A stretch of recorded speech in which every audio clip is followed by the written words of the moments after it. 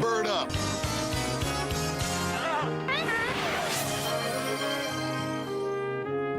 This evening's stream, a very blasphemous Christmas.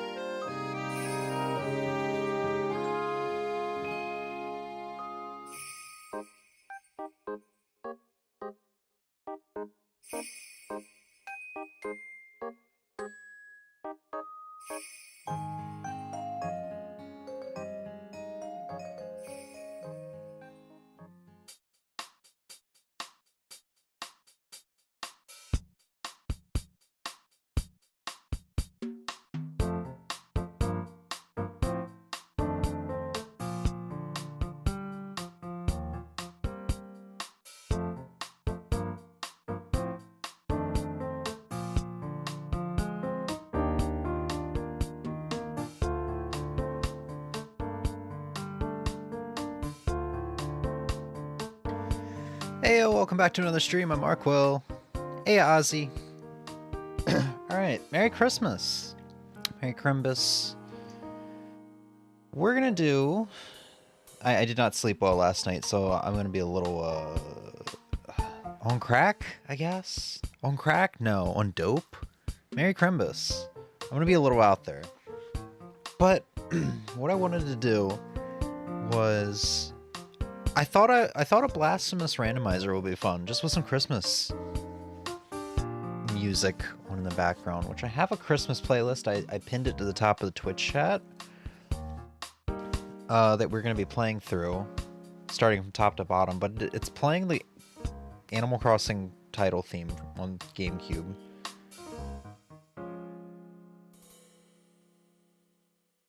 And looking through... the timestamps? Yeah, we got the character select now. Looking through the timestamps, it's not all necessarily Christmas.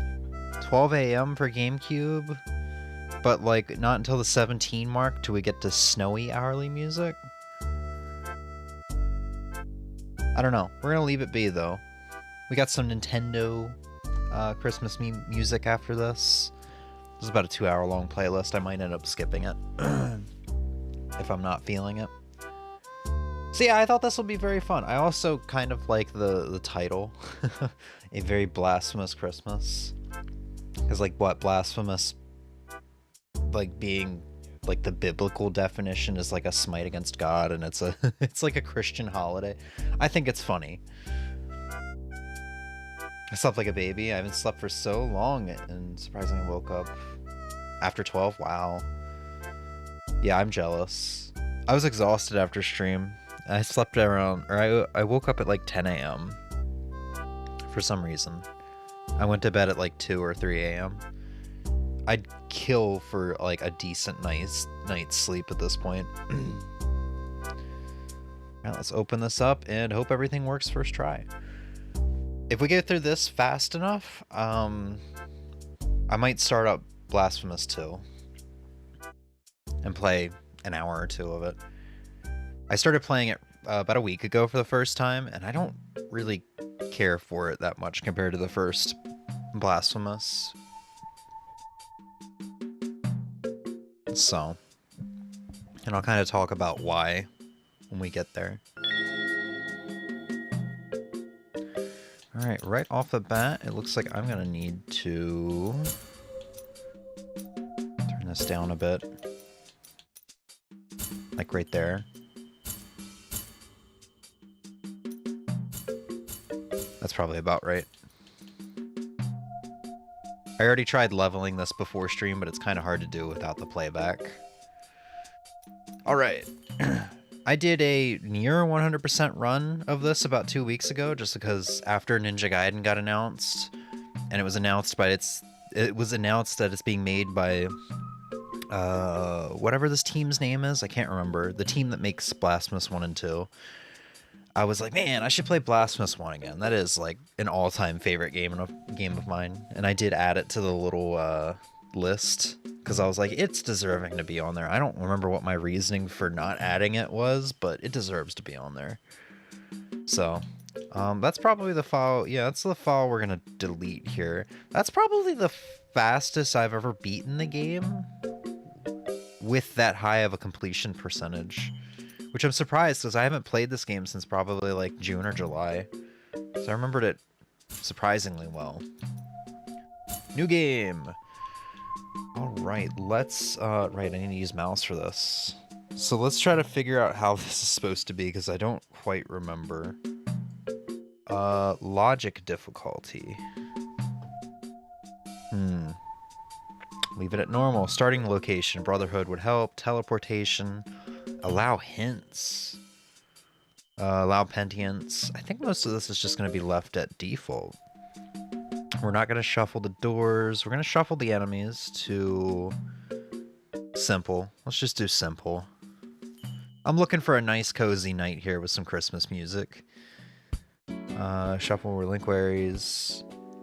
Shuffle dash. That's a Blasphemous 2 thing. This application for modding this game is for both Blasphemous 1 and 2. Shuffle wall climb, which I thought was also a Blasphemous 2 thing, but I can enable it and disable it. That's weird. I can do that by default. Shuffle sword skills, shuffle thorns, junk inconvenient locations. That sounds good. Start with the wheel.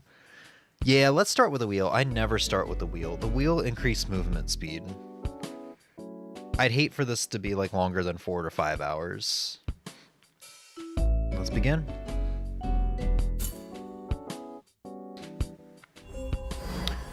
Got the young mason's wheel.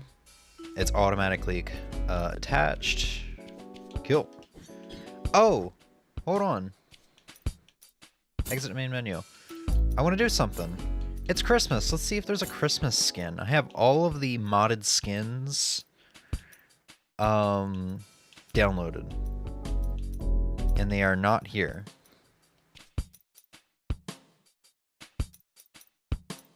Was there somewhere else to do that?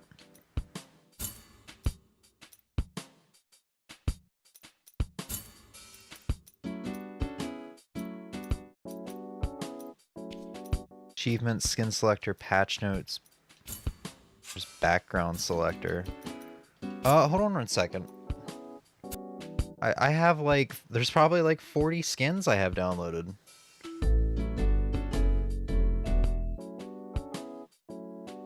If I don't get this figured out in like 5 seconds, Once I get the application open, then we'll just play the game. It's not that big of a deal. Not that big of a deal. Please don't. No, I can't.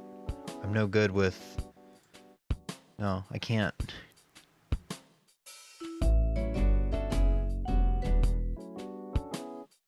Item framework? No.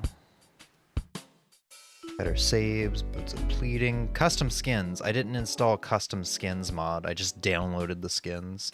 Oops. I made a oopsie. Opening the game up. Yes, yes, 4.6. I'm gonna make it. I'm gonna make it. The Game Kitchen, that's the team name that's making Ninja Gaiden. Which I was like, oh yeah, they're gonna do a great job after playing Blasphemous 1, but now I've played Blasphemous 2, I'm a little concerned. Just a little bit concerned. We made it, Ozzy. It's okay. We're back in the game. Skin selector. Let's see if we can just find something like red and green. Oh god. I seriously... There's a Metroid skin? Oh, fuck. The Italiano? That's kind of Christmassy, actually. We'll come back to it. I doubt there's anything that's just straight up a Christmas theme. That's kind of nice.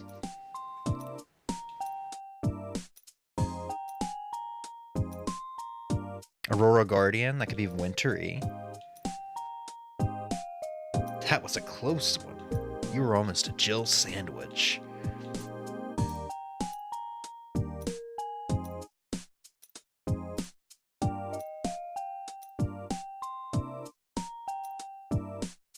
That's a cool one. Oh, he's got a red nose, like Rudolph. Rudolph, the purple reindeer with a red nose. Blood from Ashes. Brother... There we go. Brother of the Silent Night. We're gonna look at the rest, though. That's straight up a Christmas one. They actually did have a Christmas one. I can't believe it.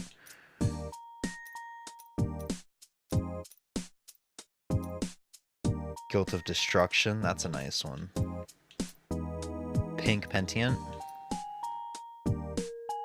Penance of Nature. Communion Wine.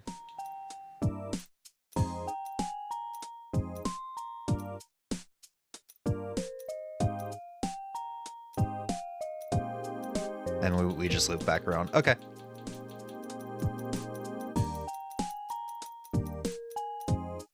Brother of the Silent Night. Hell yes. Hell yeah. Almost 0.10% completed. Or I guess 0.1% completed, sorry. Alright. Jill Sandwich, where's that from? Resident Evil 1. That's something one of the characters literally says to Jill. She's after he saved her from getting crushed.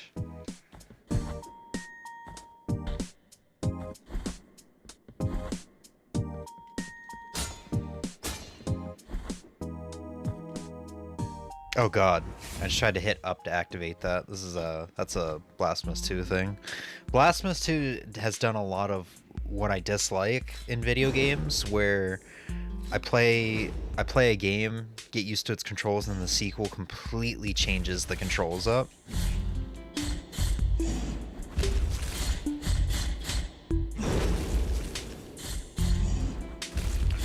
Thankfully, some of it's remappable, but not all of it, so it's just a little weird at times.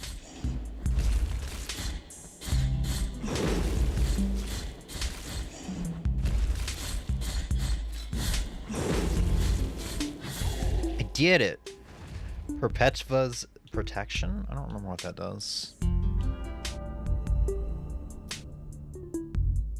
Let's see. Offers protection against lightning attacks. I might as well use it.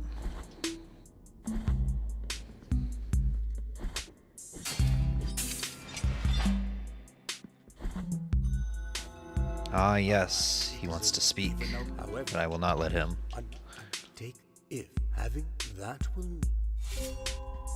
If I do not sleep well tonight, I might not be streaming tomorrow.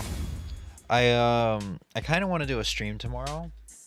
I said we'd do a roulette cookie before the end of the year.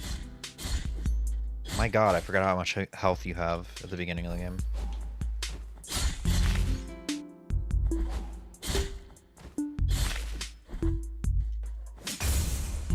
I said I wanted to do like a roulette cookie before the end of the year.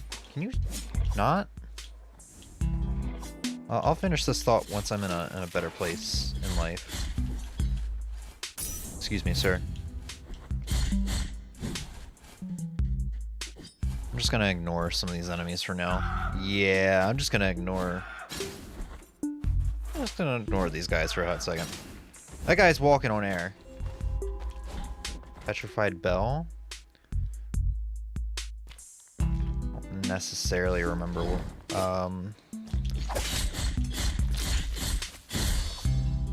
I don't necessarily remember who uses that. Once I get to the town, I'll actually be able to talk. Right now, I'm like, yeah, no, literally just that.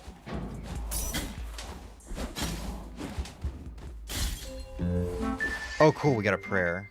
Oh my god, this guy can one-shot me. Oh, he can't. Okay, we made it. Why everybody has pointed hats? I don't know. They just came back from a pointy hat convention. Wow. This is really loud.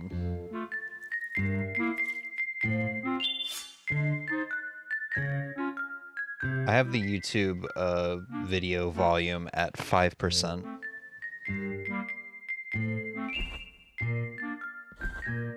Anyway, I would like to do a stream tomorrow. I did say I was going to try to do a, what's it called, a roulette cookie before the end of the year. And we're not going to get around to that, unfortunately.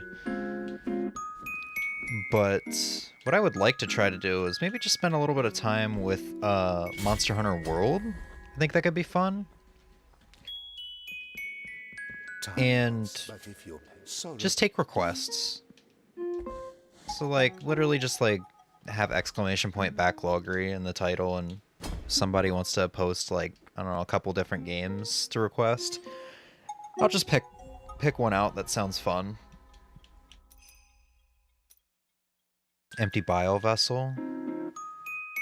You hate Monster Hunter World? I've started to like it a little bit. I've started to come to terms with it. It's a much different Monster Hunter game than everything else, but after playing Monster Hunter Wilds beta, I'm like, okay, this is good. I should go back and play a little bit of World while I wait for this to come out.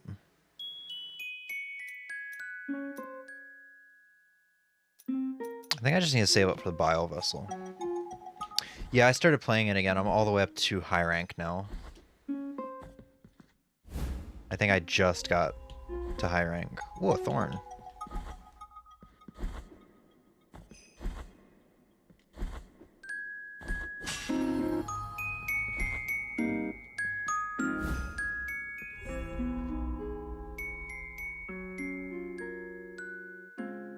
The bones. I don't think he gives me anything just starting off. Welcome, my duty. It matters, but these remain only together. Bring them before. The bones. No bones? I have 2 bones, right? Bone, bring the bone. Okay. I already know a game to make you play. To be fair, it's not like a roulette cookie or anything where you can dictate what I play. You can say, like, I don't know, you could just put a list in chat and I'll pick and choose from anything that sounds fun, but I don't know, I'm trying something different.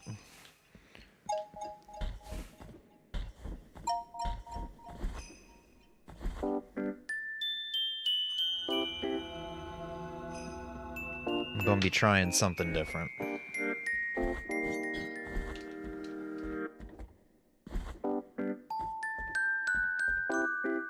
Timeout, but if you're sorry.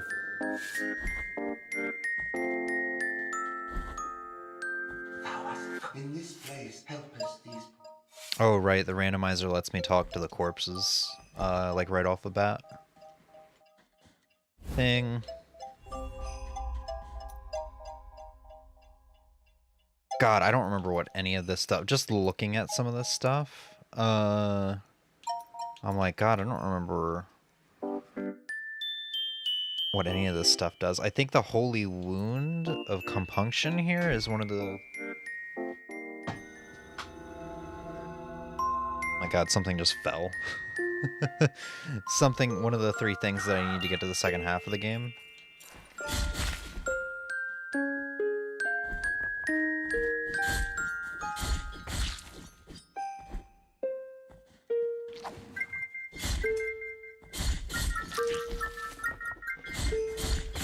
Guess you'll explain more of that stream. Yeah, if we do it. What I was getting at is if I don't sleep well tonight, I might not. I probably won't stream tomorrow.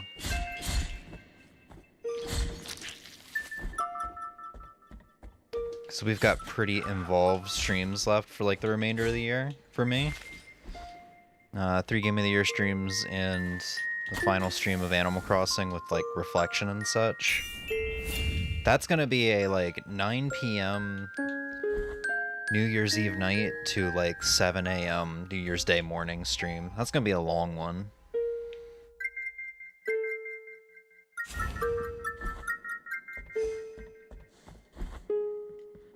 You want me to knock you out? Sure.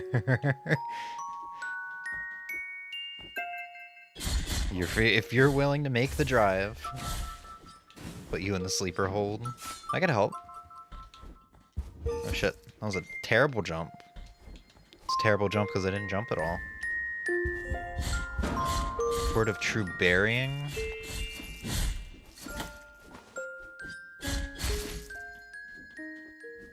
Ah, damn. Oh, this is a interesting situation to be in. There we go. We got a kneecap. I do love that these chicks can just be put anywhere. No lava to summon, yet they're still there yanking their chain.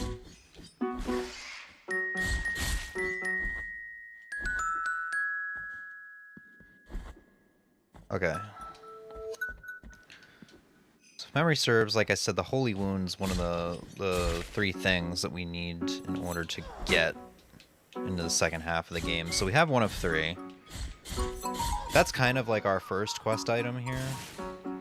For being able to beat the game. It's really just like, I guess it's just the Holy Wounds and the masks that I need.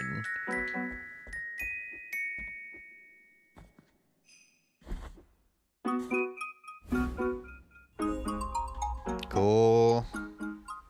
Strength. We got strength increase. We strength her now. That's why I killed myself. Is that you can't fall asleep? I don't know what's wrong with me, man. The past 2 weeks, I've had this, I don't know. This thing where I'll go to bed after being awake for nearly 24 hours, which was literally last night. Went to bed at 2 a.m. after waking up at 7 a.m.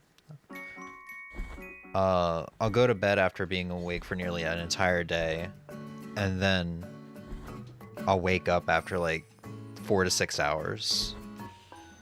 Which is what happened to me the night before, actually. I think I went to bed at 2 a.m. and woke up at 7 a.m., you know, yesterday. So, I don't know what's wrong with me. I'm also not eating much, which is weird. I'm eating like once every 12 to 16 hours.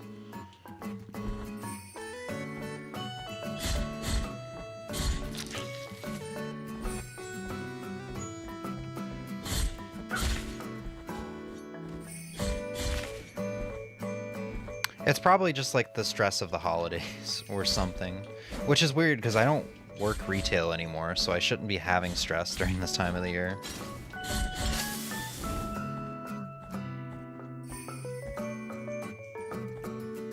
Oh, right, I can go down here for an item.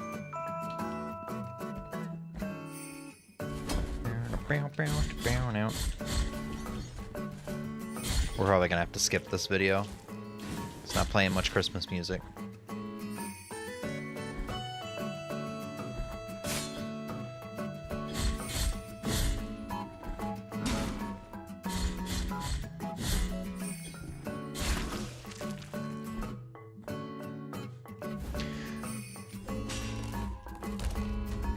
Budding sprouts. Oh, that's the thorn, right? I think that's just your natural wake-up time. Did you normally wake up around 7 a.m.? No. I think my natural wake-up time is probably more of like somewhere between 1 and 3 p.m. I'm very much someone that likes going to bed between 5 a.m. and 6 a.m. Like 1 a.m. is a early sleep time for me. I think that's what normal people are like when they go to bed at like, I don't know, 7 p.m. or something. You know, 1 a.m. is my 7 p.m., if that makes sense.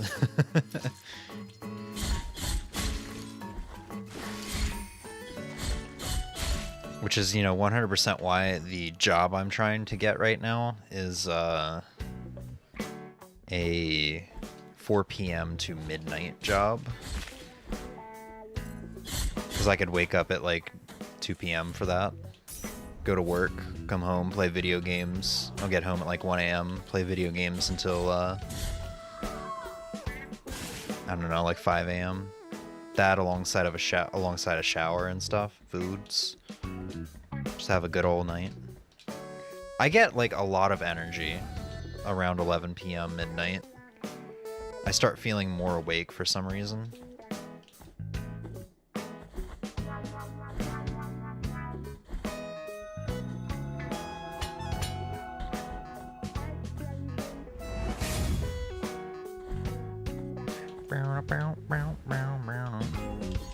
Grown sprout, wow. Yeah, I'll take this. It's totally gonna be a thimble. Right? Does he still give me the thimble? No, that's a prayer. Okay. It can also be how much light's in your room. If you have a lot of natural light, your body is gonna wake up earlier compared to if your room is in complete darkness. Well, I live in the middle of the woods, so there's not a whole lot. There's not like really much natural light that can come in through the windows. I was hanging out at Emmy's house the other day at like 6 a.m. and I was like, wow, she gets to see the sunrise because she's like right across a big open field. She gets to see the sunrise, and like by 9 a.m. it's blindingly bright in her house. So, you know, it's very different from my house. But I mean, maybe the fact that I've had Christmas lights plugged in this room has been contributing. Because the Christmas lights are on, like, not all day.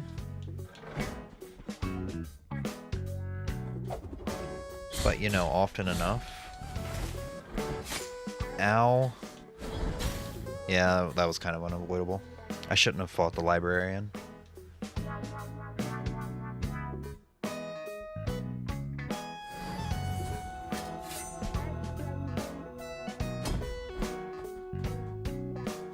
Oh, that's a ghost. This is just an Animal Crossing playlist. This is not a good Christmas music playlist.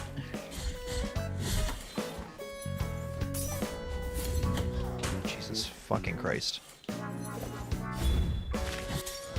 Fuck you guys.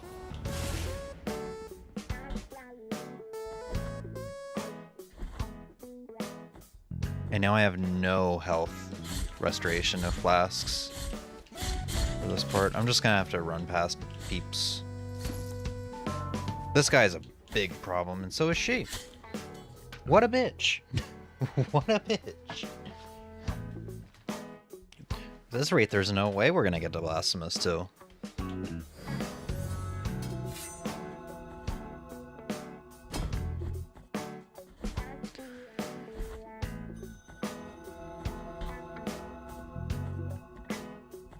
God, fucking Blasphemous 2 controls are fucking me up here.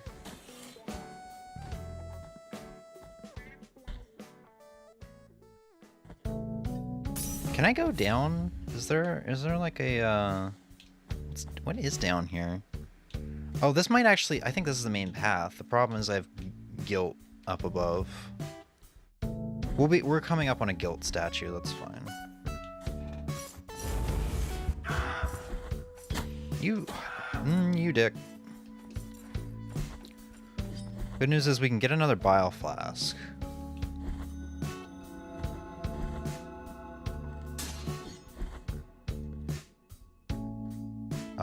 That was the guilt statue, I believe. Yeah, here we go. Relieve my guilt. Oh, right, it does cost money. I completely forgot. It's fine. We'll do it for the sake of progress.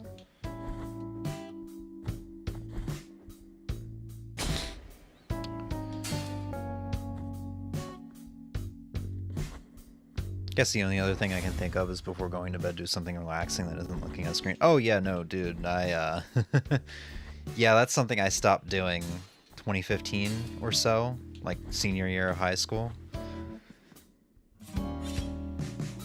I usually sit on like the edge of my bed, just play, I don't know, guitar, play bass, something like that. If I'm into reading at the time, I'll do some reading. Key of the Inquisitor, that'll be helpful later on. Ow. But yeah, no, this is just an issue I've had forever.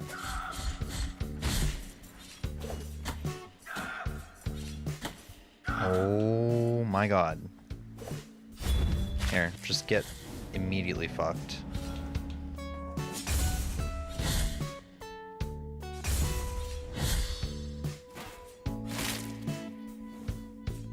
But yeah, it's alright though. I'll be alright. Everything tends to work itself out eventually. It's just, I'll go through a short period of just being miserable. Eyes hurting, burning, you know.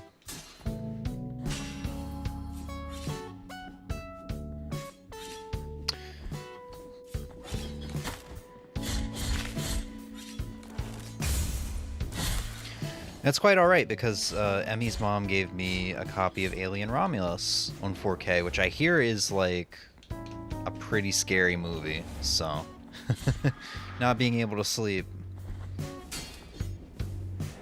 is gonna work out well, because if I watched that movie while I was sleeping, well, maybe I'd have a harder time sleeping. So I might as well watch it while I'm already having a hard time sleeping, if that makes sense. Oh, let's hope this room doesn't suck.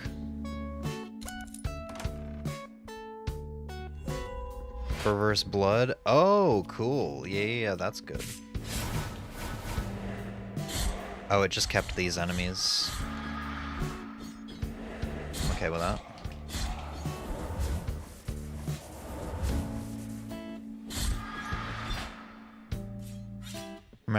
Recommend you sleep with your Kirby plushie. Actually a good recommendation. I've got a Gengar and Piplup Squishmallow. When I was working at Best Buy and I was just kind of like constantly anxious and a bit depressed, it actually did help a lot. It was like therapeutic. It's actually a good recommendation. I ought to do that. We got some remains that we can go give to the dude outside the church.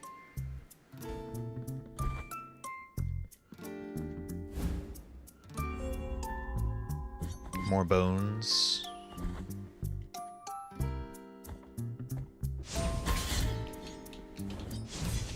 Oh god, I didn't know she was there. I mean, she is a ghost after all. I've already died more in this rando than I did on the file I deleted to play this rando. I only died like twice in that file, which was funny because I couldn't even do the Didn't I could have sworn I broke that. I definitely broke that. That's weird that it didn't save. Yeah, I died only like twice in the file I deleted for this, which is funny because I needed to die 3 times to be able to do one of the side quest things. So I didn't even die enough to do one of the side quests. I wonder how much higher that percentage would have been on the main file had I actually died enough to do the side quests.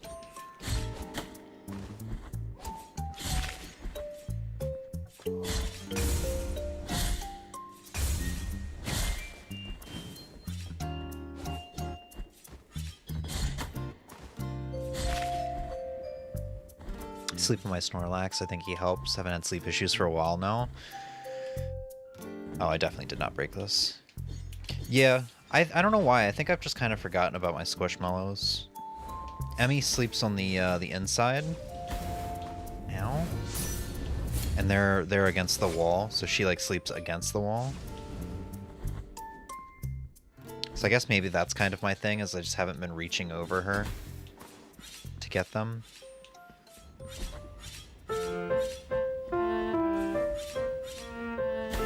Oh, that's a jump. I'm a doofus.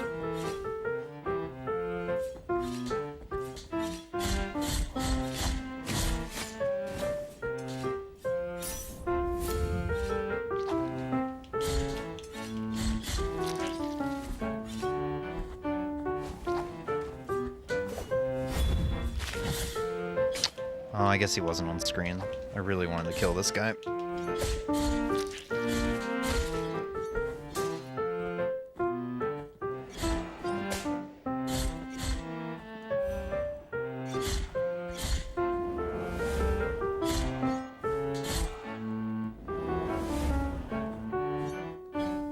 I wish these guys weren't so fucking annoying to fight. Did he die? No, he just respawned back up here. I didn't know they did that if they got too far away.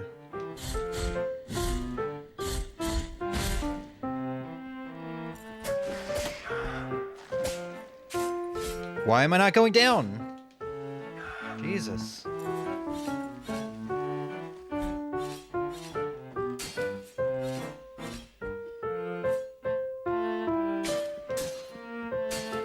Is Emmy hiding all the plushy sleeping energy?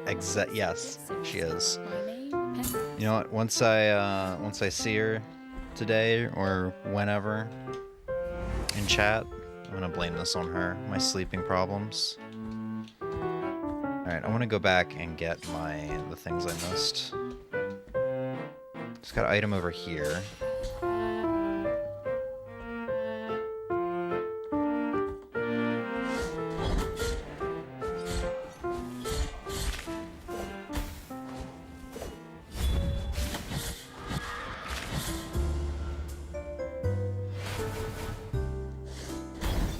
So this is just this vanilla room.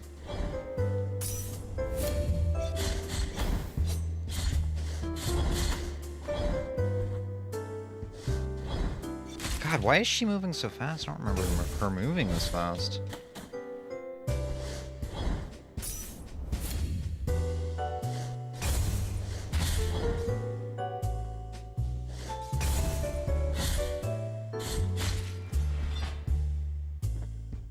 It's like when one partner steals the covers. Yeah. Apparently I was really bad about that pretty early on in the relationship. That's probably because I like to like tuck my feet with the blanket. I think most people just kind of let their feet like hang out or whatever. Like not tuck their feet in the blanket. I don't know how to explain it. So now Emmy and I both sleep with two different comforters.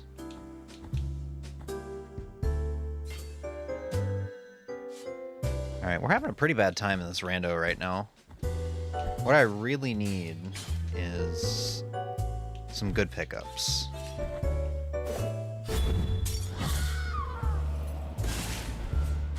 Actually, you know what? Maybe I have to backtrack anyway. I'll get whatever I missed when I backtrack.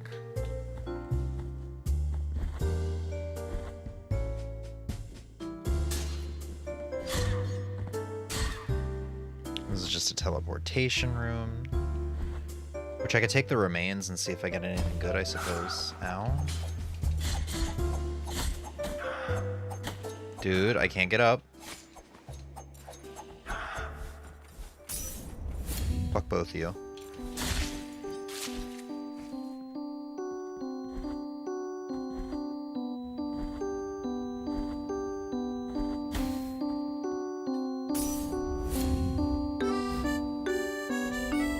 Ooh, a bile vessel.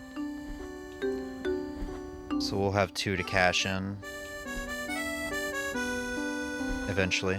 I mean, I didn't buy the first one yet, but I know where it is.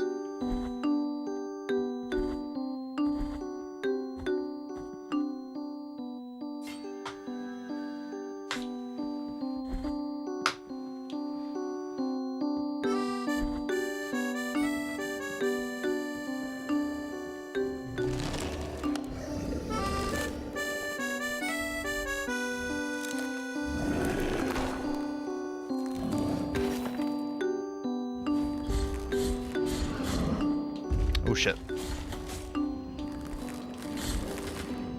Admittedly, I don't really remember this boss's patterns.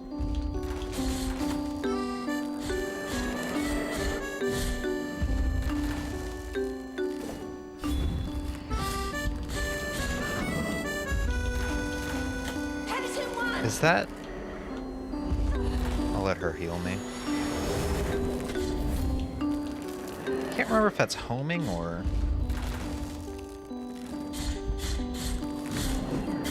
Ow.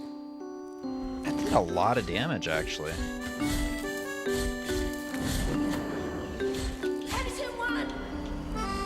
I'll just let her heal me again.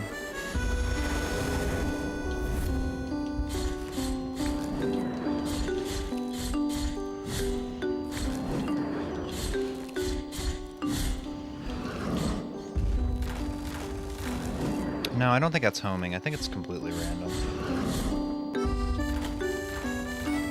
Maybe it is homing? It's really hard to tell.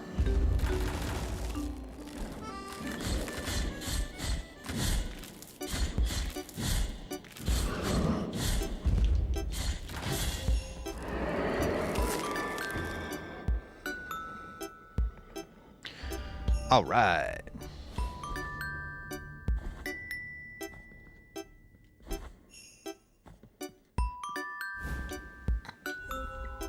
Cool. Sword upgrade. That's kind of what I was talking about when I said I needed some good items. Sword upgrade, and we got a bile vessel. Oh, I don't know why I was thinking I needed to backtrack through the museum, or the the church. So I'm still missing items from in there, but whatever. Quest item.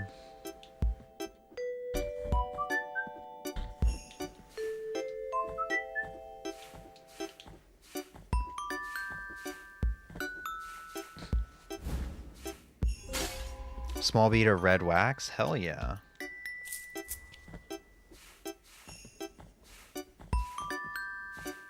I could definitely go for a health upgrade too. Ugh. Fucking water is gonna be a big pain in the ass. Hi, Emmy. Fuck all y'alls. Ooh, that's a big jumper.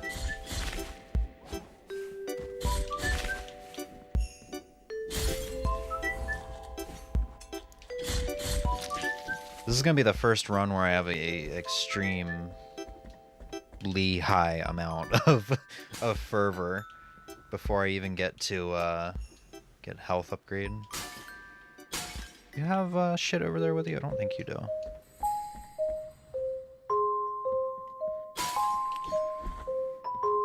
Ow.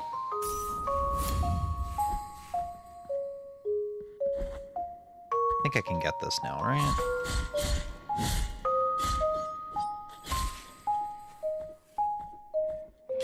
Ooh. Yeah, I can get this now. This is just a matter of not falling.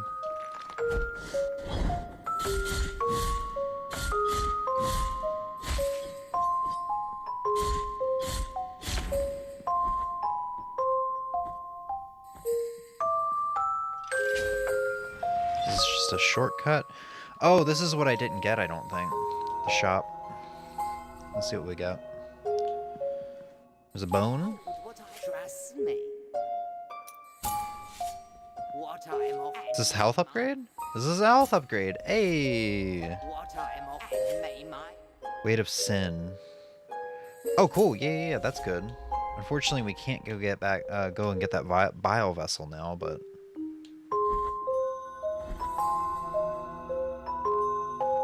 You've been sleeping better by the wall when I'm not there with Gengar. I just need to use Gengar. I just need to grab him and give him a big ol' hug. Yeah, no, that shop is literally the only thing I had missed in the mausoleum that I can get right now. That I can do right now. Or mausoleum? No, church.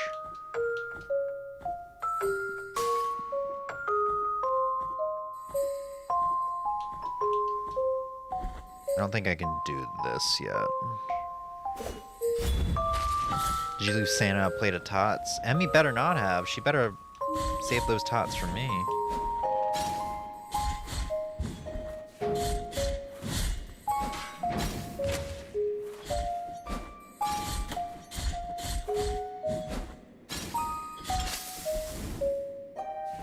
All this for something that I'm not going to be able to get right now.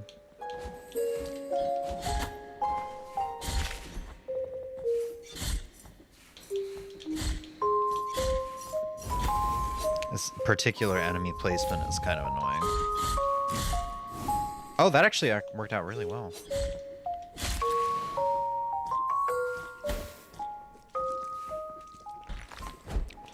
I almost killed myself.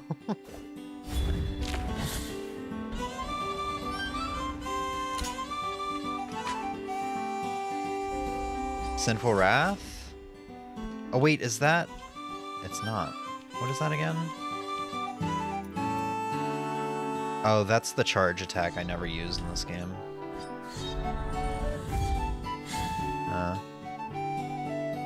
It doesn't help that every time I get up, you wake up. Yeah.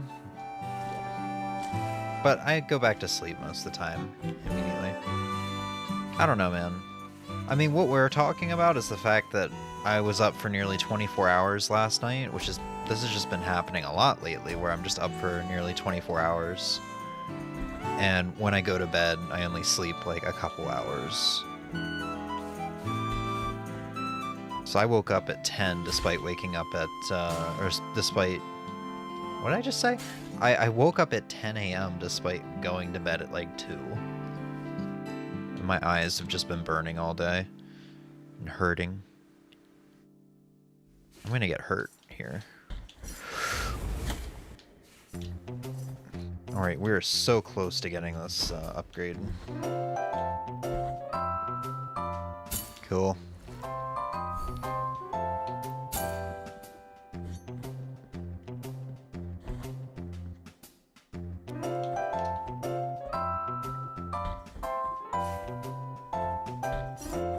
I think the other ladder's over there. I can't get that item yet.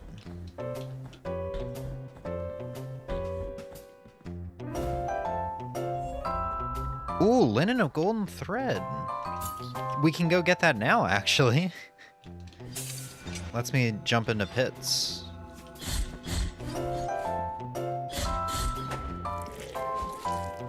Now. Did I do this? I did do this. Let's go jump in that pit. For that item. That's 8 hours of sleep, though? Yeah. I guess you're right. Just 8 hours isn't much for me. Like, I live off of, you know, 2 to 4 hours of sleep. Especially, like, work days. For me, like, a good rested sleep is, like, 10 to 12 hours. With the, you know, the occasional 15, 16 hours, something crazy. Which pit do I jump into? I don't remember. Is it this one? Okay, it is this one. No, it's not this one. Oh, I know. I was a different pit. Dang. Okay. Whatever.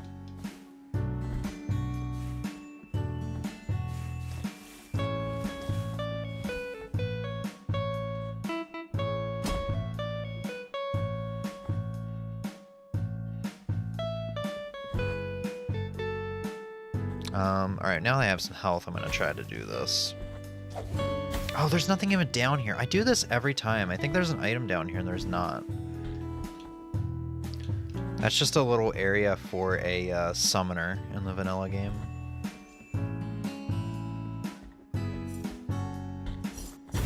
Ow. Oh, it lingered!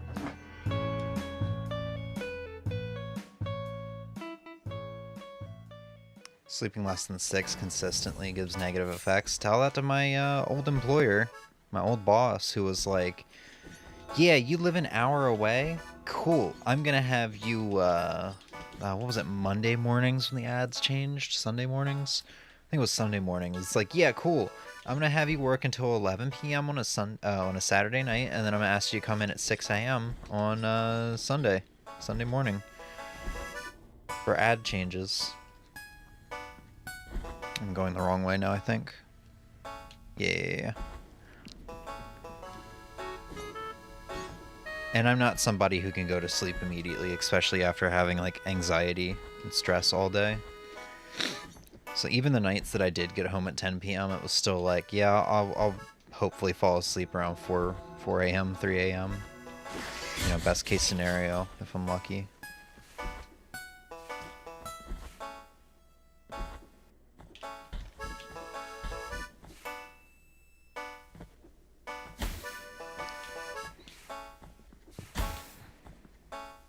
I don't need to be here. Where am I going? Fuck.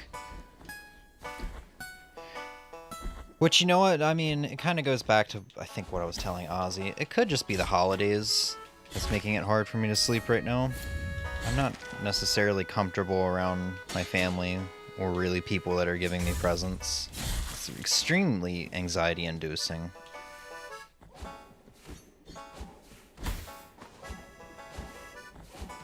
Dude, this is fucked. This is fucked. I survived that, wow. Hey, come here, you motherfucker.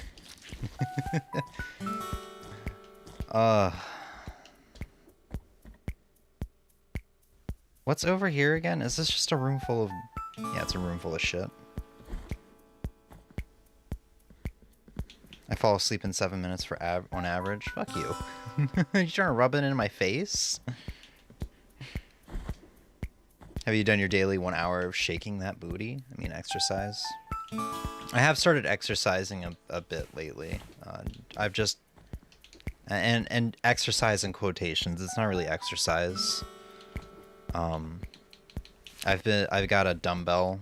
One of my old dumbbells. And I have it just in the floor underneath my desk. I have 2 different dumbbells. One that's like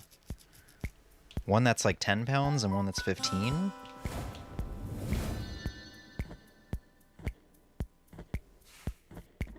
So that, like, while I'm watching a movie, I'll just curl it.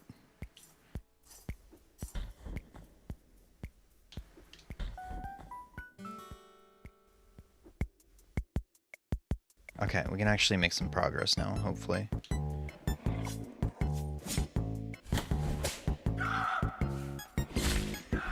Oh! That didn't kill me.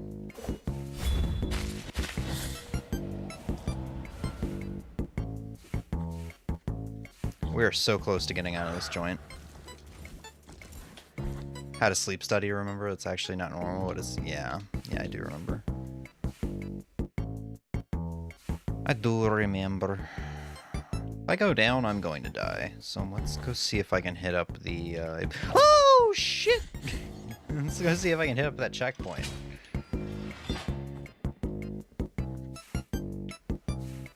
Yeah, there's absolutely something in the water. No? Okay. Let's just try not to die to this thing. I've made this climb so many times. We're very close to death. This is not a good run, man. I am struggling. I think some of it has to do with Blasphemous 2's controls being so drastically different to this game's controls. Which I hate. I hate that... I mentioned it earlier, I hate it when games, like sequels completely change up the controls of the first game, but have a very similar play style. Okay, so that was an upgrade to this.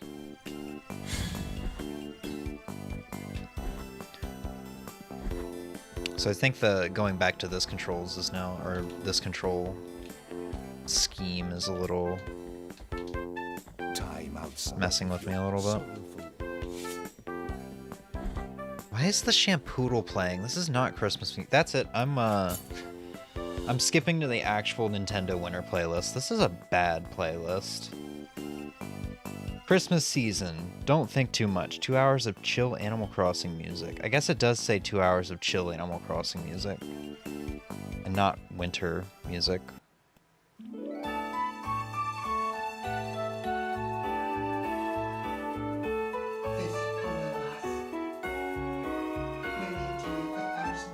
That's very icky, bad. What did I say?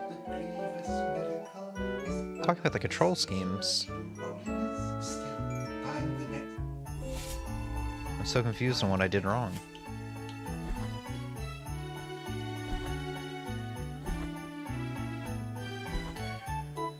Okay, I have the down thrust, so I can go back. Baddest for the playlist. Yeah, the Shampoodle theme. Assassin's Creed 1 to 2 does that, yeah. I talked about it a little bit with the first Game of the Year stream. And it's super minor. It's just that, like, in FF7 Remake,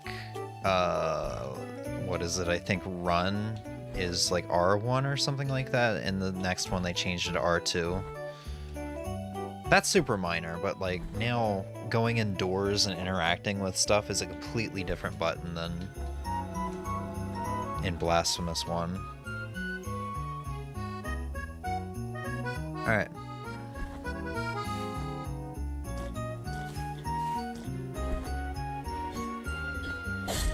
Ow.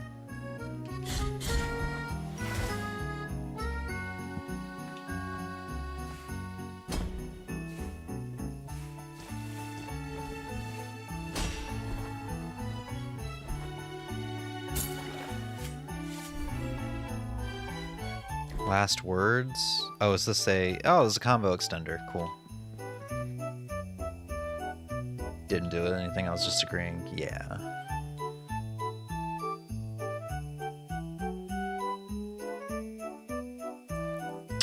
Sometimes the change is better whenever you go back to the old game. Yeah, in this case it's not.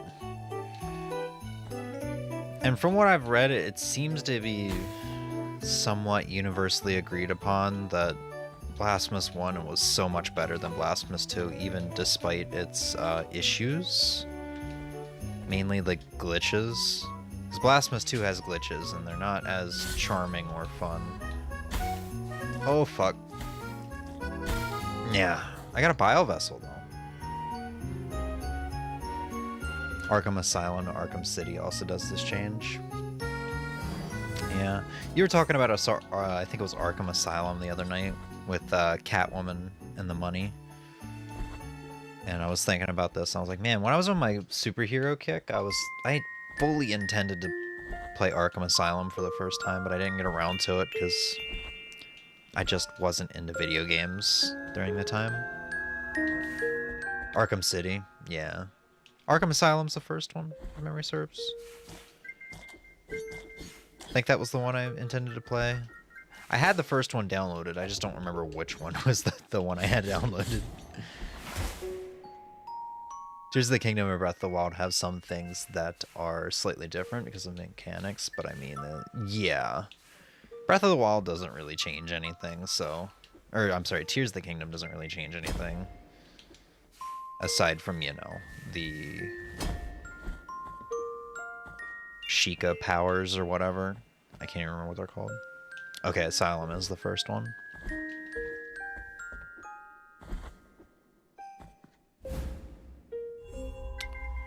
I don't think I got the cherub, did I? Did I get the cherub? It looks like I got the cherub.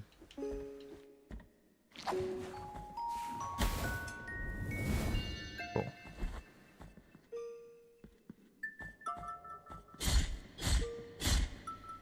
Oh shit.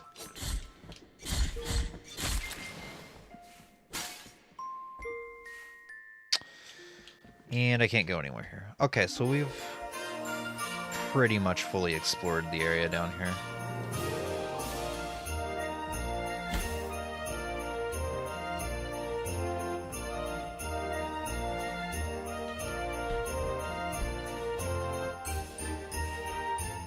You should still play Asylum. Oh shit. Kind of hard to read at the same time as play. It's a good standalone game? Oh, is Asylum not a part of the, oh, you say quadrilogy? Is Asylum a part of, I'm sorry, I'm a little confused. Is Asylum a part of the... I'm so confused. Wait, is it standalone, or is it a part of the quadrilogy? Because I know there was like a animated movie that was a tie-in to it, I think. I did watch that one. Assault on Arkham or something like that. Dried clove.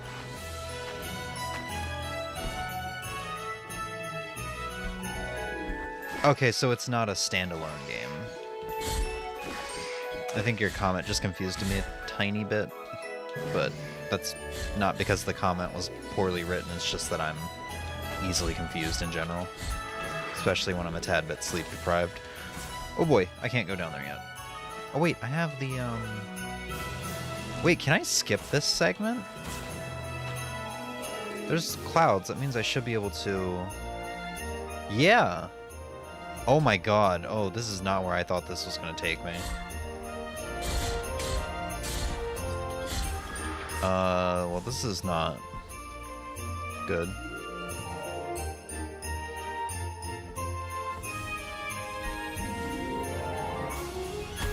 Oops, I did not mean to do that.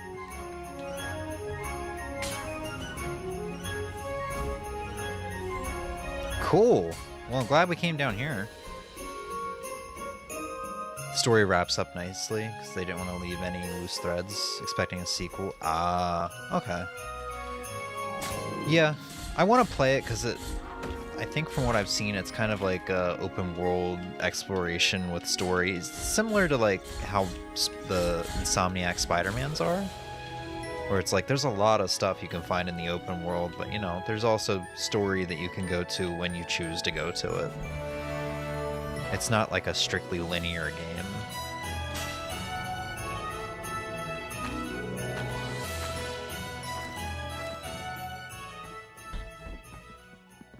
It's a 3D Metroidvania like Resident Evil.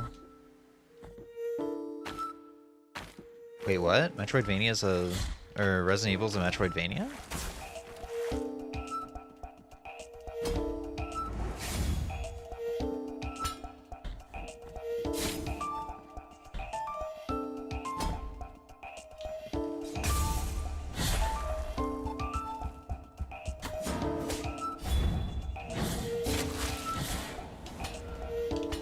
Well, that portrait's in a really shit spot.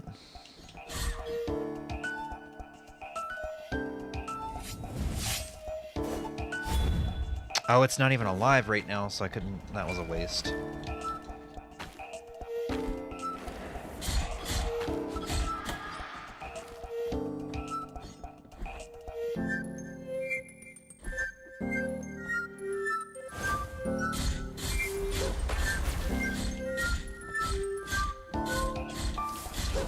Ow. Ow. I'm being a tad bit reckless with this boss.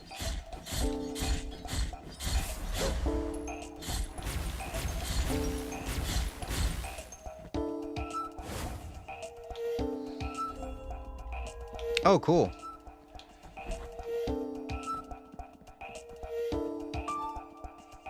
I consider Metroidvania any game where you... Okay, that explains it. Yeah, I do not consider those Metroidvanias, because that feels like that's just like half of video games made.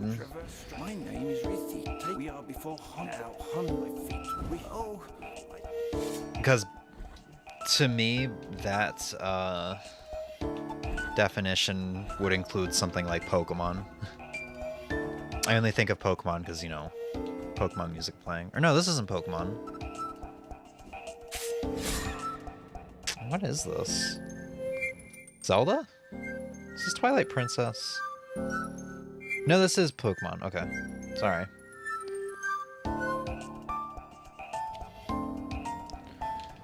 To me, like, for it to be a Metroidvania, yeah, the backtracking's a thing.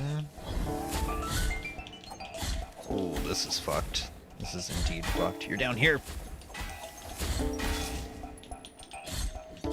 Yeah, for me, for it to be a Metroidvania, the backtracking is indeed a thing, but it's gotta have, you know, this map. This map's a big part of it.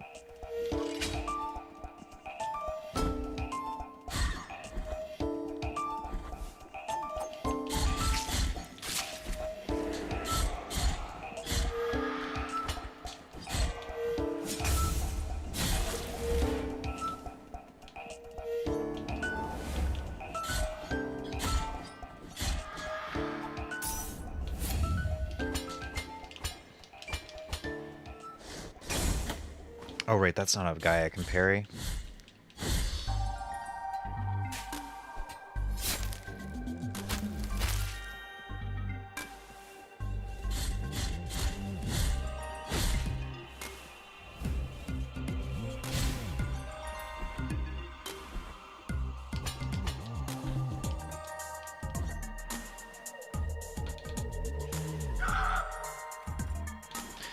You know what we should do just if we stream tomorrow? Maybe instead of the request thing, I kind of would like to play through Star Fox 64 again now that the PC port's out. Because I played a little bit of it, I'm like, damn, this game is nice in 120 FPS, 120 hertz. So maybe like Monster Hunter World, Star Fox. Maybe I'll still take requests, I don't know.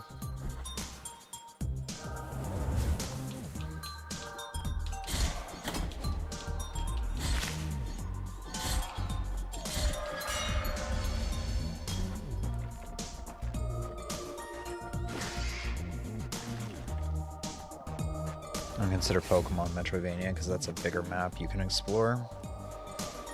Isn't the Spider-Man and Batman games the same way though? They're just like maps that you can explore? Or am I misunderstanding what Batman is? Oh, you... Come on. There you go. I was gonna like, come on, you can die. It's okay.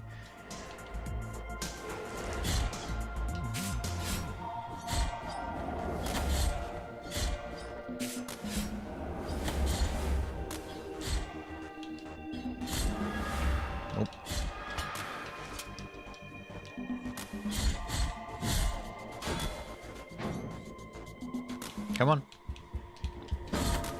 What? Oh, he bounced off that wall a little bit earlier than I thought he would.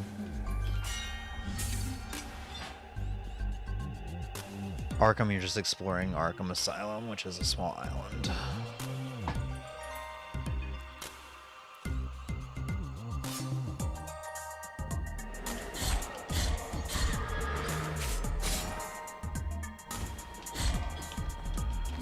Yeah, I'll have to play it. I got them for free on Epic Games Store at one point or another. I think I have all the Batman games, like of that tetralogy or whatever, that were free on Epic Games Store. I think I have the Lego Batman trilogy too, assuming it's only a trilogy. I have 3 Lego Batman games is what I'm trying to say. My Epic Games Store collection is starting to look really nice. They've given out a lot of really good... it's given out a lot of really good games over the years. Wait. One disappeared. Where's my money?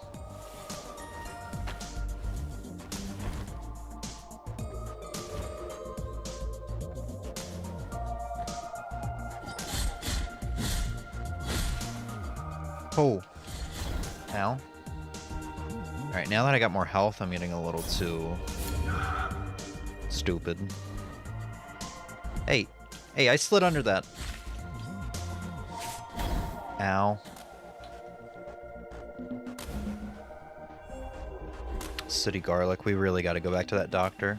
I don't remember when the patient dies.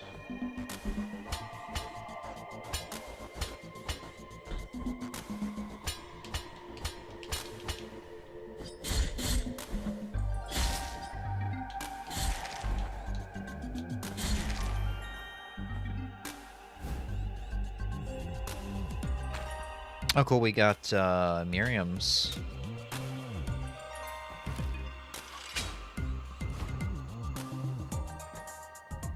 Prayer. And I think we have another vial. Yeah, we have one more vial. I think I said vial. Whatever. I want to say most of the Spider-Man map, you don't really do stuff. Most buildings are just there to be there. Yeah, I guess I just don't understand because I haven't played it.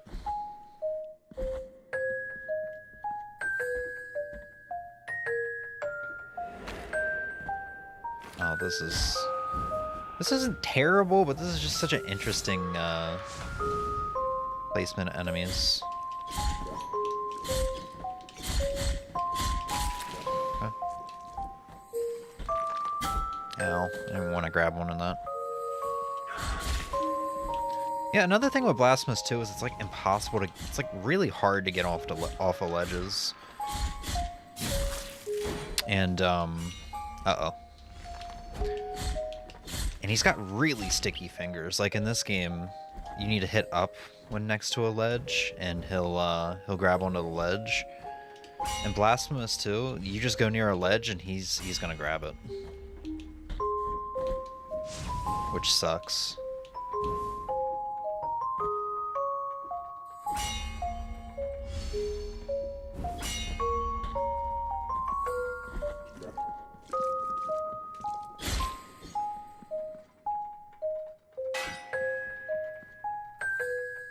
Oh, I thought that... Okay. I don't remember what that's for, then. Motherfucker, I swear to God, if you don't slash, I'm gonna cut your dick off and feed it to a walrus. Okay. It's okay. It's Christmas. Slash, motherfucker. How do I keep missing that?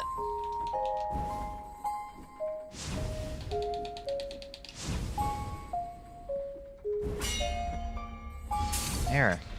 I'm going fucking insane, struggling to hit one switch.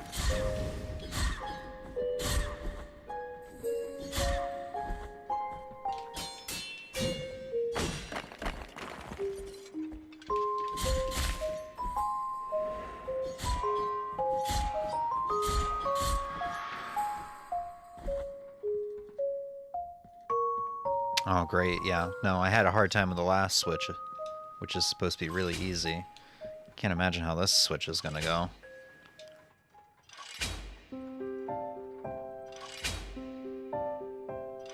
God damn it. Alright, I just gotta let them go. I just gotta let them both go. Oh, wait, does that one reach? Nope.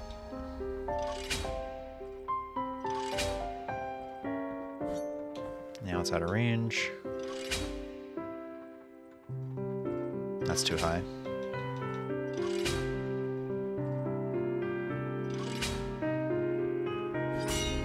Okay. Now it's just about the timing. That's too late.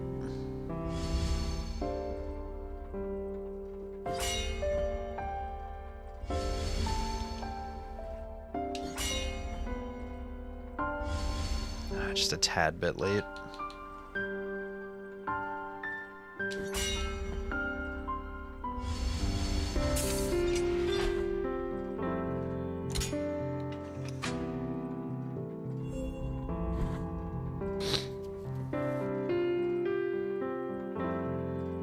Which sucks, the sticky fingers from 2 or not having them in 1. Oh, the sticky fingers in 2.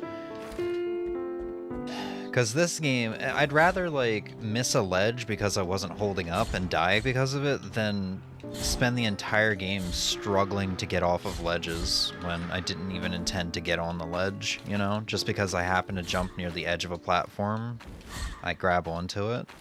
I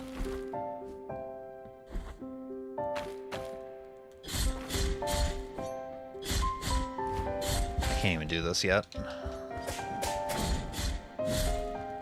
Wasn't sure I had to ask. Yeah, that's a fair question.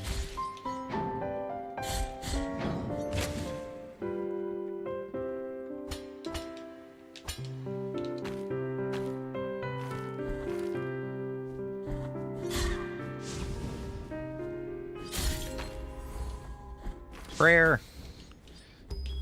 Well, we've got, like, a lot of the prayers at this point. I feel like we're pretty close to having all of them.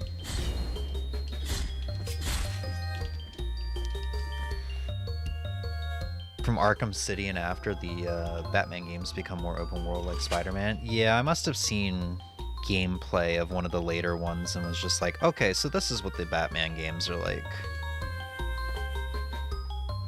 I kind of overgeneralized, or not overgeneralized, but assumed that they were all the same.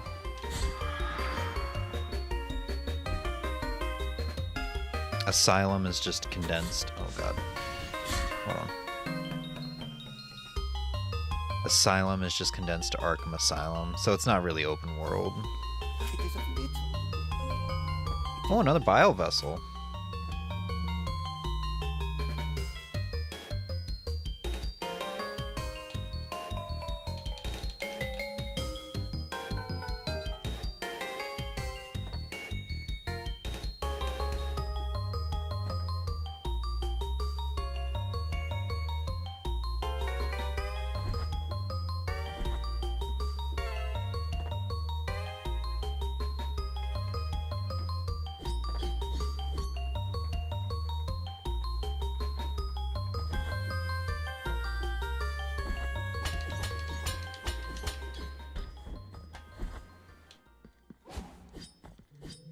Oh, great.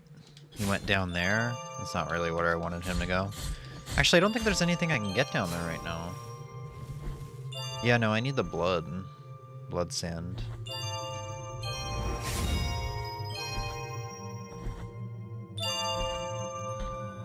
Wait, what is this? Item. Little toe made of limestone. Oh, that's a good one.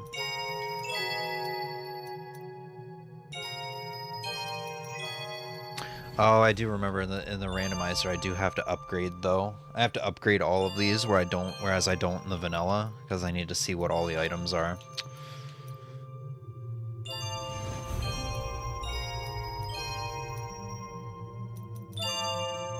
Alright, whatever. We got another bio vessel I can go redeem, which I guess we're probably going back down there. Maybe not immediately, because I can backtrack to the beginning area. I'll probably make my way all the way back to the town. Do not cipher high, I will wait.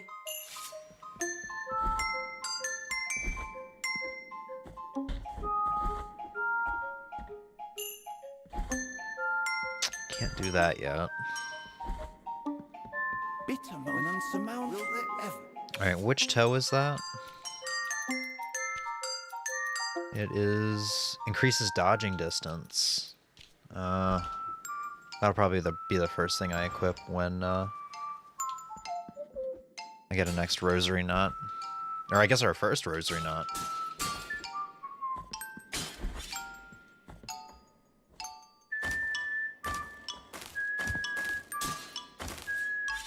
Oh shit.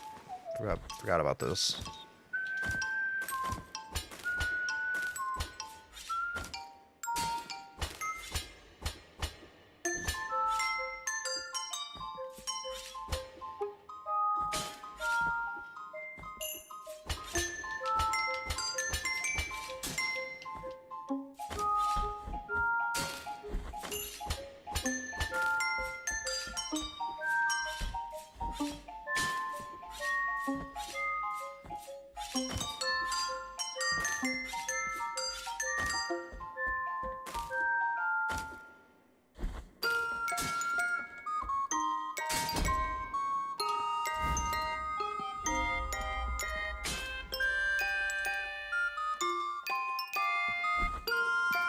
God damn it.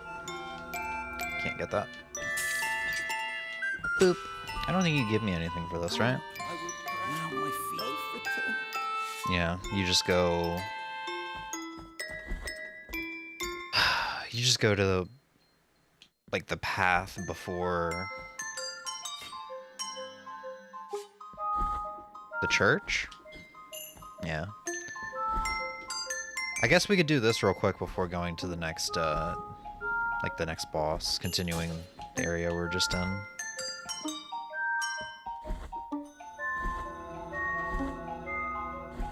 So there's like 2 items we can get out here. Now that we have the thrust.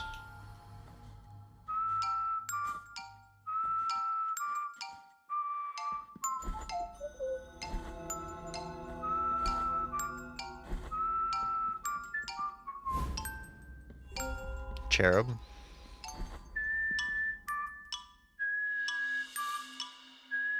I don't think we get anything in here. I've only ever been in here once though, and I think it was in a randomizer. This is like some of the DLC stuff that I don't really ever mess with when I play through vanilla. The light. I am mirror. It has but we The light. Give me shit. You do not give me shit. I think I'll start showing up in the prison though. Various areas. So maybe I can get shit for finding him. Like I said, I don't really remember what his deal is. Oh hey. It is not possible. It has returned.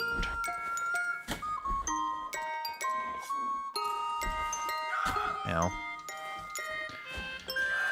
Eeny, meeny, miny. Not that one. Oh god.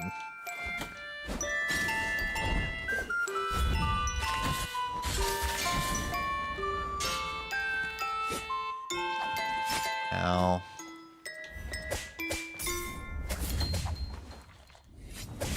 Can you not? Holy shit.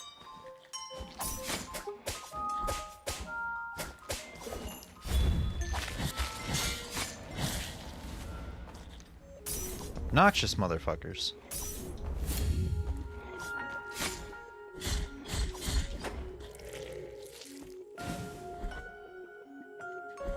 Oh, right, yeah. I don't remember why I thought it was, or I don't know why I thought it was a blood patch. What's gonna be the best thing to do here? Probably sacrifice my life. There we go. You know, I've never really used that prayer before. It's proving to be very useful here. Thorny Briar. This is really bad, because I could be getting myself into a situation where I'm going to have to fight, like, the true ending boss. I think that has to do with the thorns.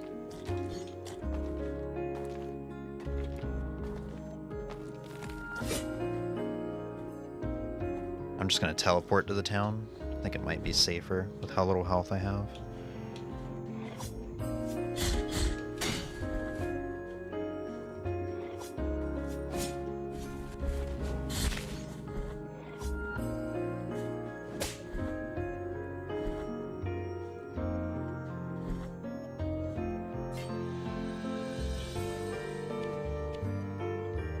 Alright, let's hope the patient isn't dead yet. I have 2 things that I can give him. Unless the randomizer stops the patient from dying. Whoa! Nice. Alright, I'm rich all of a sudden.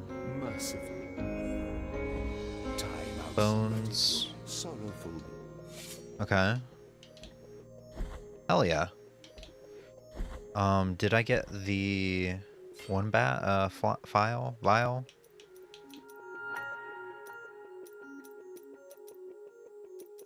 I did.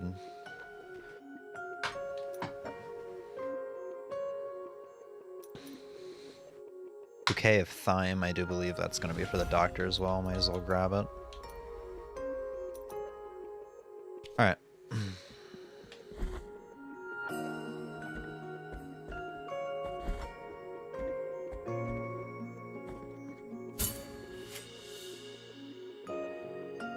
mercifully. Wow, we are gonna be overpowered if we get another sword upgrade.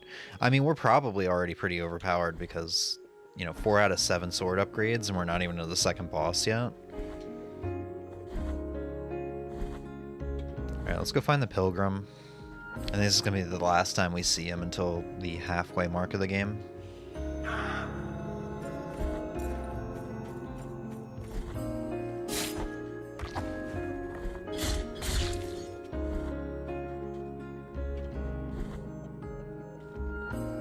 I can never remember which pathway he's on.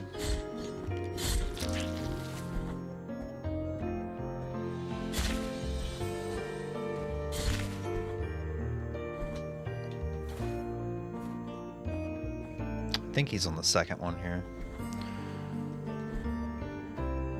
Yeah, because he's making his way to that particular area. I think. Oh, I can go up here real quick and get the cherub. It's over to the left here. Because I can actually fall into the pit and be fine, unless I miss the ladder. Damn.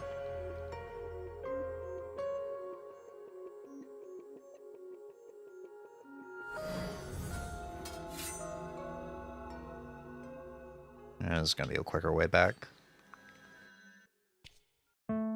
Yeah.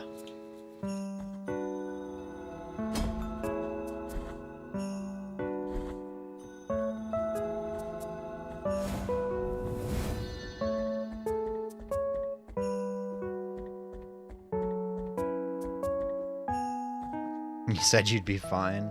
I lied. Oh, I don't even need to jump in the pit for this, I don't think. Yeah.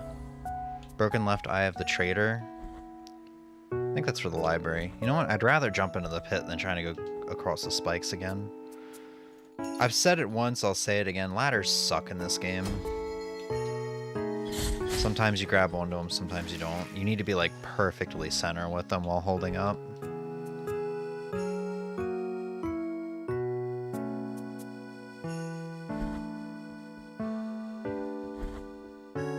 There he is. On the path, oh forgive me. What can I do to avoid? Oh, I do have to get the shortcut going for him.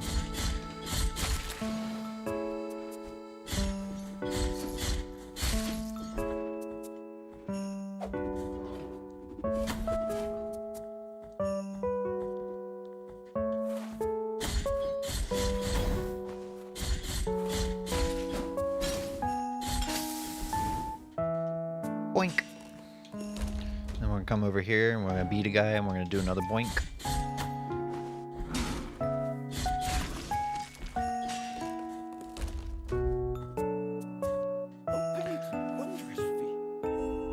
Not a rosary rope. Hell yeah. Alright, I guess I could save myself a little bit of time and just tread forward a little bit and activate the next checkpoint.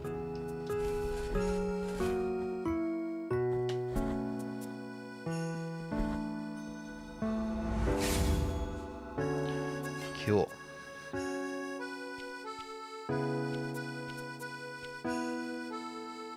Alright, well, we'll go ahead and use that rosary rope now. So that we have a bigger evade window, I believe. I think that's the toe of the pilgrim that he gave me. That specific toe. Now let return once you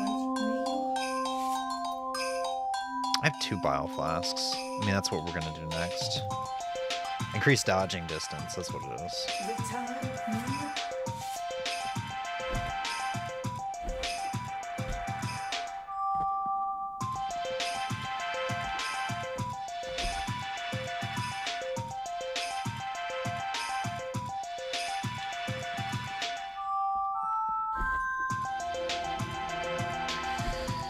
All right.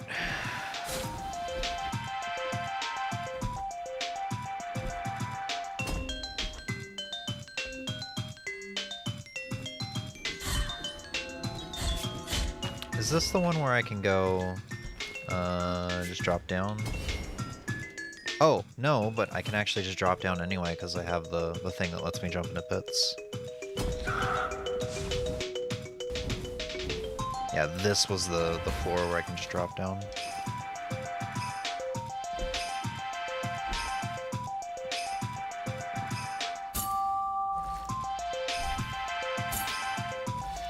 Alright, I got 6 flasks now.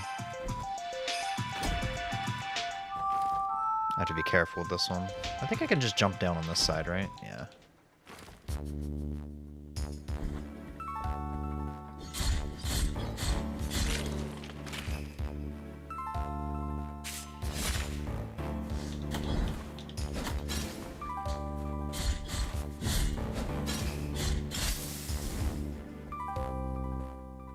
All right. So now we go to the right side. A little bit of a harder path.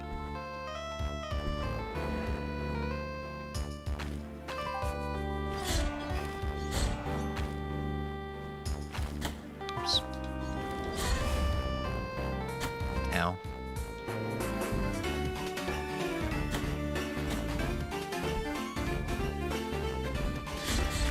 Oh yeah, I could really use my slide dash. We're getting to the point where I'm gonna start like trying to do it against these enemies. I'm really reliant on it.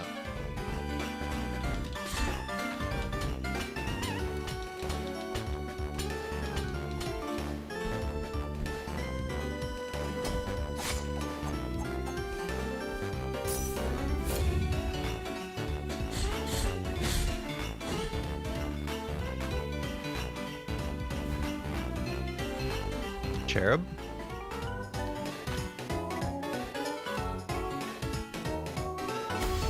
Ow. Why are you still here? God. Thought I'd get a break from you in the rando.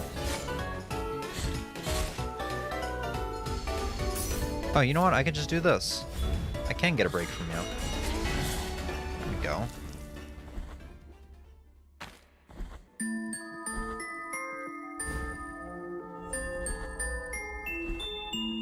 I do love that this song is in the playlist. This is like a, I think a Luigi's Mansion 2 song. I think it's used for like the mines or something.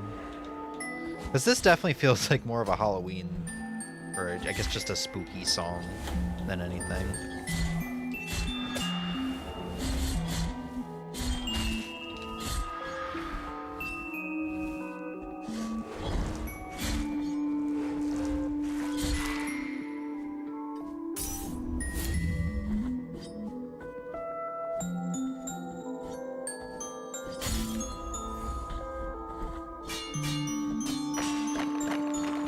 Christmas can be silent, spooky.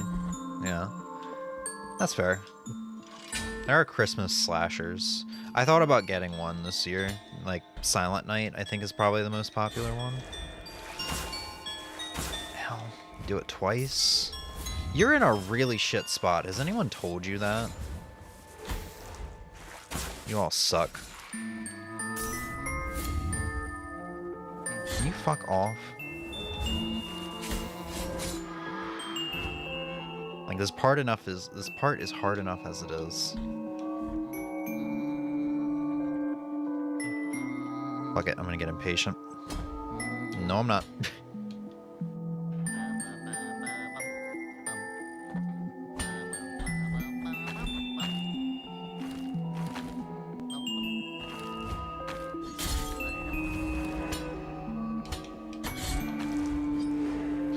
Holy shit! Nope, nope, nope, nope, nope, nope. I'll come back for that item in a second. I need this checkpoint. Another rosary rope.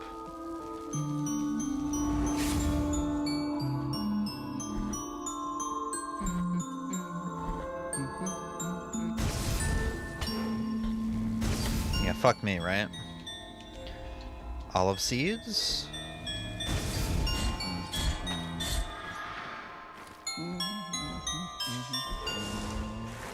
Okay, so we can go to the next area now, which is going to be a little tricky because we don't have the thing that lets me not get hurt by poison.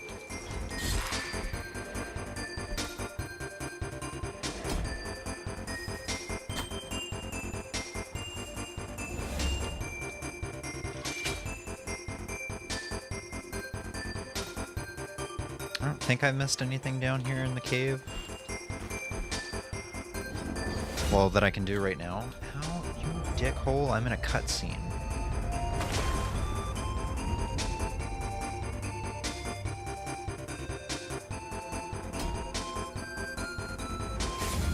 I like Christmas story, spooky Christmas stories. Something about something sinister happening during Christmas is interesting. Maybe because most Christmas stories are happy and jolly and ho ho ho. Yeah, that's an interesting take. Not interesting as in like controversial or whatever. It's just I never thought of it that way. To me, there's still the tiny part in my head, like the opinion, tiny opinion in my head that I've had since I was a kid, where like, you know, no, Christmas is like the happiest time of the year and it's peaceful and stuff like that. You know, let's not do spooky stuff during this time of the season. But now that I'm an adult, I realize how vicious and terrible people can be during the holidays, and how it can be a sad time for many too. A lonely time. And I'm just like, yeah, why not?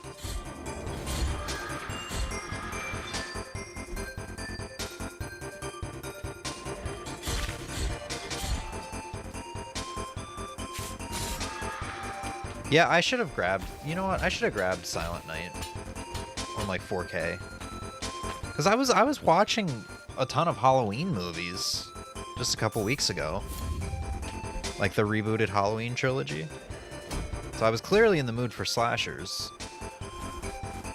Which I think is what that is. I think that's a slasher.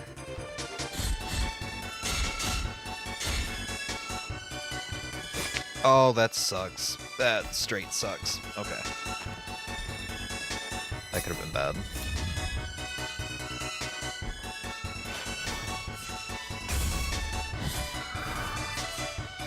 Oh, it's facing the wrong way. Brother of almighty, fuck you. You suck.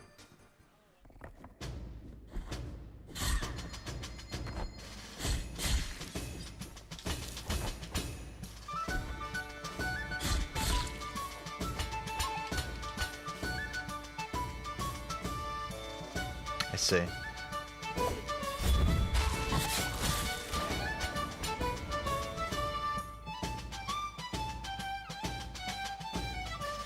Doesn't have to be anything super bad. I like a good example of a spooky, like a good example of spooky Christmas is Nightmare Before Christmas, the Billy and Mandy Christmas special. Oh yeah, that Billy and Mandy Christmas special. I haven't seen in a long time, but that is super good. That is a fun Billy and Mandy episode.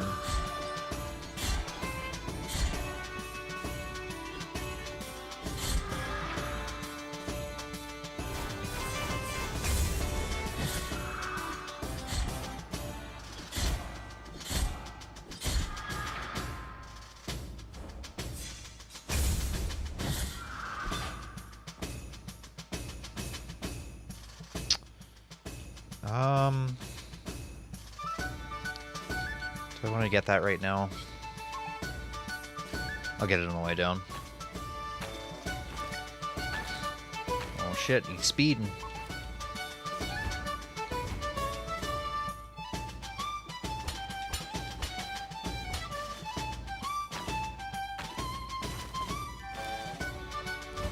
And yeah, I do forget about Nightmare Before Christmas a lot, because in my mind, and I know it's both, or really just like a all time of the year kind of movie, but to me, that one sits more in the camp of this is a Halloween movie than a Christmas movie. What the hell is that? Ascending Edge?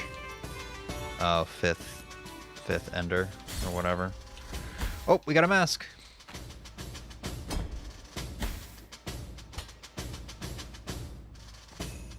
I hate that I got hurt by that because my feet was in the poisonous smoke.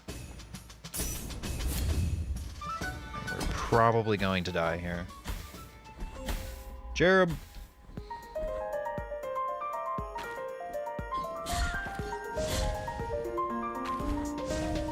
Oh, Guilford Godfried's in that.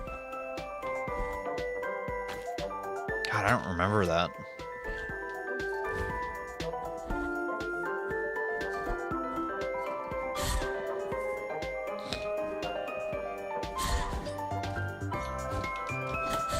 Jesus Christ. Oh my god, that room sucks. I think we're gonna end up dying before we can get anywhere. I can try my best here, but this shithead's facing me. Fucking... ah. Fuck. This area is so much harder when you don't get the item that lets you breathe that stuff in.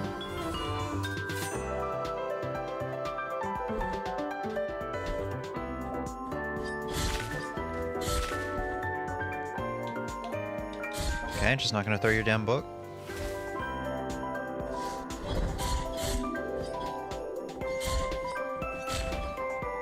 I guess I don't really need the Tears of Atonement too desperately right now.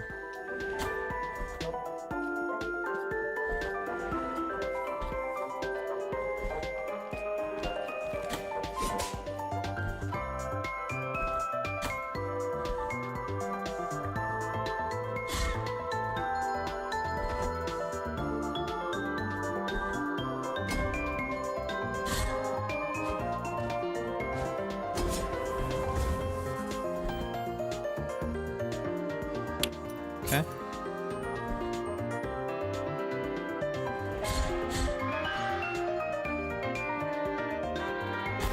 Oh, come on, my hat was in it. My pointy fucking hat was in it, and I got hurt.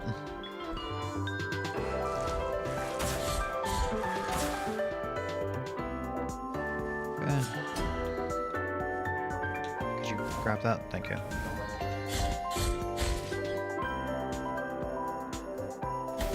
Oh my god. My right foot was in it. I can't get over this shit. This kills me. Do I have a prayer that can grab that?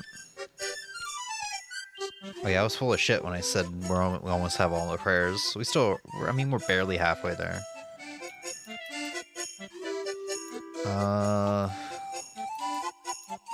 I don't think the cherubs will go after the one cherub. That would be nice, but... yeah, they don't. I don't think I have anything for these guys. You thought about wearing a pointier hat. You know what would have been great? As a completion bonus for this game, they let you use your hat as a weapon. I'm not even talking about, like, just use, like, I don't know, sticking a sword inside the hat and swinging it around. I'm talking, like, whip your hair back and forth like your Shantae. Just go and headbutt enemies. Your headbutts will penetrate them. Penetrate their chest. I have to be a little specific on what I mean by penetrate them. Don't worry, nobody out here is losing their virginity to my hat. What is a good weapon for this, actually?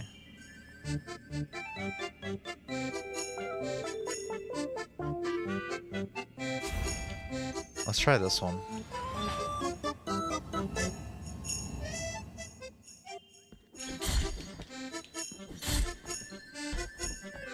Oh, it's so weird. I don't have my slash. My dash slash.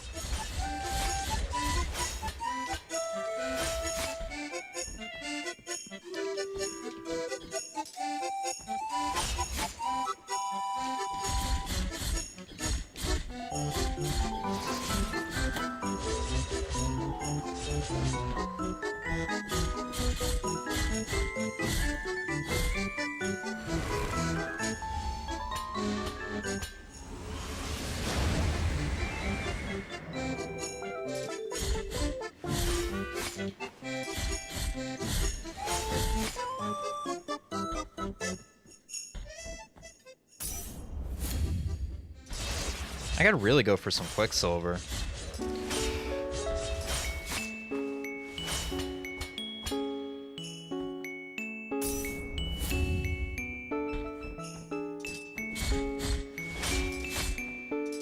Can I grab the thing, please?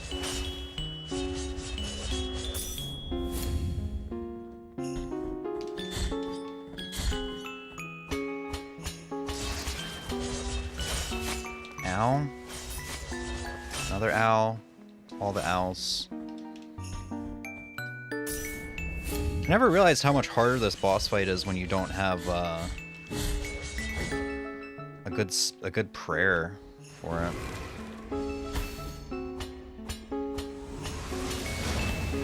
Oh right, that gets me there. I forgot how big the beams are. Maybe I should just use the prayer I've been using and hope that they just stand still long enough to get hit by it. Was it this one? I think it was this one. This is like an endgame prayer, so if it does hit, I feel like it could do some good damage. It's been one-shotting enemies.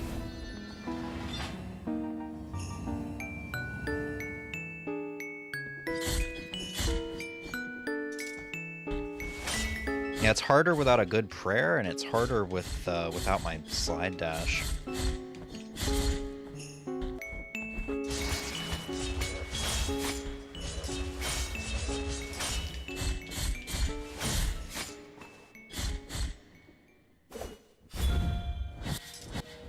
Wow, that did a lot of damage. Okay. It actually comes out faster than I thought it was gonna come out till.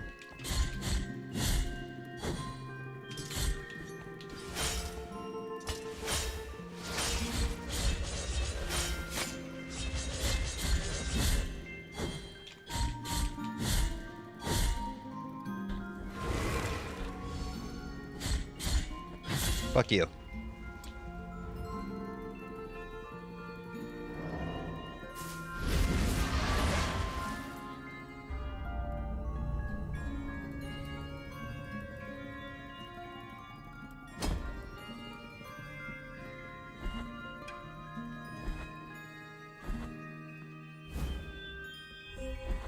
Yeah, Quicksilver. It's not a main quest item, but it's something I really could use. Take the next. Show me your tits. Empty golden thimble, cool. That's gonna be useful for the next area we go to.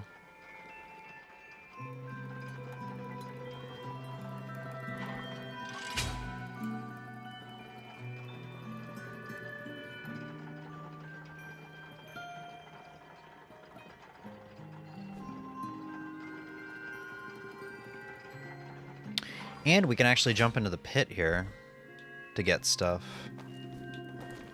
Because this is just a shortcut, right? Yeah, I do believe this is just a shortcut. Nice. We got attack up. Okay, yeah. So we can come back here. Okay, I'm going to hug the left side. I don't remember this drop that well. Really? Frozen olive. I think that's it. No. Heart of the Holy Purge. This is our first sword heart. Prevents the use of bile flasks. Well, we're not using that. I feel like I'm pretty alright at the game, but I'm not that alright at the game. Alright.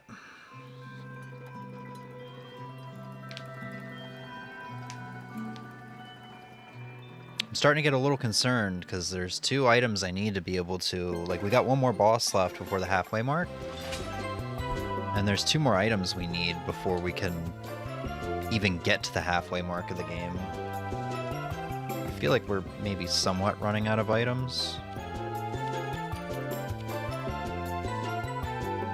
We have a rosary knot. We have Quicksilver. We'll do the Quicksilver and teleports for the rosary knot. Look at my tits. Faces, look at my chest, such a terrible grace of them bring me graceful being Cool. with this I could still go for another Quicksilver, to be completely honest, but I'll be happy with this for now.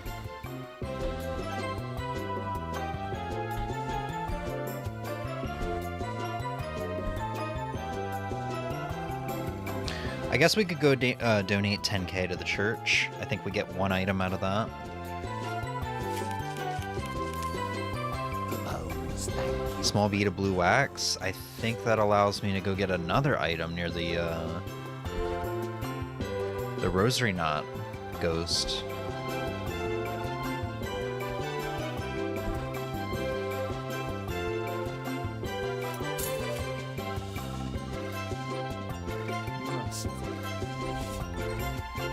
That's a good prayer.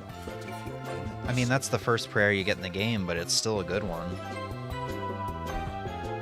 Let's go donate 5,000 to the church, just for starters.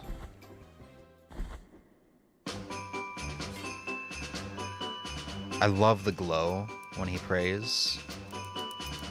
It really, like, I don't know, it looks really cool with the green and such.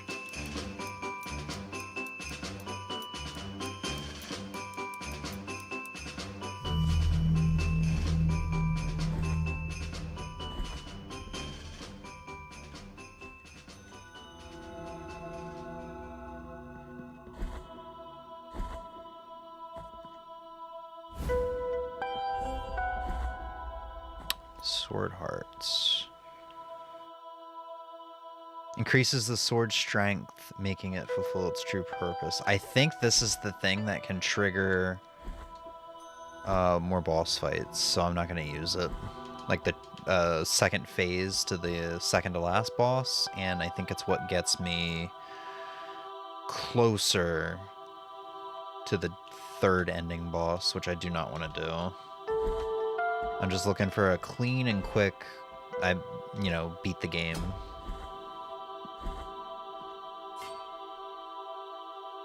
Which, this is a randomizer I might not be able to do to begin with. Key of the Scribe. Well, at least now I know where that is. So we'll have 2 of the keys.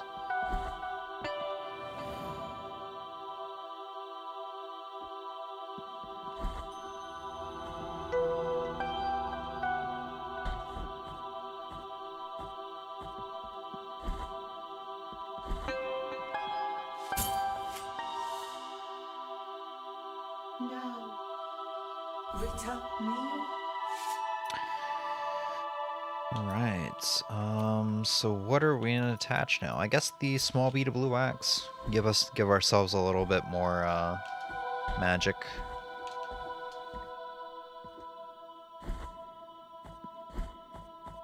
We should be able to get this now, yeah. Part of the virtuous pain. Boosts the blocking stance.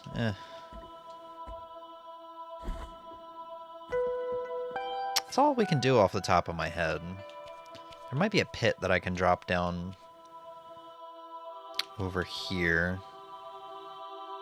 But let's just continue on our main quest for now. If I need to backtrack to look for main quest items, I'll do so.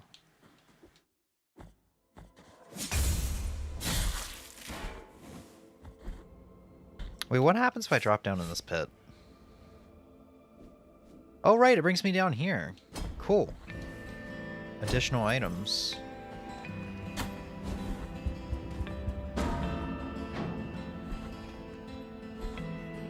Can't do anything here.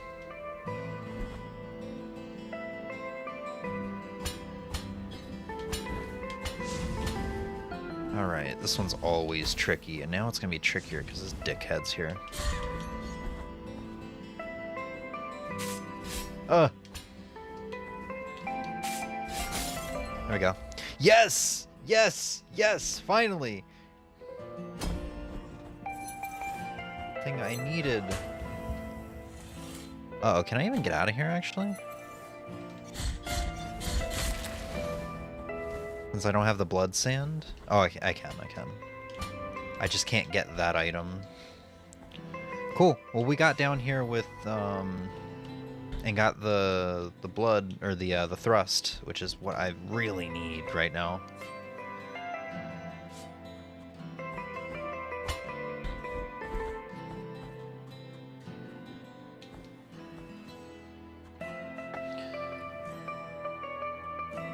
Sorry. Boink. Are you in range to kill? No, you're not. You are, though. I don't think I get anything in here. Oh, I do. Ribs.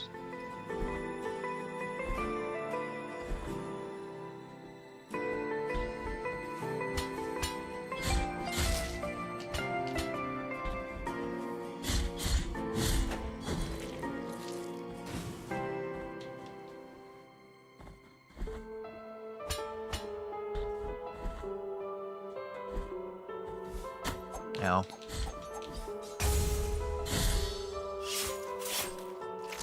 Ooh, I don't know if I've seen that one before. That's a pretty good one. Yes, the thrust. It's so good.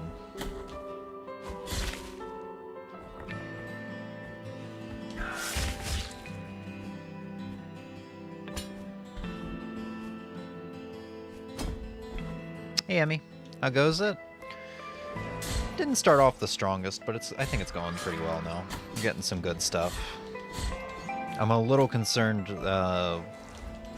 right now with our items. So we need 2 main quest items in basically this area to be able to continue on. Otherwise, our run might be dead.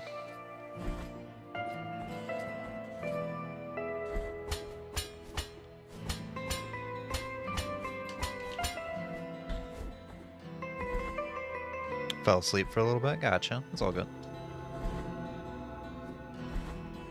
Okay.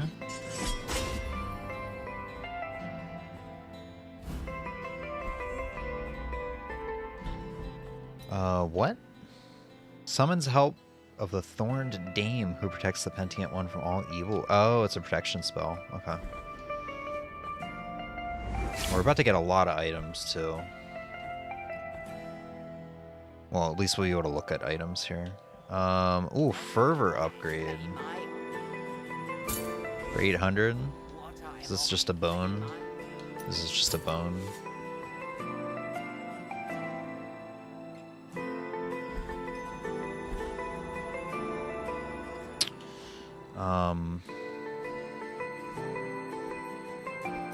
Yeah, we'll just...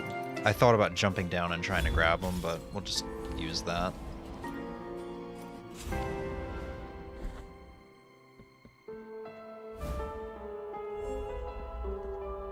Bone.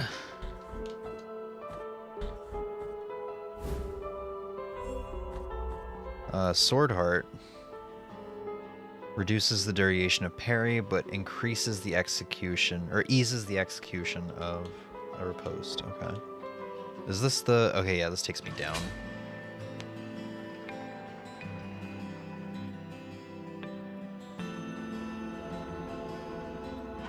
Cool.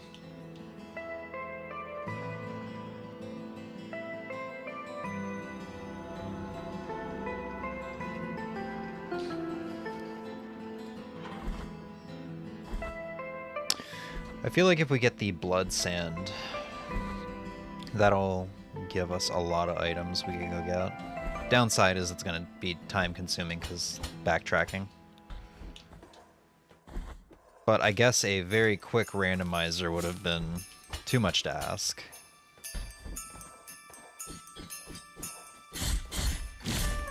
I like how it's just the same guy that's there in vanilla, but just turned around, facing the opposite direction. Oof.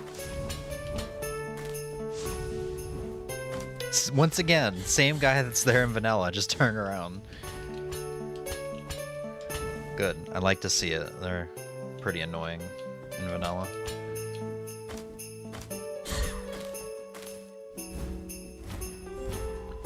torn bridal ribbon. Okay, we can take that back to the bride.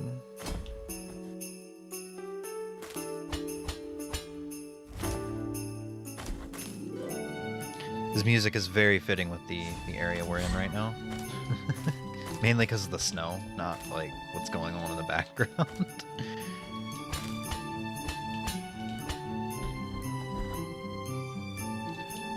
Okay, let's try this again. Once more with effort. There we go.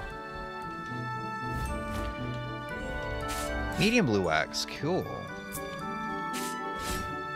This is a very interesting playthrough because it's the playthrough where my fervor is higher than my health. Not exactly doing that on health, it's just you usually don't see that. It's usually the health that's higher.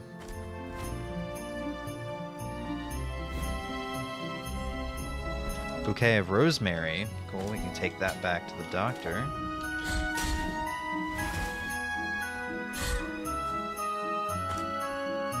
No! Why did I not? Why did I not grab one? I do not understand.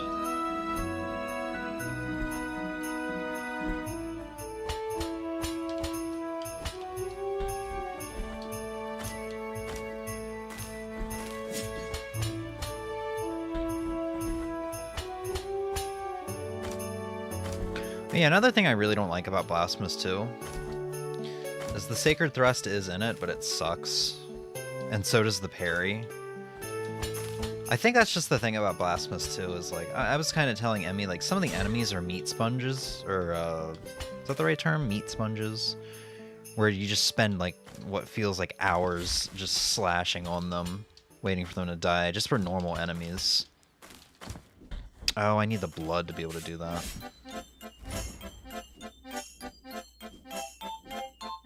I might be able to get that from here. But yeah, the parry doesn't feel good, and just like general combat doesn't feel good. I do kind of like the flail, which is a new weapon in it. Cool. But even then, it's just not as satisfying to fight things in that game as it is in this one.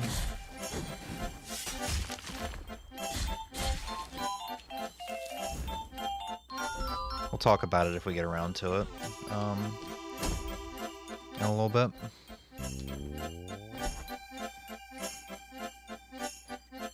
I don't have any vials.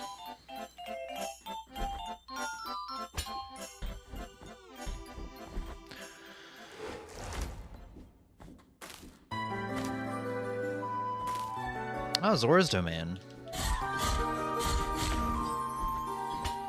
Is this Ocarina of Time's rendition? When he's an adult and it becomes frozen over? Or does it become frozen over? I think it does. I think that happens in both Twilight Princess and Ocarina of Time. I really need to spend 2025 replaying Zelda games, because it's at this point it's been 8 years or so since I've really played Zelda games. I could really do to, I'm really overdue to replay them. Refresh my memory.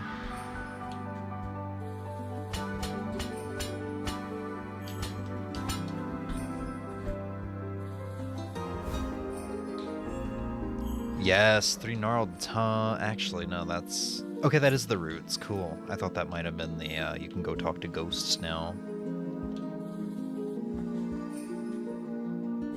Whoa! Slash went through it. I think I slashed too early.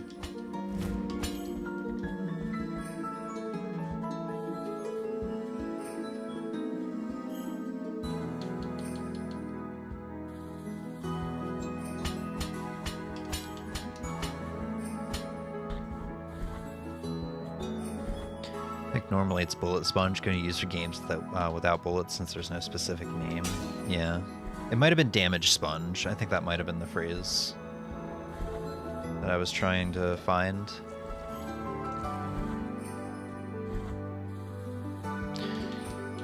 Alright. We've made it. Crap. There is some stuff I can't do in here. Yeah, because of poison. I could probably tank the damage, actually. Try my best to.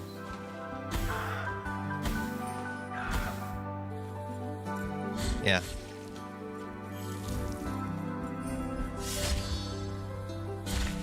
Meat sponge is a wild phrase. That's what they called my dick in college. Oh, you know what's cool? If you take damage while doing the thrust, I think you keep on sliding. So you get more forward momentum.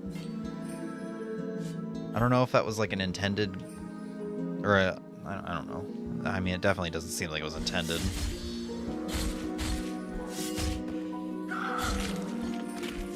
This game and its sequel did not have very good quality controls or good testers.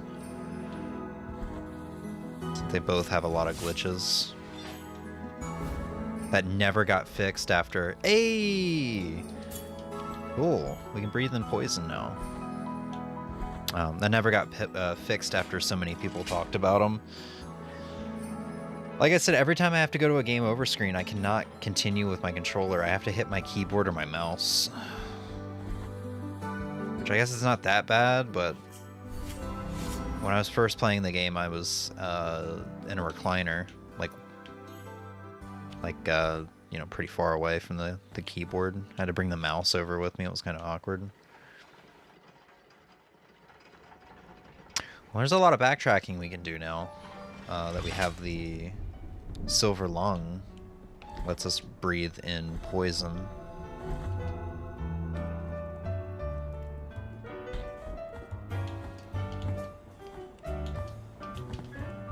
But we'll finish up this area before we backtrack. See if we can get any goodies, get any main quest items. And I do have the thimble, so I'll be able to fill up the thimble for the dude that's in the tree.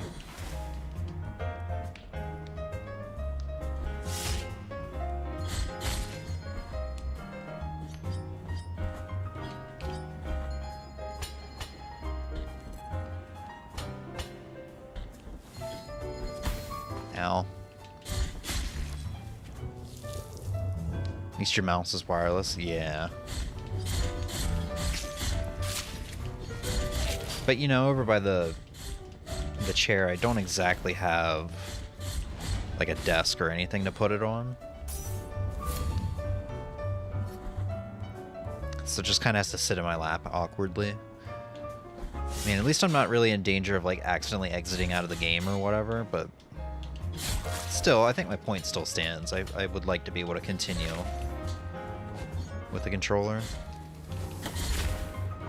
But you know, it's not that big of a deal. Like I said, with my last vanilla run, I only died twice.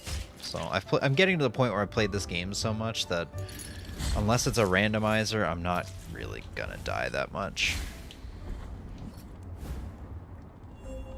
Sacred Lunge, cool.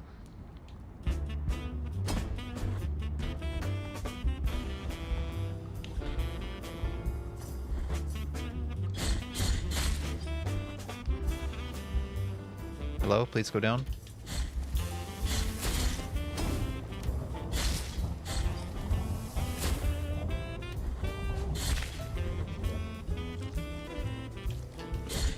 Okay, I think the last major thing I need for exploration...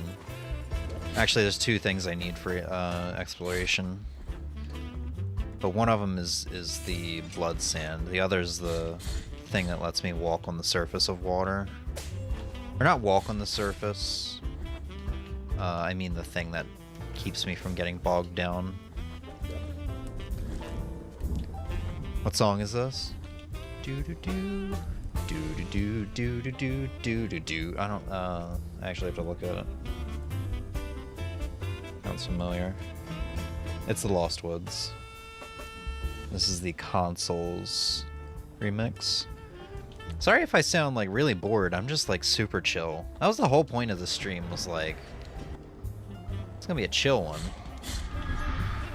Oh, let's get our shortcut in case I die.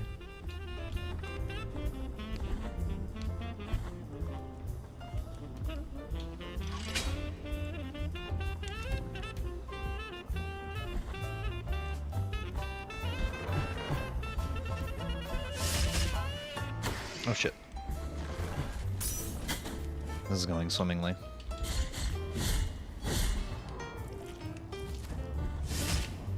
Oh shit.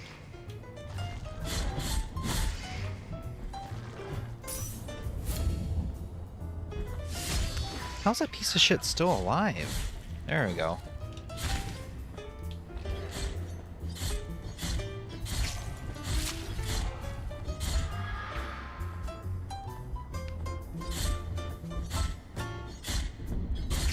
And you don't sound bored. Sound chill, but still engaged. Yeah. I mean, this is basically what happened like during the summer when we were doing a ton of randos. Blasphemous randos. And I think we were listening to video game music and such.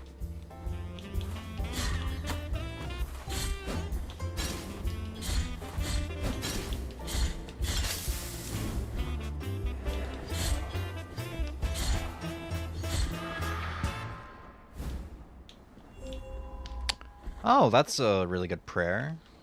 I actually think I might equip that one. That might let us reach some stuff that I haven't been able to get yet because it's up in the sky. I don't like enemies that go across the floor and pop up in any game. I just don't like it. Yeah, they're not that bad because they don't do much damage and they have low health. Eventually you kind of know when to, I don't know, predict them. Especially, you know, in my case where I've kind of memorized this whole game, so when playing vanilla, I know when they're gonna pop up, where they're at.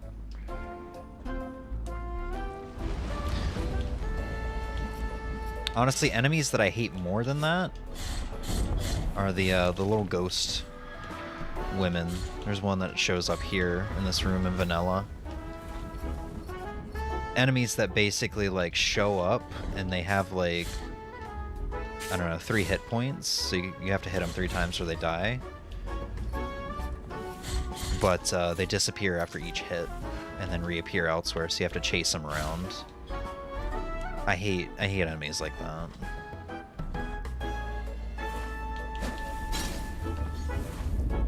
Come on.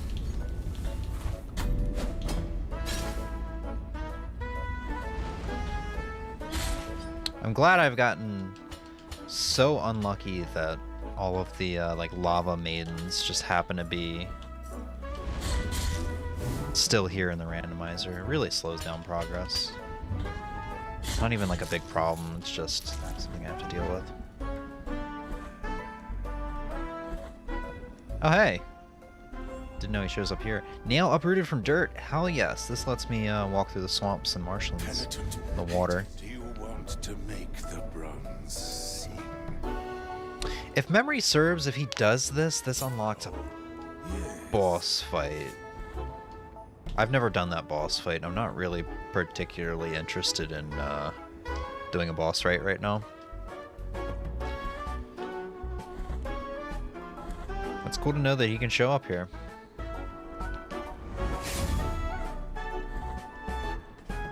Penitent one, so late. Alright. And I think the prayer that we just got, the what is it, Taranto, my sister? Taranto to my sister. This one's gonna be good for this boss fight. Actually, it would actually be better if I just did this, because he's pretty stationary.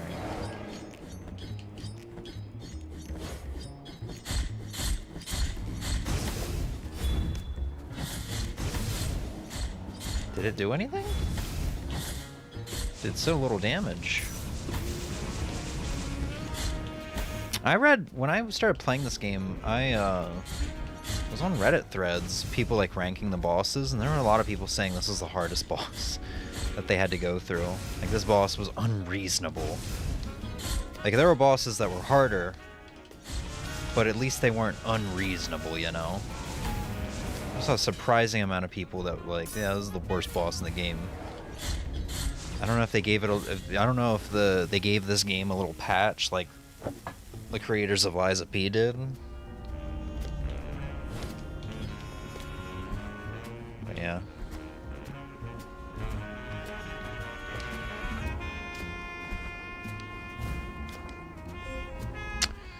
Alright, so we only need one more main quest item. Golden thimble filled with burning oil. Good stuff, good stuff. This should be another item. Deformed mask. Ooh. Hey now. We only need one more mask. There's Key of the Scribe. There's some Quicksilver. Life upgrade. Don't mind if I do. I'll try to get the Quicksilver next.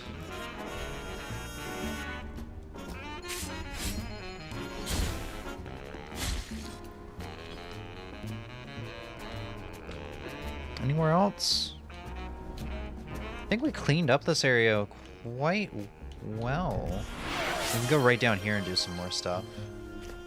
Hey now, you're a rock star. I am. I didn't know. Thank you. Thank you for informing me. Hey now, you're a porn star. Take your pants off, go play. Hey now, you're a porn star. Take your pants off, go fuck.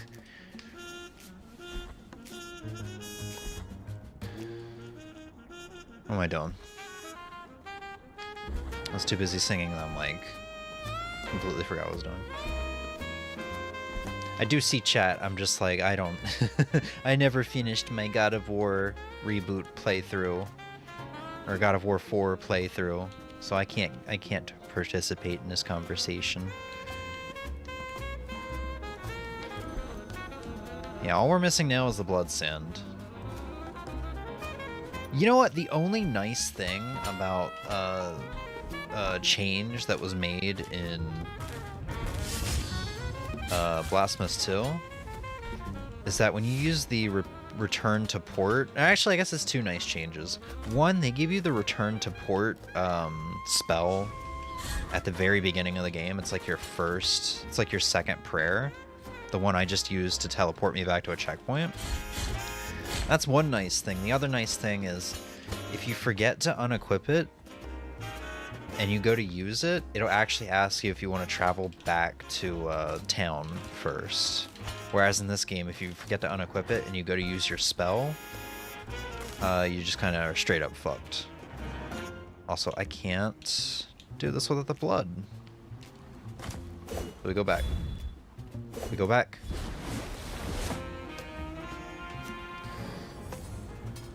Alright.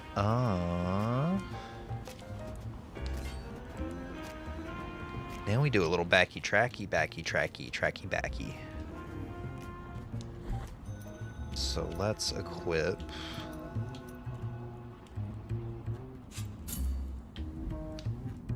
Yeah, equip this.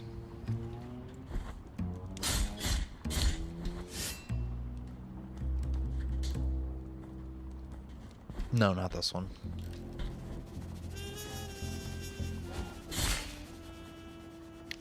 I'm stuck. I mean, I was scratching my nose, but it looked like I was stuck.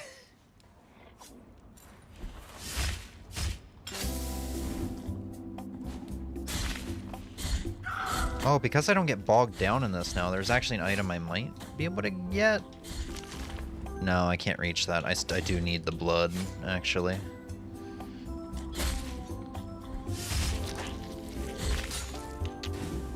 Yeah, I can't reach that.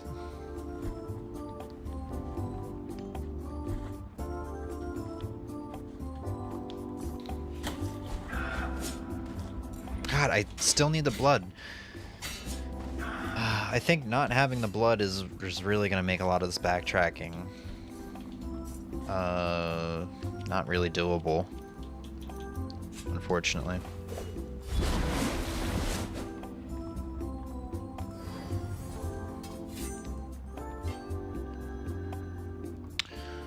Let's see, there's an area down here.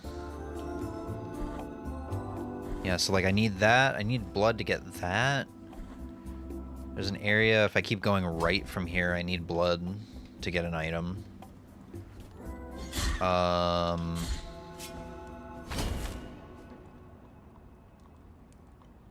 Is it over? Oh, no. I was on the correct floor. It is up here. And I'm going down. Cool. Oh, I have indeed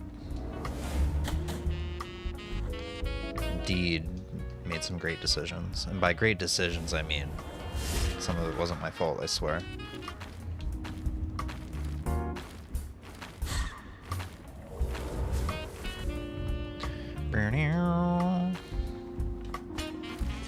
Alright. Yes, grow for me, wood. Grow for me. Lie to me, Pinocchio. Cherub?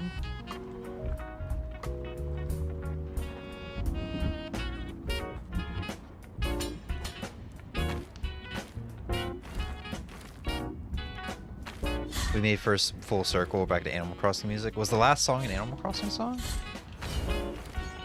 I missed it.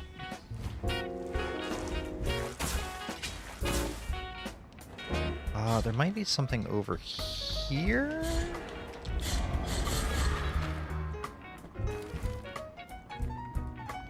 Oh, wait, over here? Somewhere? Yeah.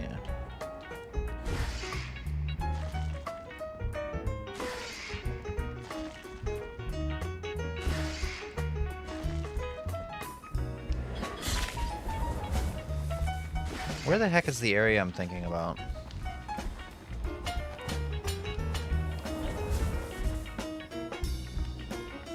That. There we go.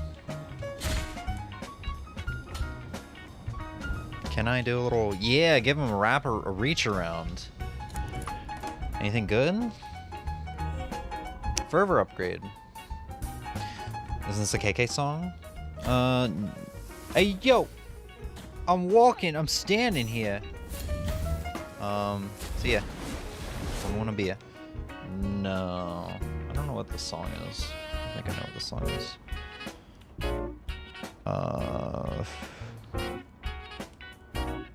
Oh, damn, Ozzy. Yeah, you're right. This is KK Cruisin'.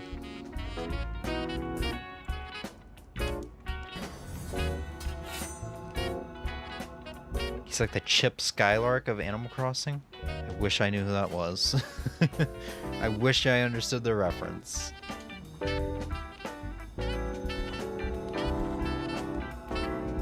Okay, I think I removed the lung, so I need to re-equip that. I'm not gonna need the nail uprooted from dirt here.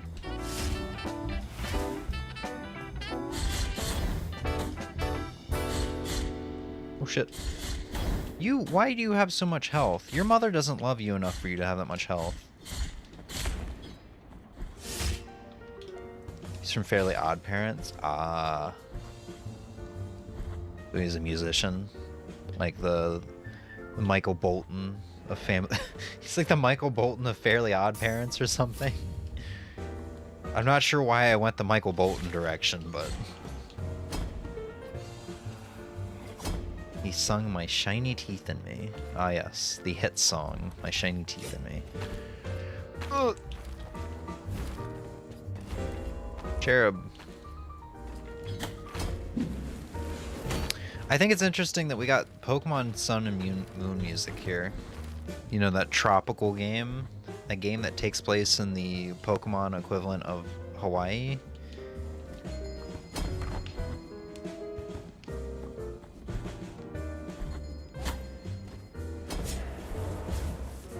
Can't go down there without the blood. Speaking of blood.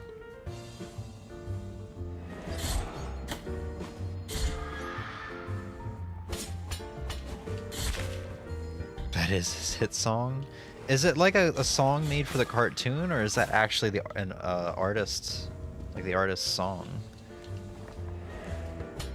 I assumed we were talking about somebody that like composed the music for... Fuck you! Ow. For Fairly Odd Parents.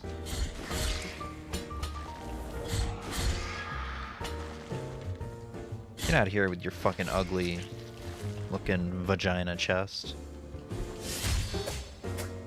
Oh, it's a song made for the cartoon.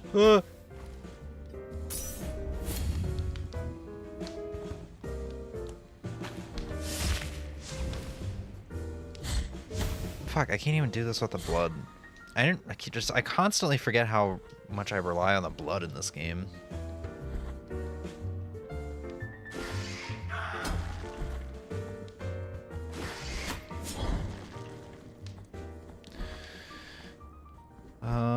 else can we do? I think we just have the sisters. Oh yeah, we got this guy we can do now.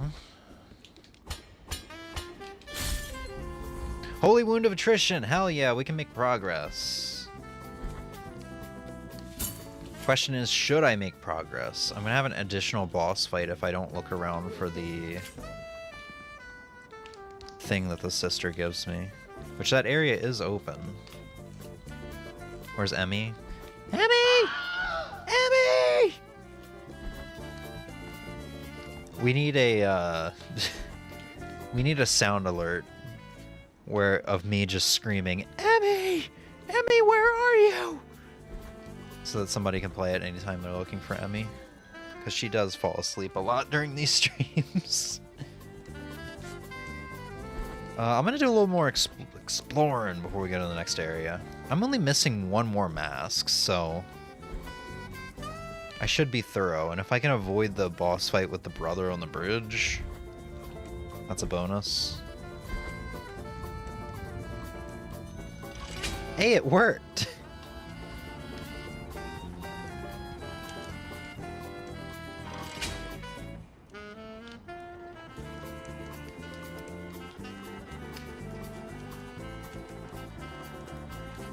Okay, yeah, so there. Just putting together my tablet pillow. Tablet pillow. Is this something you told me about? You put a tablet inside a pillow? Oh, we can do this now. Which I guess is alright.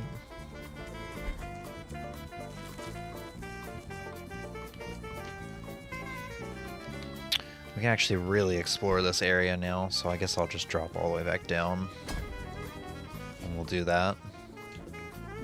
We're gonna spend probably about 15-20 minutes backtracking. And if we can get the masks, I think we can pretty much wrap up the game. We can, like, breeze through Mother of Mothers, not really fight many bosses. If we get that last mask, we can just go straight to the end of the game, the final bosses. That would be super quick if we're done in an hour. That would be my fastest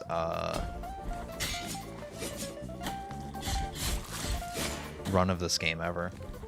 This is not something I can slide under like I thought I could.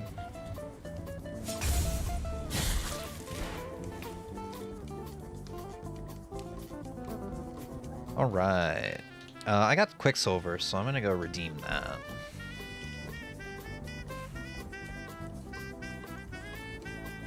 Chip Skylark is a pop star in the Fairly Odd Parents. My shiny teeth and me, and Icky Vicky.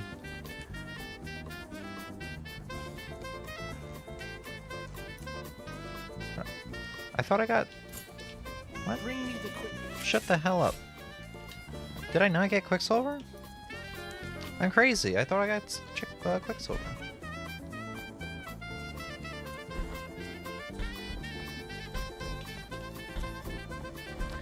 In SpongeBob the hit band Ween made the song about how to tie your shoes. Oh yeah, the whole like, you do the loop-de-loop and your shoes are looking cool. Something like that. It is a good song if I remember it all these years later, despite watching very little SpongeBob. Well, not very little SpongeBob. An okay amount of SpongeBob. It was like the only good show on Nickelodeon, if memory serves, before Nick at Night started. I know that's a hot take. I was a Cartoon Network kid, so can't really be surprised. But if you're sorry, time out. But if you're penance, Okay, I think we got remains we can go do. Like, no, don't do the remains. Give away the remains. Yeah. Got a jaw. Okay, let's just see if that gravestone's there. I don't think it is. Yeah, it's not. Because I was able to give him stuff. So for the randomizer, they must stop the patient from dying because, you know, if memory serves in the vanilla game, you have a very small window to get like certain medicines and get it back to the patient. Oh yeah, this was the Quicksilver I was trying to get. That's why I thought I got a Quicksilver. I also made Ocean Man, which was eventually used for the SpongeBob movie. I might recognize that song. I watched the SpongeBob movie a couple years ago because I found the DVD of it I had as a kid. That movie is in 4K now. There's a 4K release of that, which is wild to me.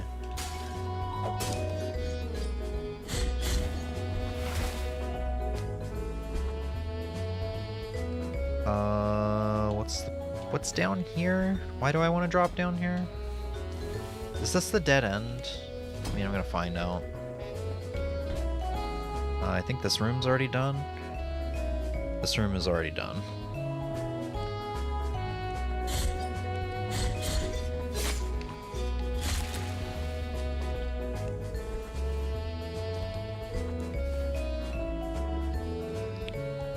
Yeah, unfortunately I can't do this quite yet. Well, I think I have everything I need to unlock the gate there. I just have to make my way around.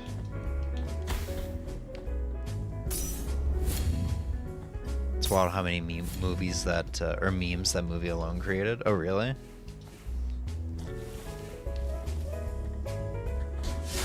All I remember from that movie is,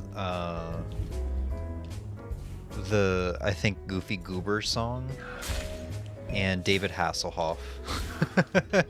Them riding on David Hasselhoff's back, and there's like a fight scene that takes place on David Hasselhoff as he's like swimming.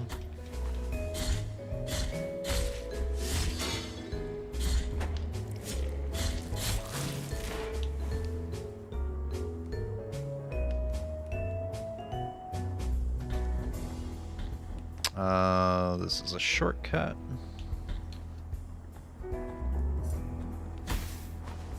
We go down here and we equip the nail and get this item. Fourth toe made of limestone. Hell yeah. Reduces dodging cooldown. I think I'd rather distance for right now.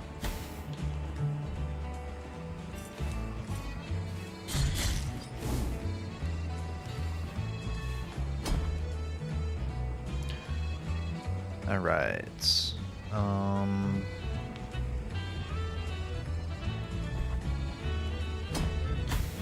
Ow.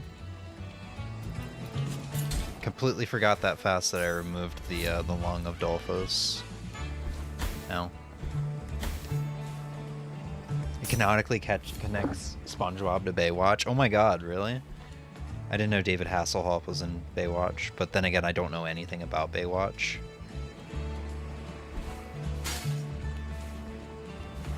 The only Baywatch knowledge I have is from Borat. It's kind of sad. She has the asshole of a 7-year-old. That's all the Baywatch knowledge I have. I don't need this one equipped. Cool.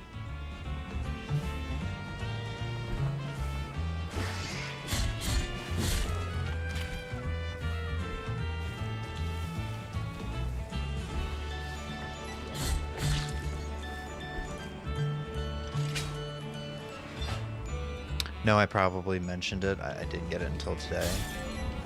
So it connects your tablet to a pillow? Refresh my memory, please?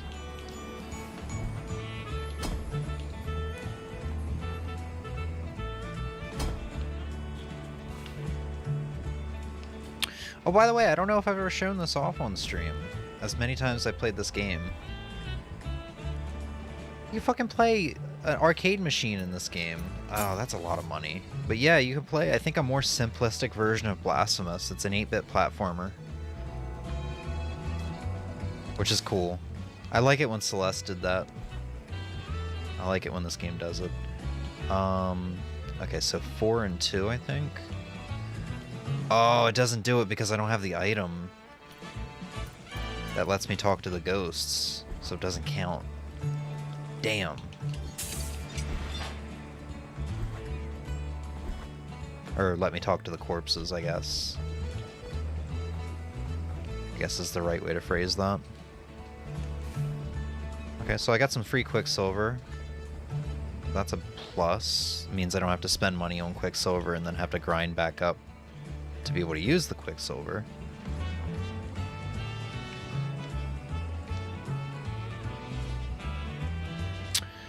where else can we go? I think that's it. Or no, we do have the entirety of Echoes of Salt that we could explore. So let's do that. Get some more items. I'll be able to handle myself pretty alright down there, especially with the upgrades that I have. So Echoes of Salt.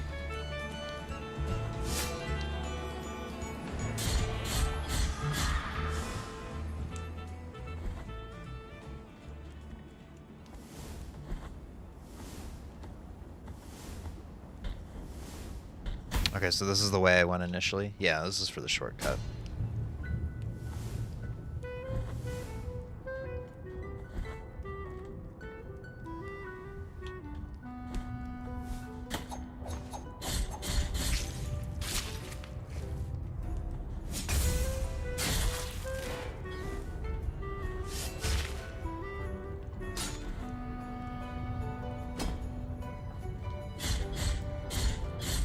By going down here, it also means I can unfortunately explore the DLC area. Wow, you show up here too? Penitent one, hated, do you want to... No. Yes. I really hope those aren't items I'm missing out on, but I seem to remember him showing up in the prison, and it puts me in a room with a boss, a DLC boss I never fought before. That's why I'm telling him no.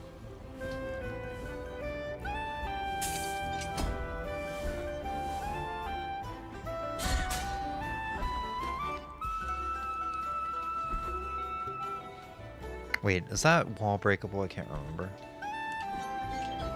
No.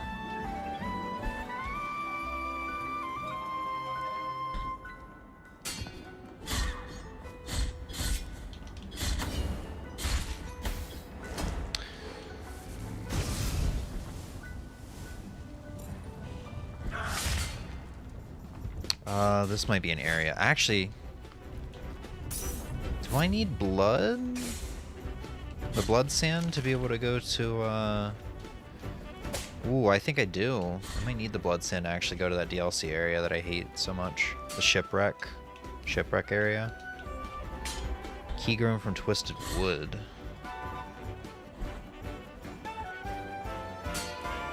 Yeah, I can't go over there. That's for the best, honestly. I hate that area.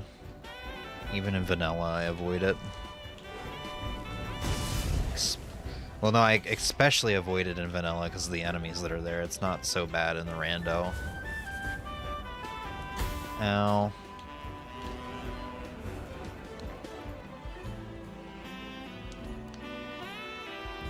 Oh no, that's the way I need to go, actually. So I can't progress down here like I thought. So we do have to fight the brother. We have no choice at this point. Because I don't believe we got the item that we need. And there's not really anything else I can do.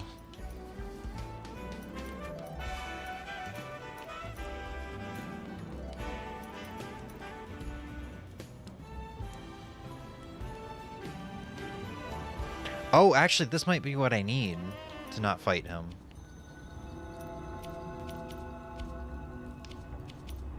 Go ahead and equip this just in case.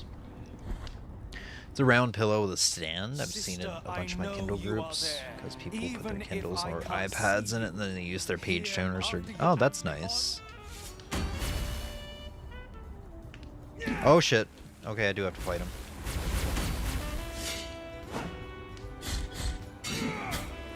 Ow. Ow.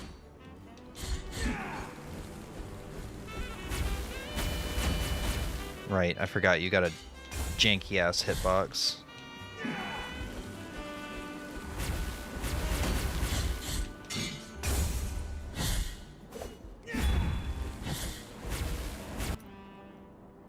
What the hell did I just use? Oh, I know what I used. Yeah.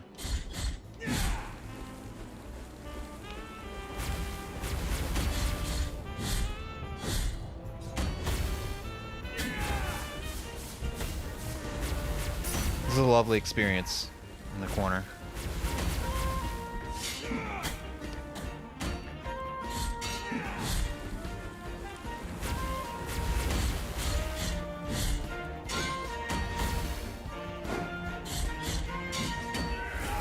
Ow. I haven't fought this guy in so long, I keep forgetting what's parryable and what's not.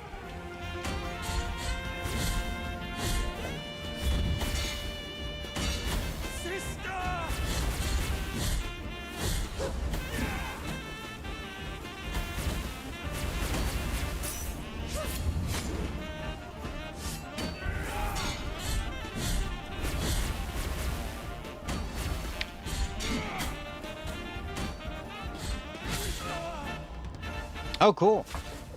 That's the thing that lets me talk to the ghosts. So, Now I will. I can go back to that one room in the elevator shaft. That's you, Emmy. Alright, halfway mark of the game. If I could just find the one mask, we can just sprint to the final boss.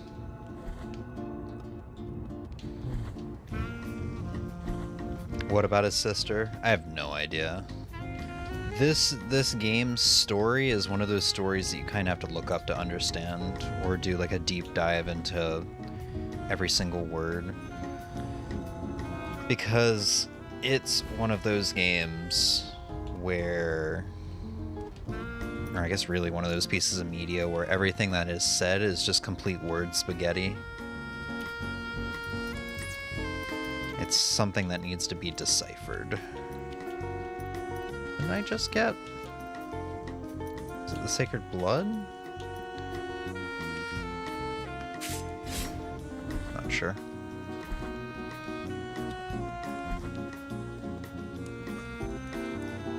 Palms are sweaty. Palms are sweaty. Word spaghetti.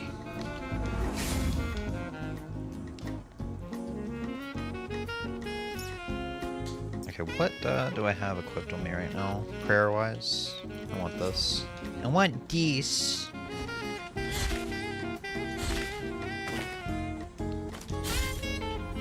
Key to the Chamber of the Eldest Brother. Oh, we can go back for that. That could be something good. I'll do it once we get to our next checkpoint. Alright, if there is a god, if there is a blasphemous god listening to me, it's Christmas, please grant my wish. I didn't get my jingle clock last night. So give me the next mask, the last mask. So I can go to the last boss and maybe play a bit of Blasphemous 2. I can't believe I'm wanting to play Blasphemous 2. Oh, DK's the god.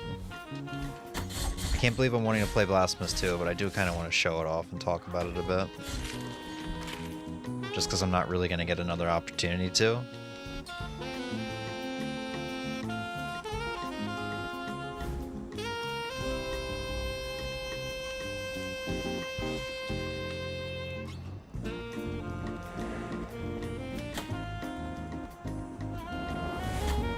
Ow.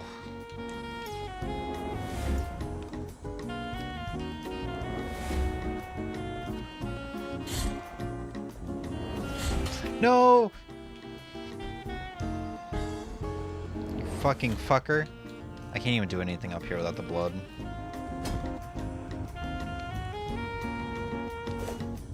It's not what I wanted to do.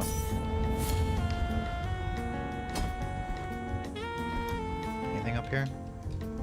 This is just the way back.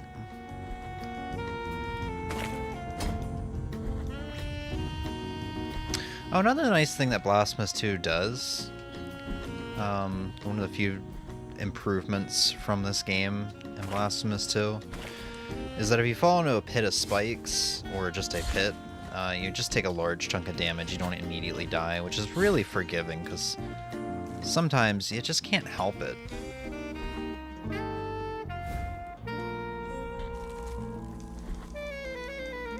Like, I'm all for punishment if you fall into a pit, but sometimes, like, especially in a Metroidvania when you're just trying to explore and see maybe if you're missing something, or you think a pit looks a little suspicious, it's really forgiving to have that.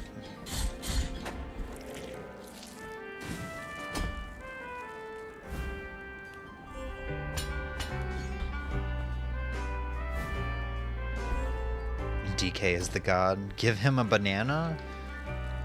Ooh, I'll give him my banana, alright.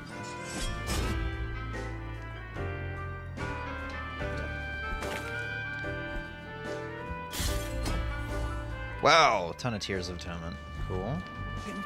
Don't come! Don't come!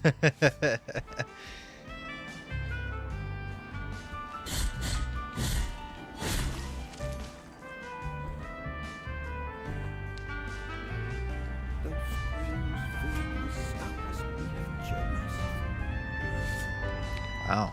Tons of Tears of Atonement. We can go drop all this to the church, I guess. Get some good money. Bloodstained Briar.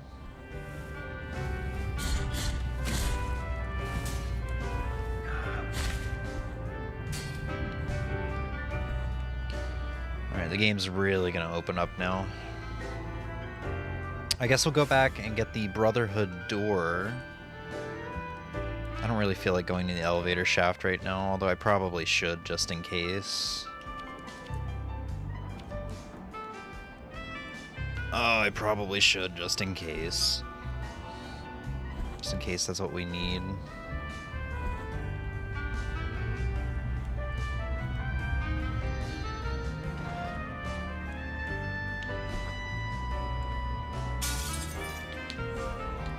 Cool. We almost got a maxed out sword.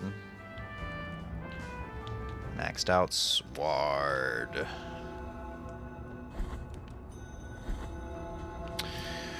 What do we got on me? I just want to double check.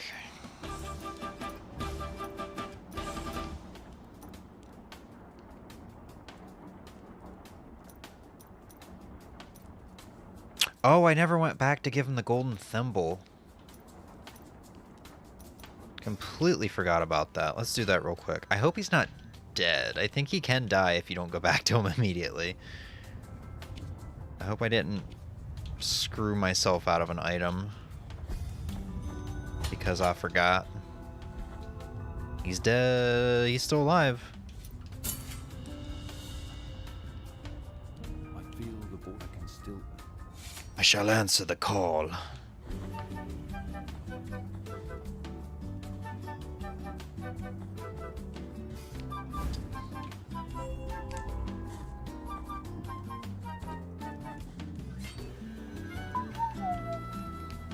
Well, I guess I could go check to see. I think the key made out of wood, twisted wood or whatever, can be used down here, over here, up there, over here. And I can go up now since I have the wood. Empty bio vessel.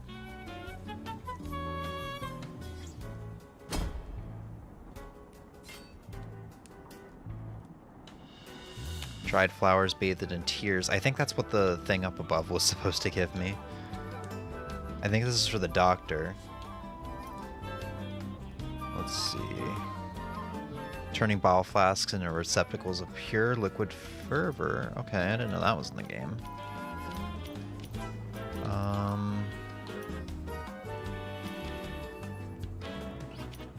What were the dried flowers for? Where even are they?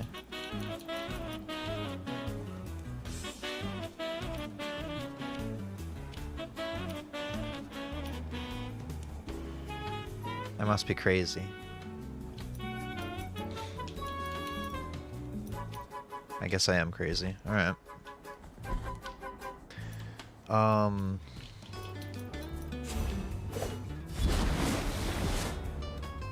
So we can traverse upward. I don't believe I need blood in the sand for that.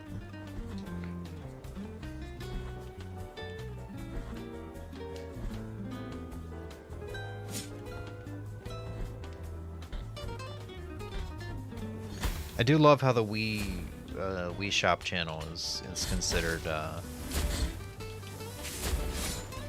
Christmas music. Some people were like, yeah, just get some jazz and anything can be Christmas music. Just make a jazz cover of it and it's suddenly Christmas music. Alright. Whatever.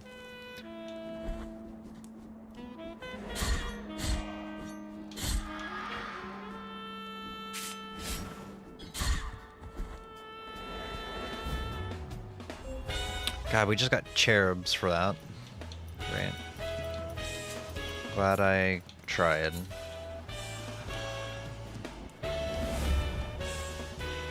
Alright. So let's go use our Quicksilver.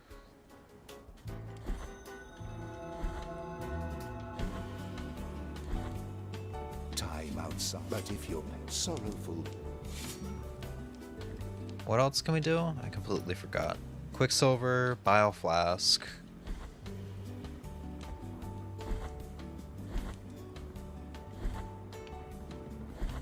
We need to go drop off our newly acquired bones. the bones, thank grace. Another cherub. What's that, halfway for cherubs now? Yeah, halfway there for cherubs.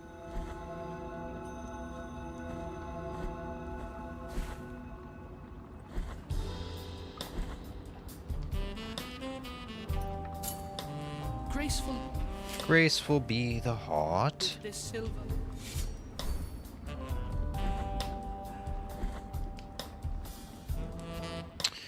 And while we're here, I think it's this room right here. We'll go do that. Nope, wrong way.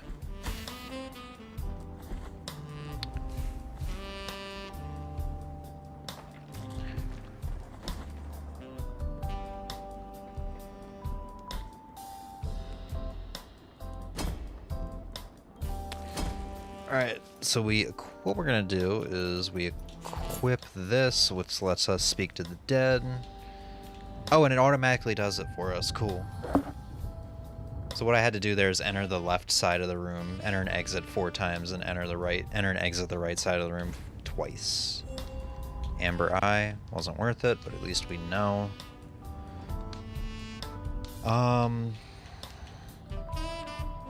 And then, is there not a more convenient place for me to go get...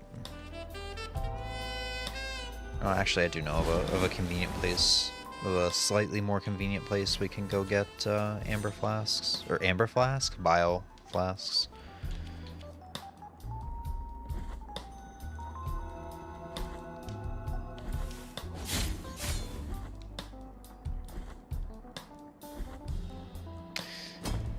And I guess before we go back...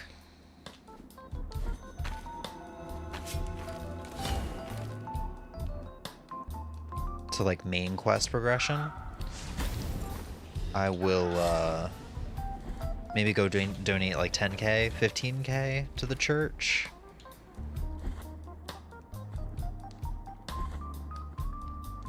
I should probably see what I can do like upgrade wise before I do that. Because like I said, I think main quest items can be on there. There is a key that I do need for a potential upcoming prison level. So let's see, we're currently on tier 3, so I don't absolutely need to upgrade anything to see what's next. We'll go ahead and acquire that right now. We'll just get this for shits and giggles, so we can see what tier 4 is soon. I don't have to buy the last tier, thankfully. Do we have any rosary bead knots? No. Key of the Inquisitor, Key of the Scribe. Okay, so we have 2 out of the 3 keys, so we should be able to progress a good amount of the prison just in case we get that far. I really hope we do find the mask rather soon.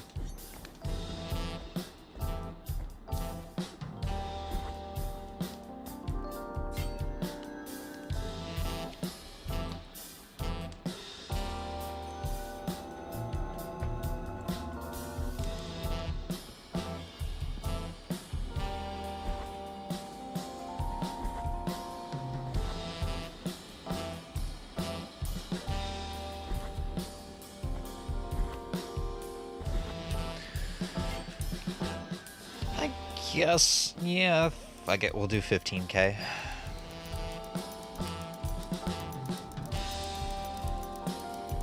I feel like there was an item that I left checked at the beginning when we made the randomizer that said don't put main quest items in inconvenient areas or something like that. So that might mean there are no main quest items through donations. But I just want to do it anyway. Just cover my ass in every area. Every area I can.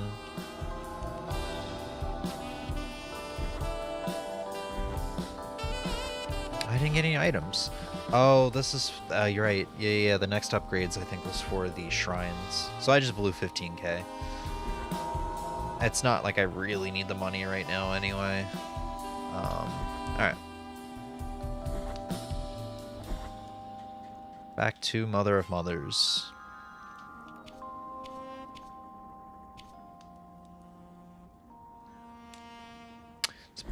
Is it beginning to look like you won't get the sands or masks? No, because we have Mother of Mothers, we have the prison area, we have the rooftops, and we have the library, as well as another area, I believe, below the library. So we have 5 more areas left. With tons of items. I mean, if you see on right here, I have 145 out of 304 items in the game. But I do consider Mother of Mothers here to be the halfway point of the game, just because once you get in here, the game kind of opens up and it's a little less linear. And I feel like these 5 areas go by a lot faster than the first, like, 3 areas of the game. 3 or 4 areas of the game. Be right back, one snack. You're all good.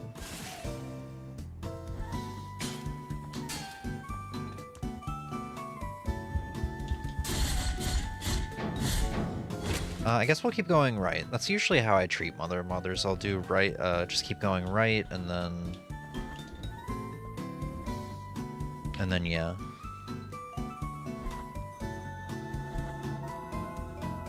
Faceless warrior, I sense. Forgive my displaced. Something. I'm not gonna do this. I know for a fact she will never have key items. I never even finished all of her challenge rooms. I did like 2 of them. They are hard. They're really hard. I must.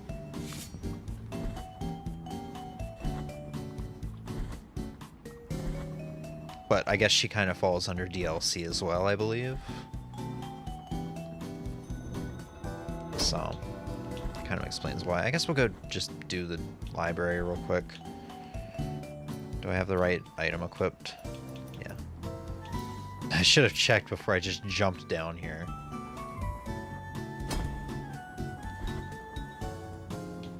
Checkpoint. Or warp. Oh, right, yeah, this isn't the library. Hey, stupid.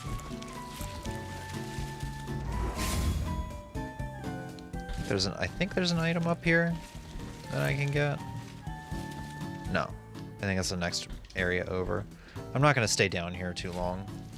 This is my least favorite area in the game. This was the area I was talking about that I say I never do in vanilla.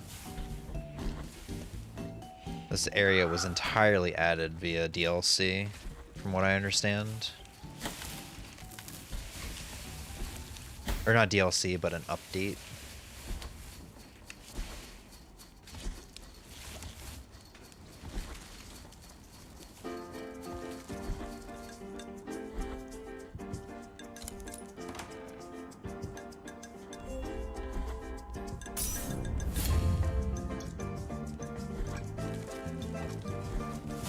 And actually doing this will give me access to Sister. Sister? Ow.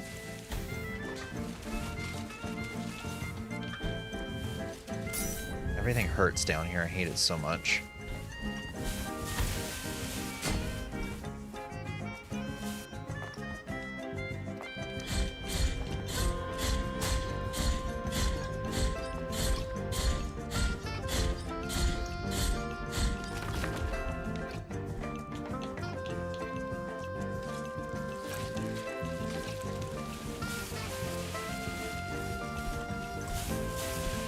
Anything over here? Ow. Shortcut.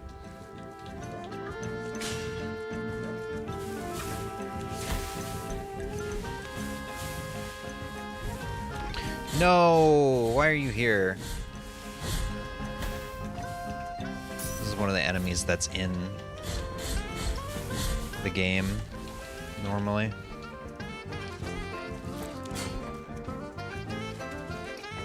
I guess I'd rather her be down here than in one of the main areas of the game that I have to deal with.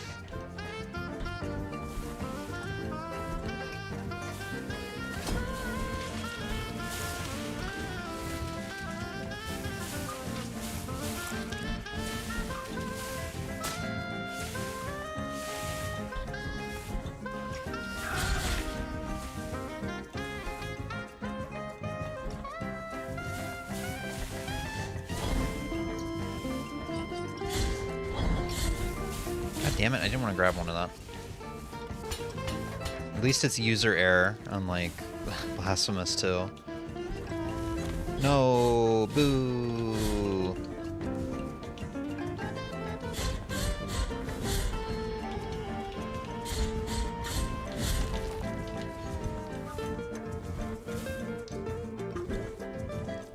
What am I accomplishing by taking this top path? I've already been here. In so much pain right now.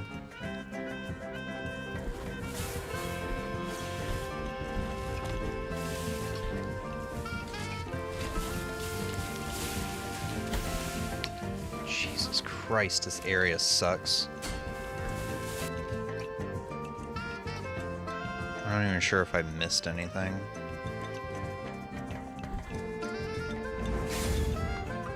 At least I can go back. At least I can go back, and I think this is the last guy I need the chalice, the blood for the chalice. No?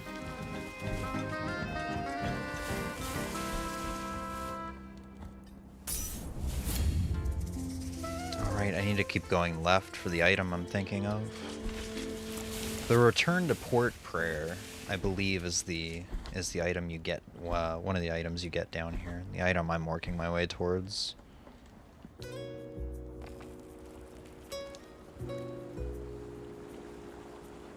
In the vanilla game, I should clarify.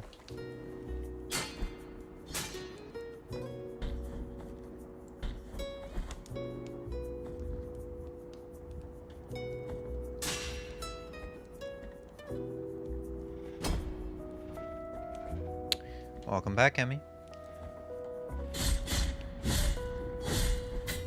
You didn't die? There we go. Well, we can go deliver the chalice. Up here, I believe, is a boss fight. DLC boss fight I'm not gonna do.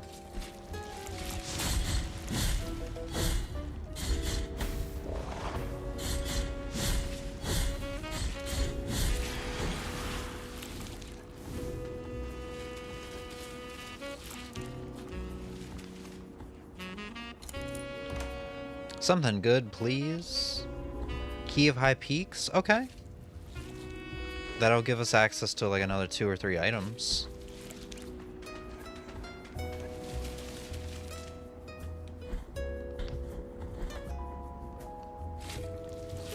Now we just gotta get out of this shithole.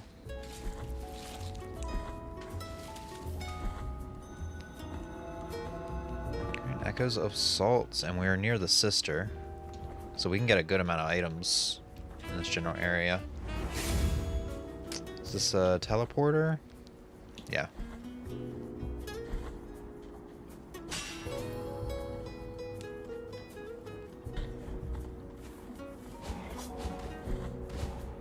Ow.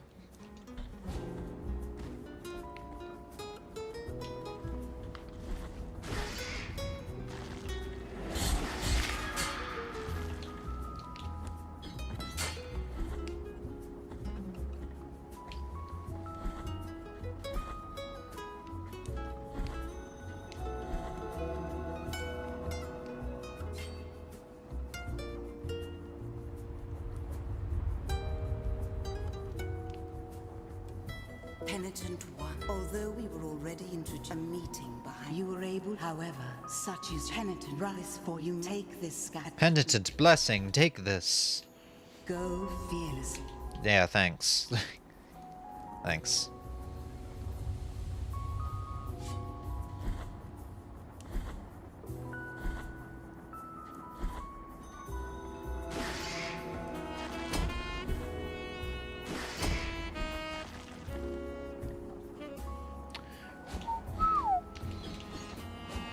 So what's everybody's New Year's plans? Or anybody that may still may still be here. This just takes me out here. I don't even think it takes me to get anything. At least we got to witness the doggy just walk off the side. Doggy.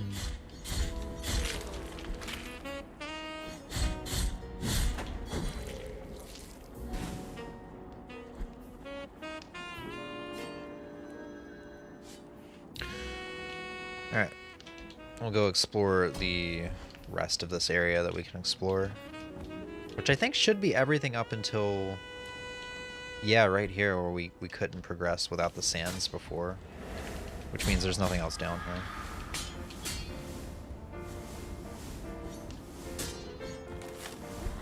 Yeah. I don't really have a New Year's plan. Nice! I only say nice as somebody who isn't sociable.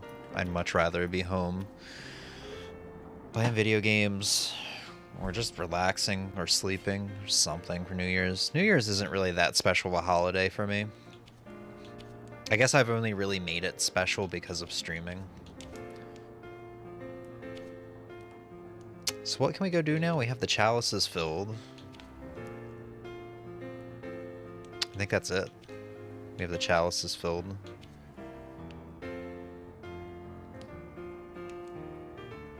Trying to think.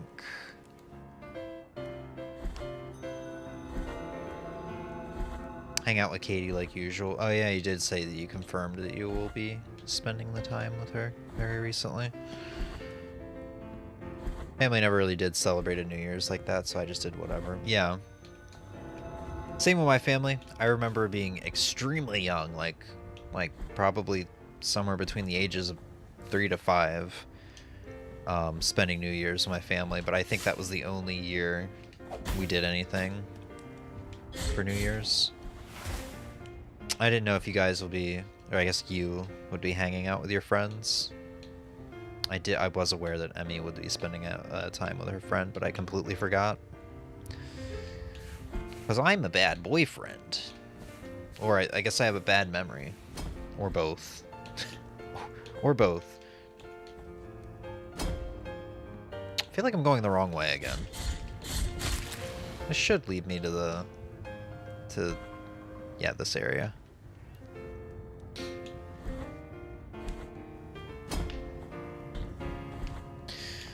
I do appreciate the randomizer change that lets the chalice remain full. Because in the original game, in the vanilla game, you cannot teleport or else the chalice empties. So you have to go around killing all these enemies. Which takes a little while because you have to traverse the map without teleporting. Let's see what we get. Bones. And a level up here. Which means we could buy a token of appreciation. Presents thanks for charity. Cherub. Okay. Well, that kind of sucks. We would watch the Times Square growing up, but that was about it. Yeah. Yeah. That's kind of what I meant, as I remember spending time at my one of my aunt's house on my dad's side, watching the ball drop. I think we were eating pizza too. This was like I said, between the ages of 3 and 5, but we don't do that anymore because my dad's side of the family hasn't been close since basically between the ages of 3 and 5.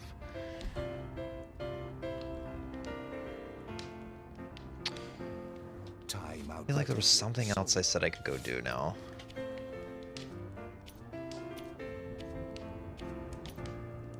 The hell are my key items? Scrolling over them.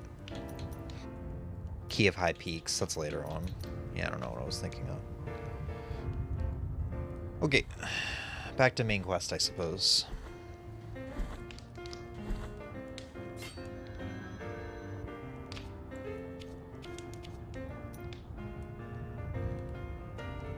My only memory of New Year's is when I 100% Prince of Persia: The Forgotten Sands on the PS3 by New Year's. Oh, unless I went to Pennsylvania, because Red Lion, a town. Had a really fun New Year's Eve thing. Interesting. What was that what was that fun New Year's Eve thing? Like a party? Like a parade or something?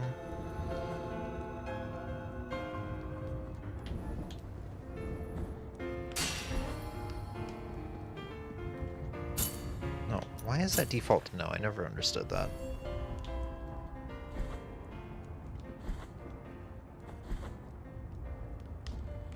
Okay, yeah, this is where the library is. I guess we'll run through here as quickly as I possibly can.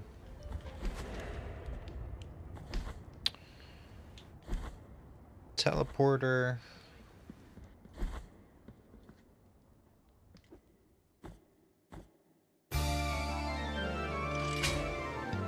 Oh god. This music's actually kind of fitting for, or at least it was, the beginning of it was really fitting for the library. I don't know why. Give me Castlevania vibes.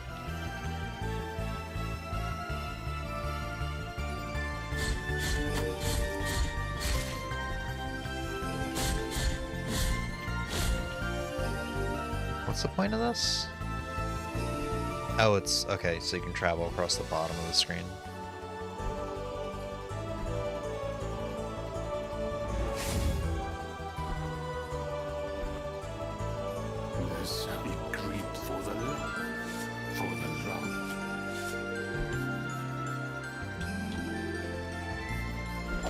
Ah, come on, why couldn't you randomize?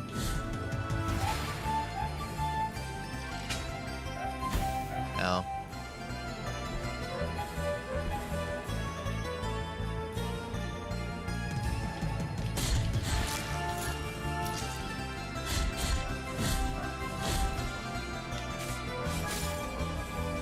Ooh, medium red wax.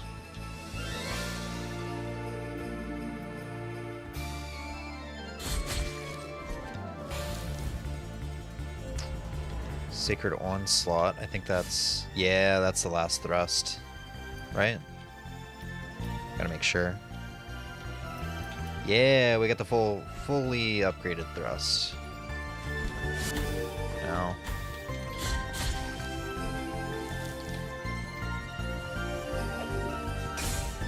I always hated this library, man. I don't hate the library. I like the area. I like some of the enemies. I like the items you get here, but man, traversing through those ghosts is mad annoying. Mainly because I'm impatient.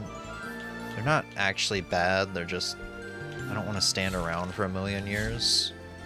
Or, you know, slowly walk behind them.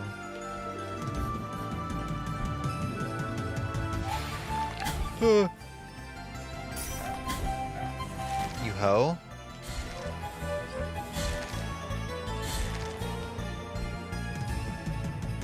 Come on, do it.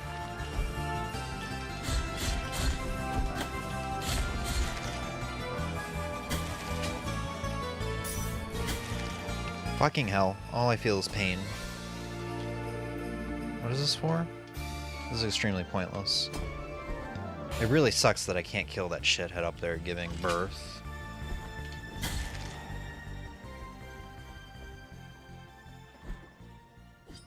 God, I fucked this puzzle all up. I'm just mad annoyed with all this shit right now.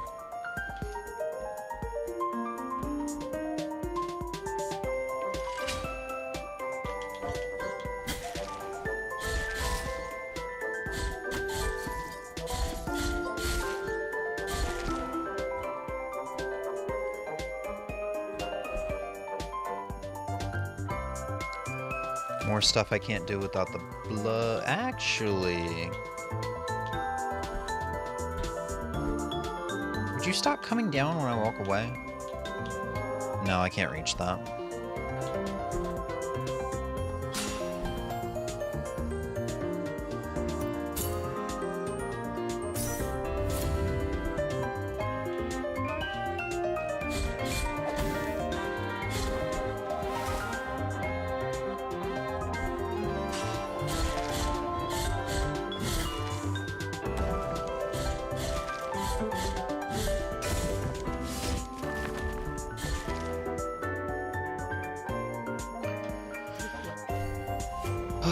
Tears of Atonement.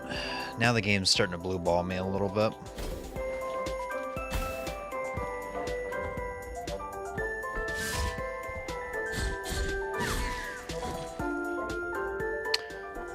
This one...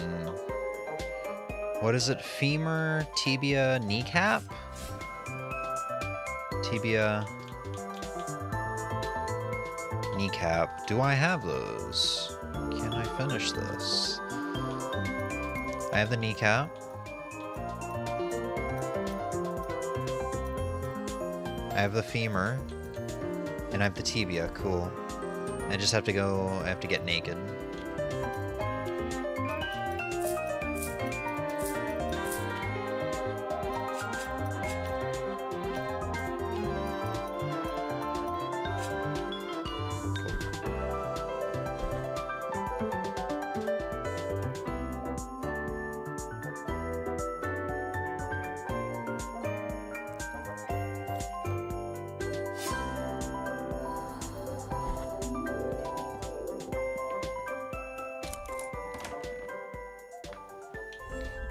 Incense garlic. I mean, that'll lead to another item at least.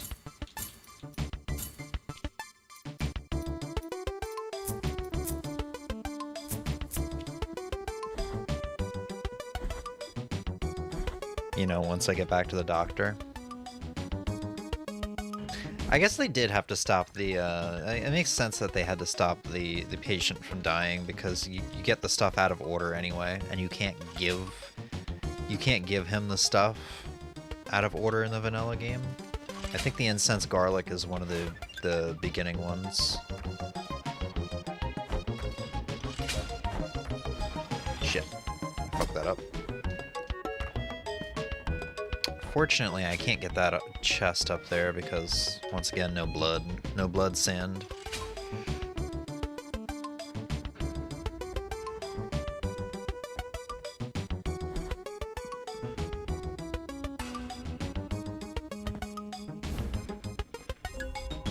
Key of the Secular. Cool. Or Secular.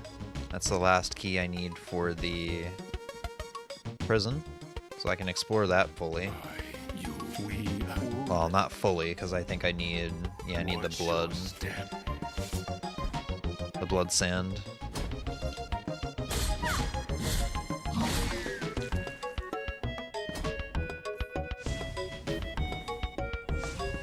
Cloistered sapphire.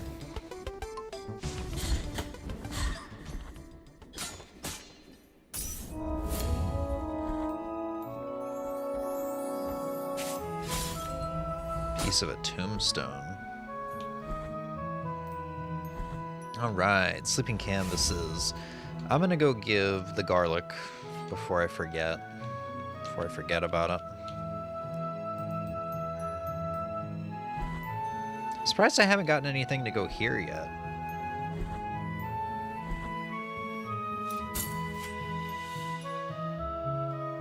Mercy.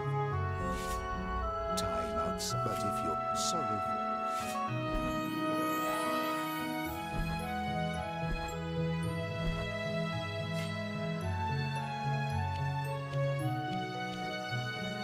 Alright, sleeping canvases. This one's gonna be a pretty short area. We'll get a lot of relatively easy items.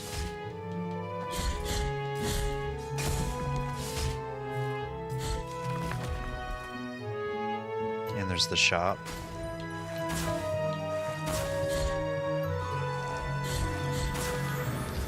Wait a second. Hold up. Oh my god, I'm so sorry. That was 7 minutes ago. My chat stopped scrolling. The last message I saw was that you had went to Red Lion.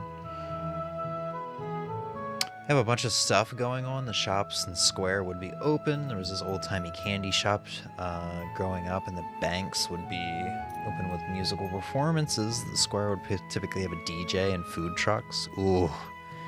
Man, food trucks have stupidly good food. I'm saying this as somebody who's only been to one food truck. There was a food truck near where I worked. It was so good. I miss it. I genuinely do miss it.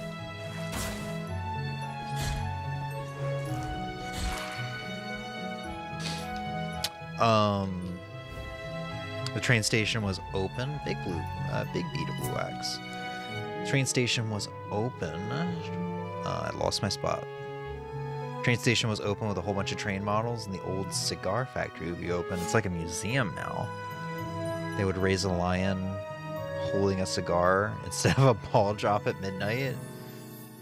Oh, and the different churches tended to have kids' crafts. Nice. Fun fact, Red Lion was one of the major cigar producers during World War II.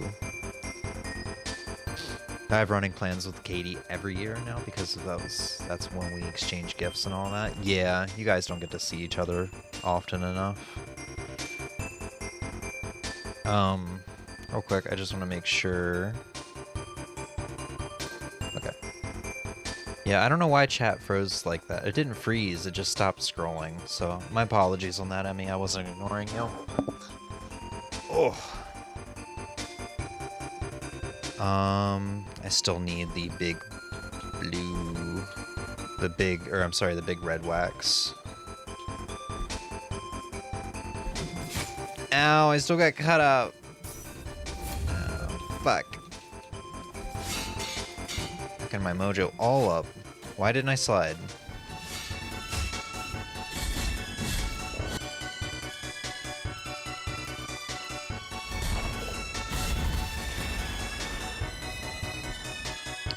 I just figured you were in the game and didn't look yet. Nah. No, I'm chill. I know this game well enough that I don't have to, like, fully concentrate on it. Okay, bone. What is this? Wrath of the Twisted One increases the power. Releasing XPS further away from the bleed. Oh, I think this is the charge attack. No, fuck that.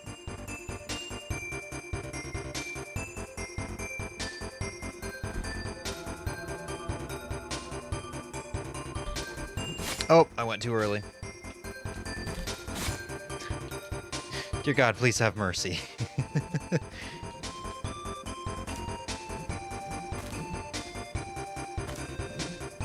Whew, I dropped down a little too soon. God. That was risky.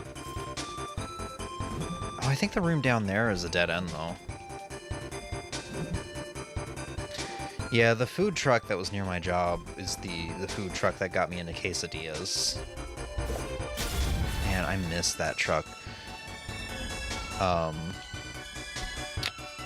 People at my job who would go get food from there too were convinced that she was like lacing her food with nicotine or something extremely addictive.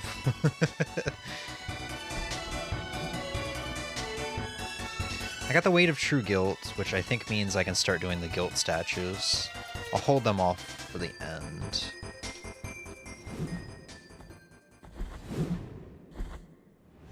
God, now I want a cheese quesadilla.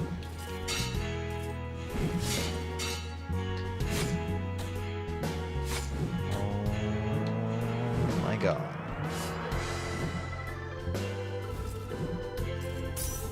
Bleeding Miracle. Which one? What is this? Why do I have such a fucking hard time? There we go. Oh, that's max upgraded range attack. Gotcha. Oh, I don't know if I've ever max upgraded that before. I didn't know it does that. What are you doing? Sorry. Cat was making noises. That sounds so weird. I'm just like... Oh, he's cleaning himself. This cat, he's a little bit older, so he vomits pretty frequently, and I'm like, dude, you better not make me throw up, throw up right now, please. But no, he's washing himself.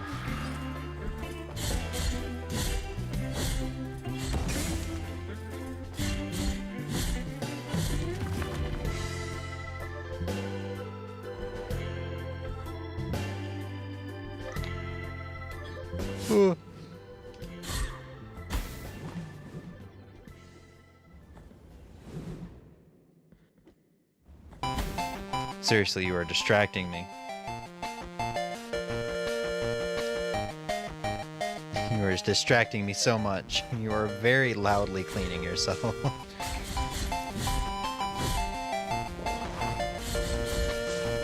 Ow. What prayer do I have on me again?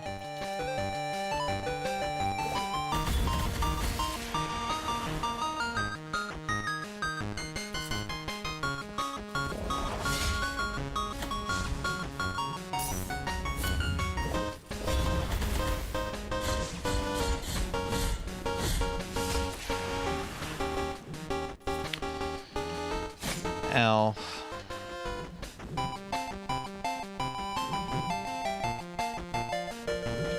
Ow, that was a little too hasty there, and now I'm paying for it.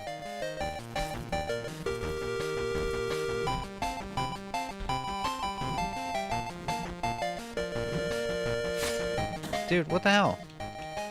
It's like a mile away from you. Alright, we can go deliver our cherubs now.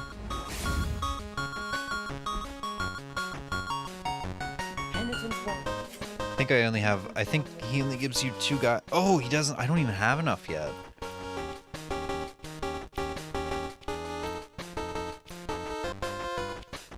I don't even know where to see where they are. I know I have at least half, so 19. Maybe he gives you something at 20. I'm surprised you haven't died yet. I still don't understand what makes you die, because it's definitely not healing me.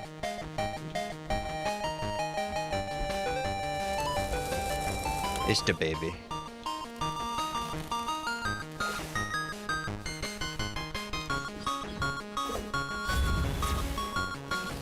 Why'd you come out so late? The baby.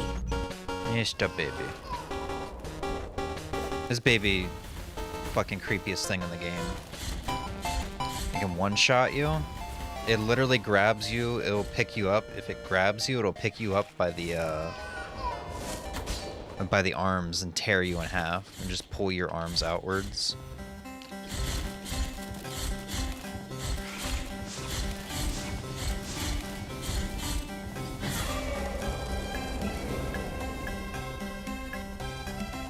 Hi, cat. Hi, kitty.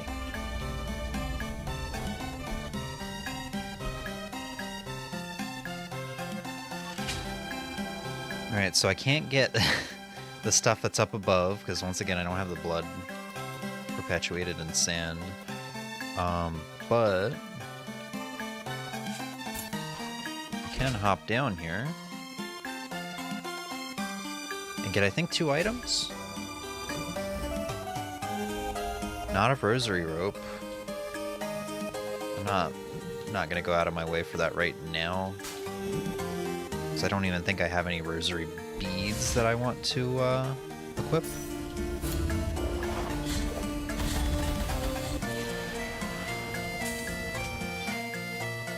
And yeah, no, it was just that one thing.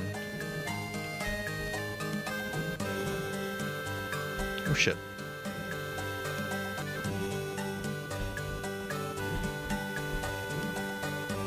So this will take me back up to the library.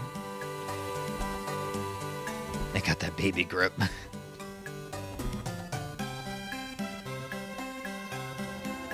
Up in the library. Oh wait, I might actually be able to get that with my prayer. I don't know if it's low enough. Oh no, it's absolutely not low enough.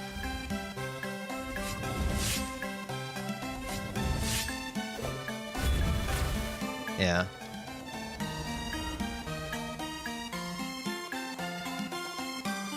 And I can't drop down either.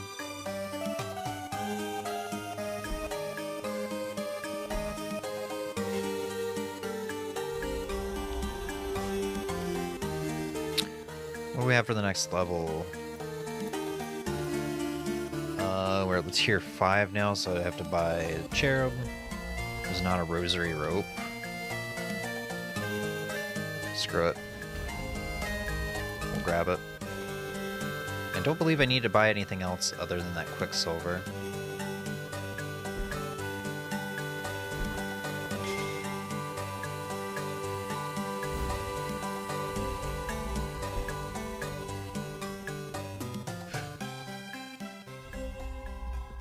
Atonement.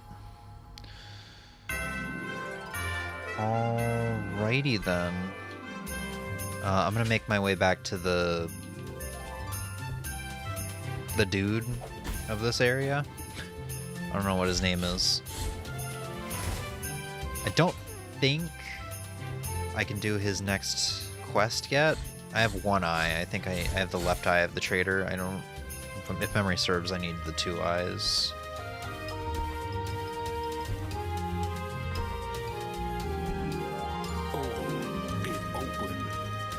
Oh no, he needs the key grown from twisted wood.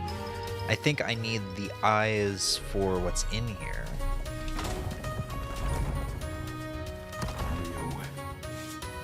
Beware, you're in for a scare.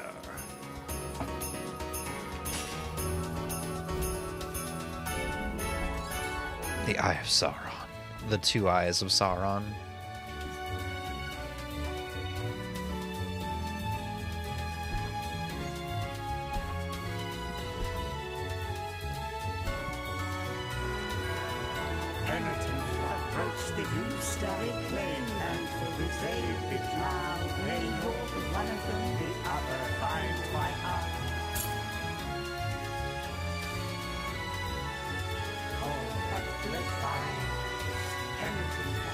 Yeah, I don't have the other eye yet.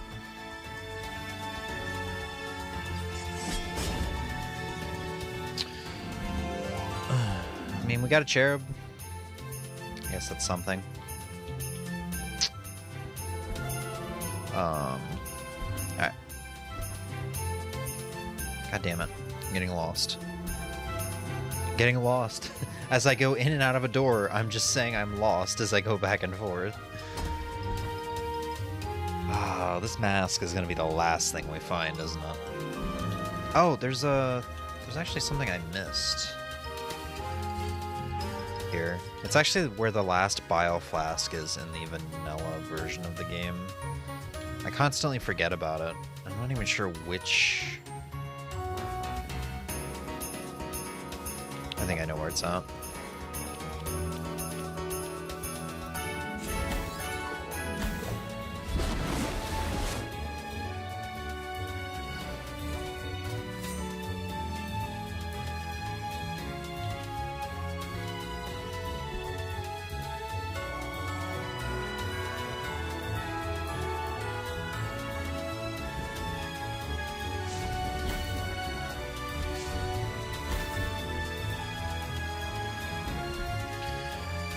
Memory serves, it's not this room. It's the next one.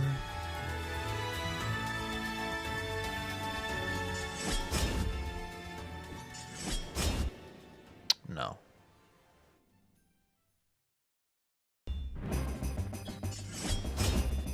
God, I'm so bad about remembering this.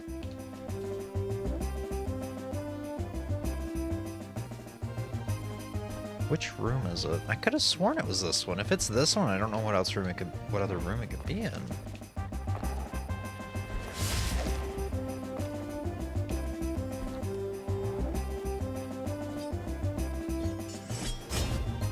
Okay.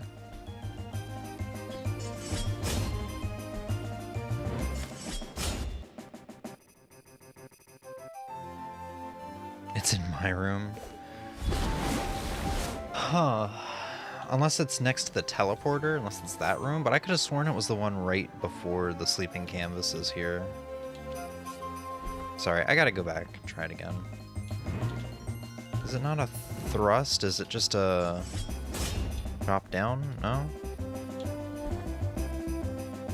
Huh.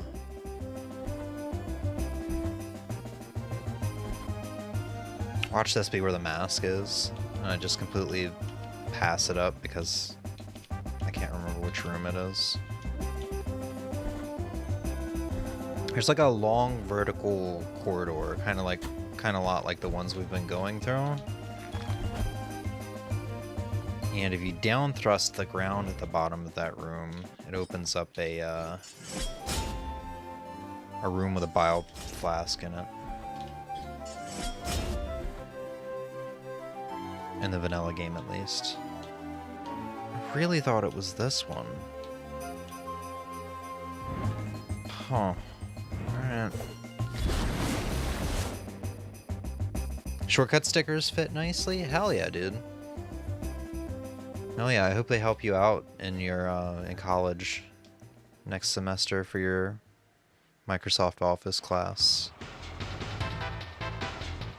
I mean, I know it's not just for Microsoft Office, I know, but I do know there is a Microsoft Office one.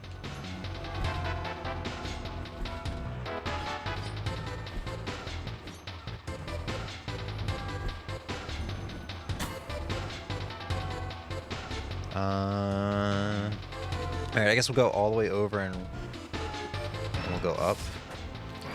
I'm really bothered that I couldn't figure out where that one was.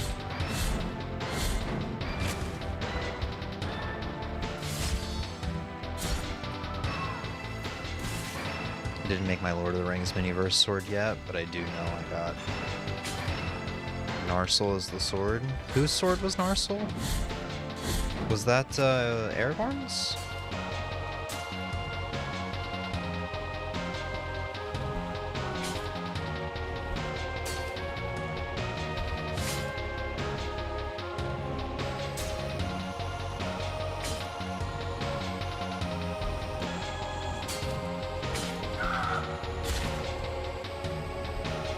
Shit, there was an item up there.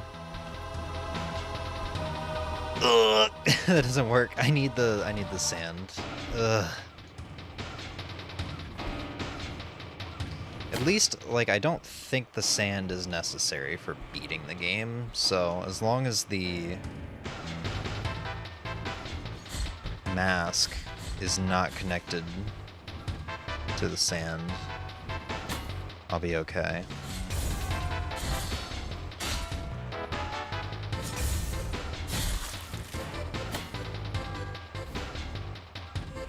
Empty bio vessel.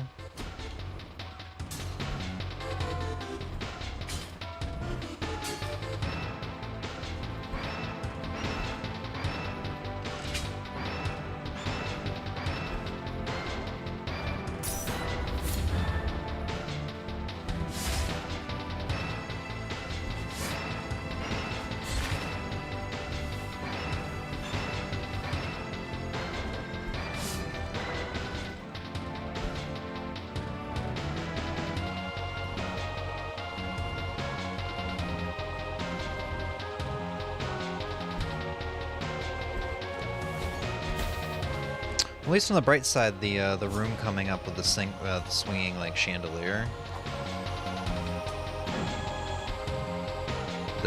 Not this room. I'm all confused. But at least that room I don't have to do.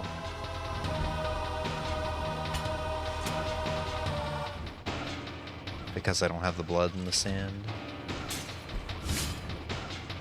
Bring me the bones. Ow. I already got the guy that was down there.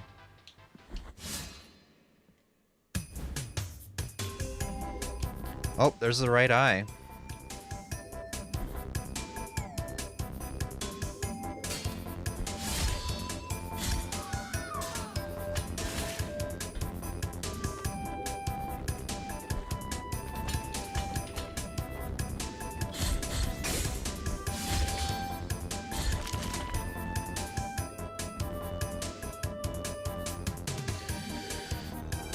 Rooftops. I guess we'll go deliver the right eye, see what we got. Since it's in a convenient enough place.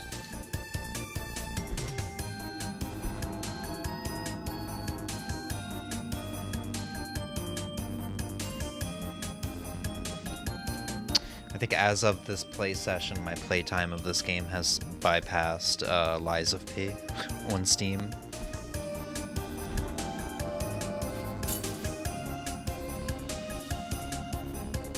Wielded by the kings before him and it broke. Right, it was yeah, Aragorn's sword at the end.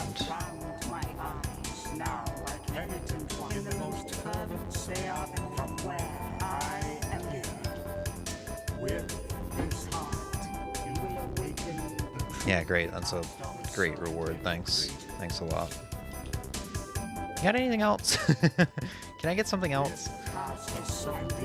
Different reward. Can we do like an exchange? You know, like a Secret Santa sort of deal?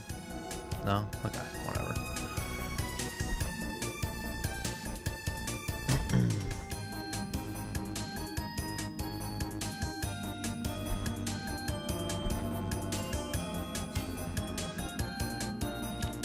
Alright, we'll ignore Mother of Mothers for the time being and kind of just explore around a little bit. The same penitent one. The pity do you want? No, I do not want to do any boss fights.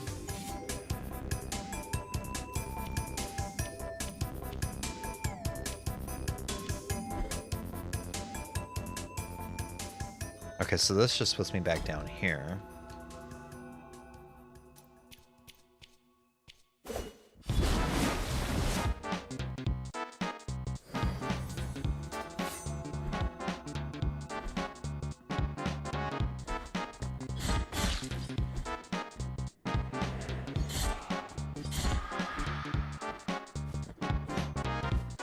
Oh, you're in a really shit room, to be completely honest.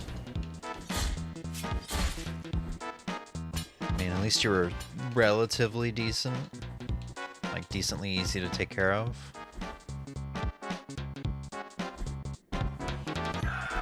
God, fucking slide will come out.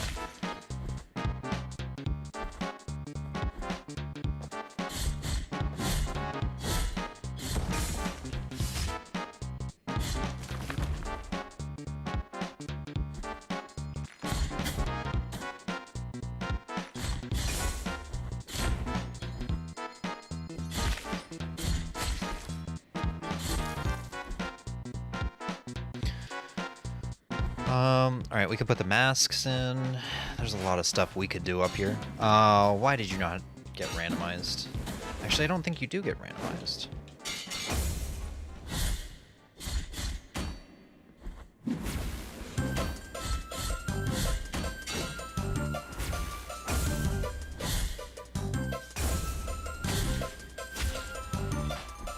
I mean, yeah, he has to give an item. He's sort of like a mini-boss. I can't do that.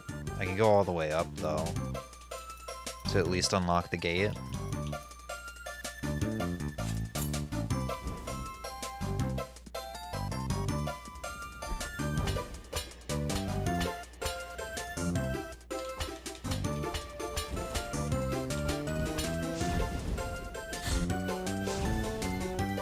Cool.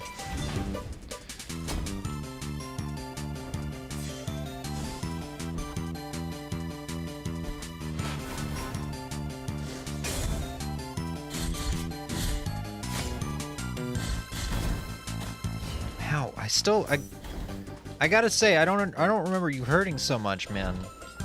You're like nothing. You're like a nobody. No offense. You should not hurt as much as you do.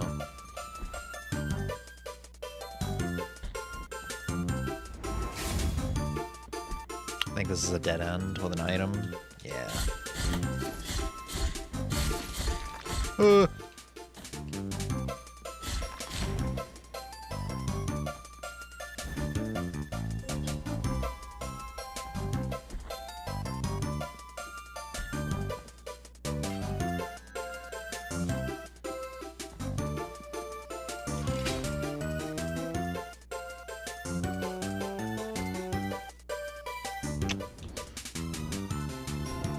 Back in Mother of Mothers. Yeah, this is the room we can't necessarily do anything in yet. But I guess I can go over because there's plenty of stuff over here. I don't remember if it's any items that I can get.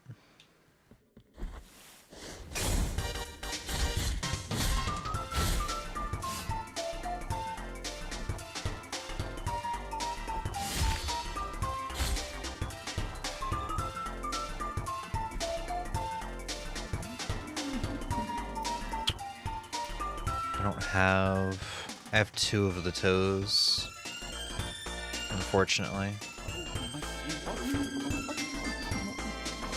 I don't think 2 toes will do it. I do think it needs to be all 3 toes.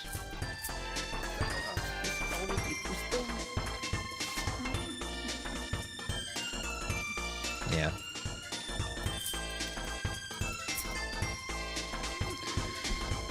Yep. So we have to find another toe before we can do that. I think that grants me 2 items.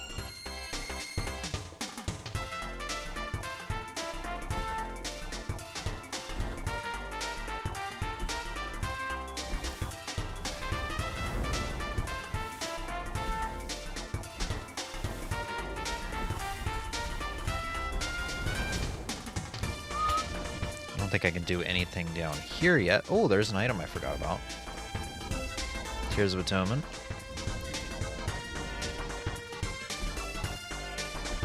I don't think I have any of the marks of the refuges. No.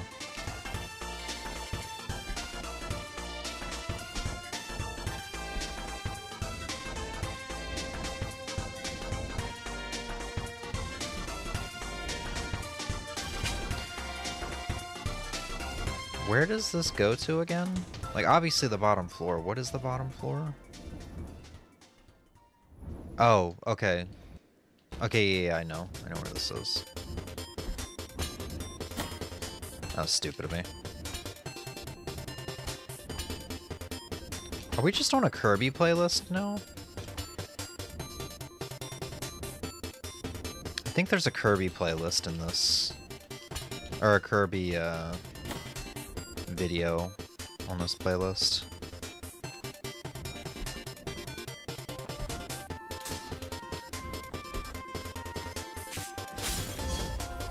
Big bead of red wax.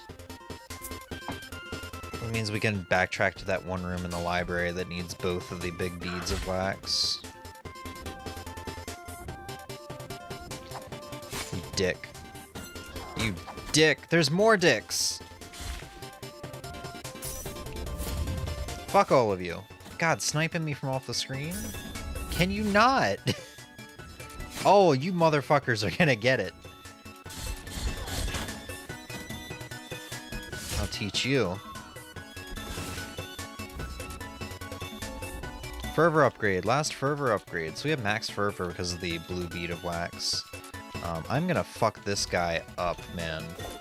Piece of shit.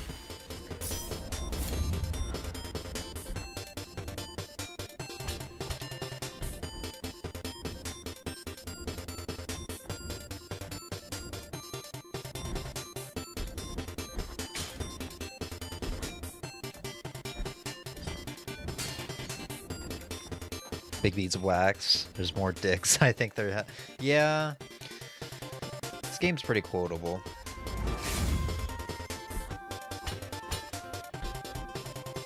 Or weird to hear out of context, I suppose. Whichever way you want to take that. Also, that woman just will not turn old and die. I don't understand, like, what's wrong with her.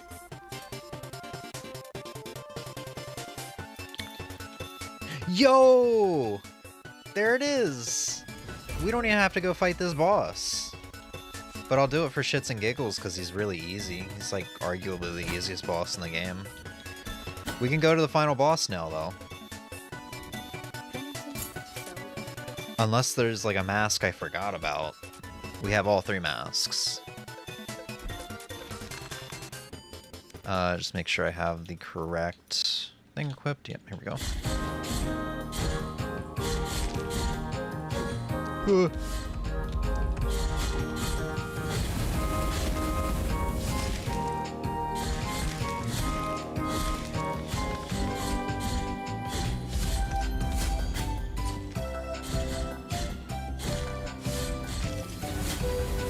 Damn, I got fucked up.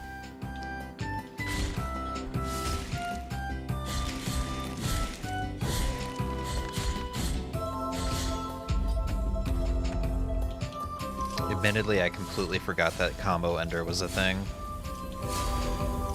Where I just went up like that. It's pretty cool.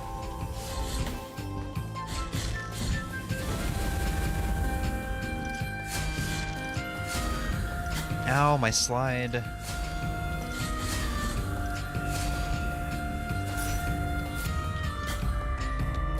Man, it was so cool in my my run very recently. I did this boss fight damageless. It's a very easy boss fight. I'm just kind of struggling right now for some reason. Ow.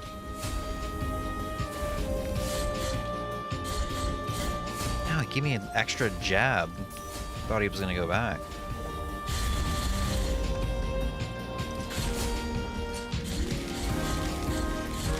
There we go. Just for the Tears of Atonement. I think there's another item over here. I think it's a mask in the vanilla game. Alright. Well, this should be, we're almost at the 4-hour mark of stream. But this could very well be a sub 4-hour run. If you count the time, like, when we actually started.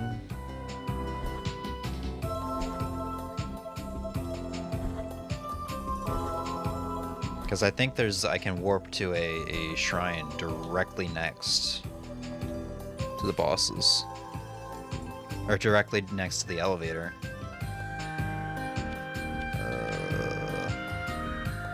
Right? Not quite.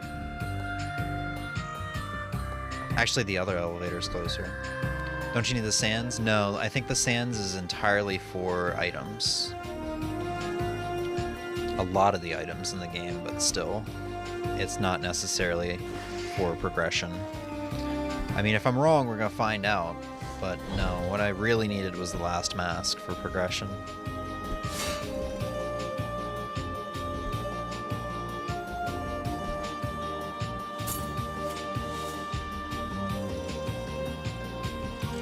Correct.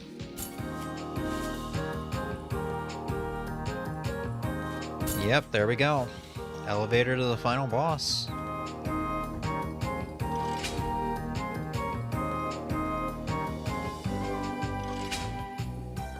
I don't really have any amazing prayers, I guess aside from the one, but okay, what I mean is I don't have any prayers that I usually use in my playthrough.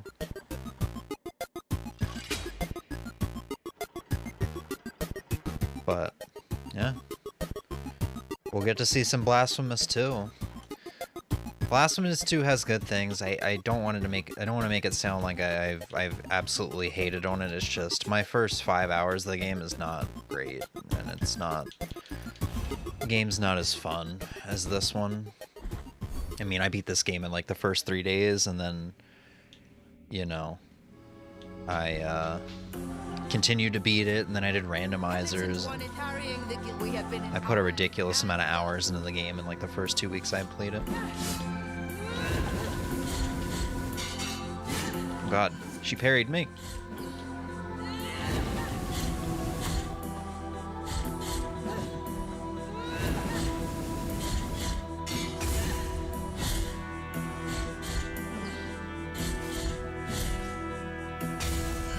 I tried to parry her parry.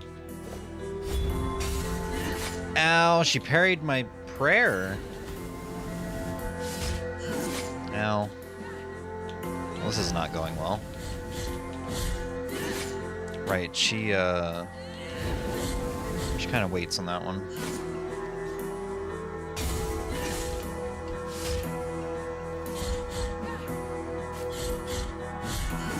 God, it's like...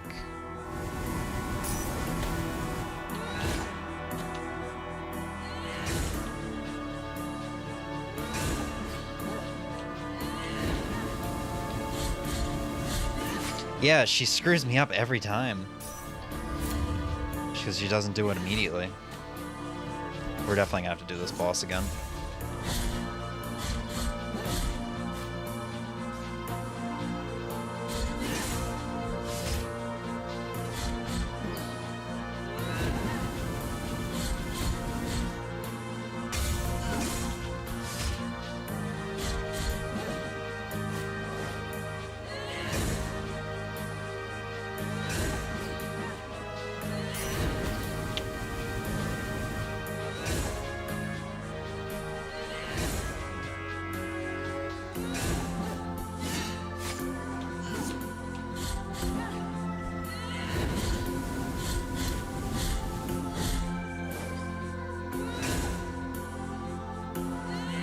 Oh, it was too early.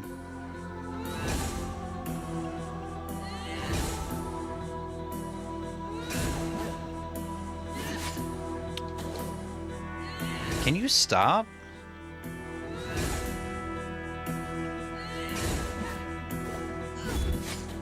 Yeah. I kind of screwed up at the beginning. I forget she's not one of those bosses you can just go in on. I still don't understand the story, even though I watched you play this several times, and neither do I. The story is too confusing for its own good. Basically, Emmy, if you have a pointy hat, you have to kill each other because you can be the only one. Yeah. I think ending A basically says... Oh shit. Great, I just did a loop-de-loop. Did a giant circle. Ending A, which is like the original ending, basically shows that there was a ton of people like us, I guess. A bunch of pentient ones. Because the first boss you beat is in a room full of, or is in an area full of our helmets. I don't know, there's some kind of symbolism there. Am I? What the hell? Am I locked down here? I say it every time. Every time I do a playthrough of this game, I discover a new glitch. Is this a new glitch?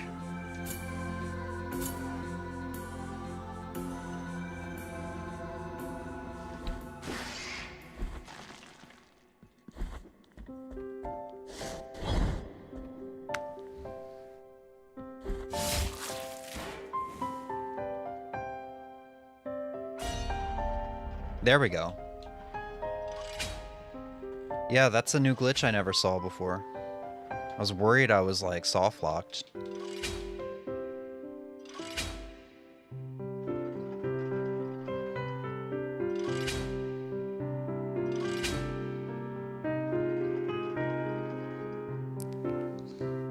Alright.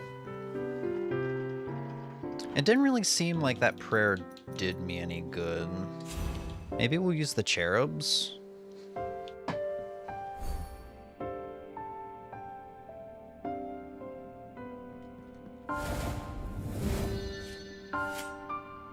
Bless you. You can't hear me blessing you, but you're blessed, small child. Ow.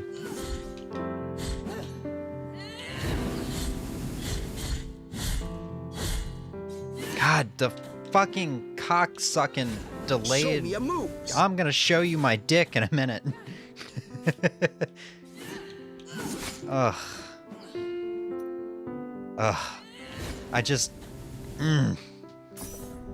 That delayed attack pisses me off so much.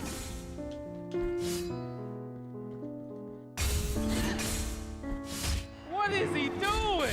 He's winning, Justin. He's winning.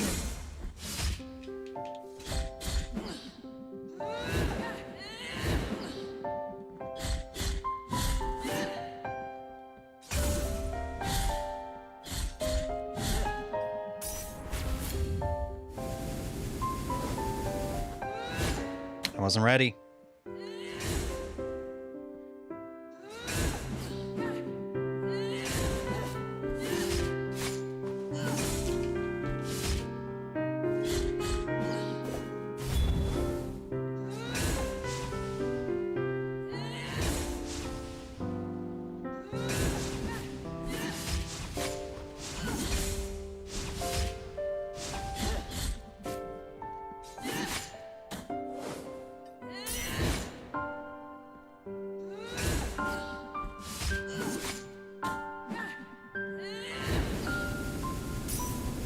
That was a bad time to use that.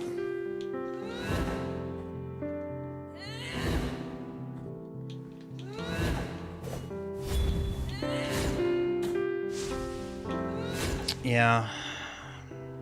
I was gonna rely on the cherubs. It was stupid of me. I don't know why I'm having trouble with this boss. She's not that bad. It's the fucking... I'm getting frustrated by the delayed attack. Which there's not really much tell for. She's either going to do a quick one, which you'll need to parry, or she's going to do a delayed one, which if you try to parry immediately, you're going to end up being left vulnerable. Dude, why does this keep happening?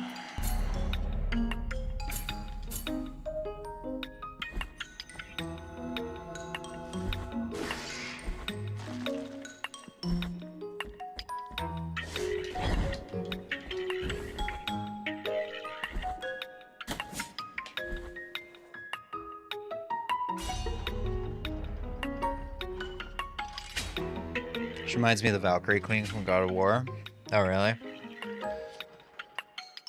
Is she like a boss that you fight after you fight all the Valkyries? I've heard you guys talk about the Valkyries and how much of a pain in the ass they are.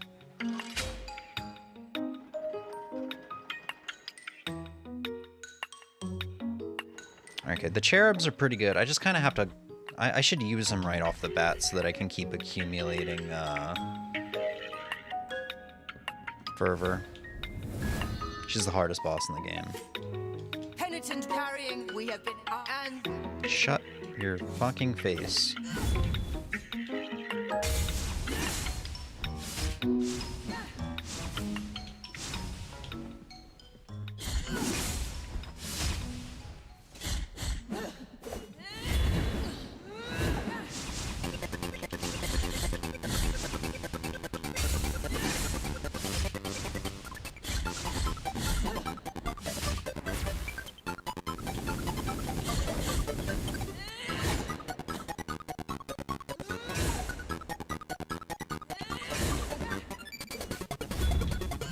Ow.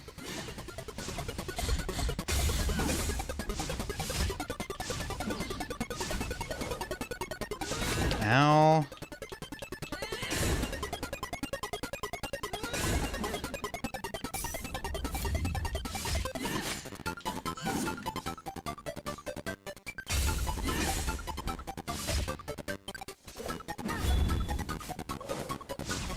I wish she would stop doing this. It's not hard, but it's just annoying. I can't attack her or anything. Dude, you literally heard me talking to you, didn't you?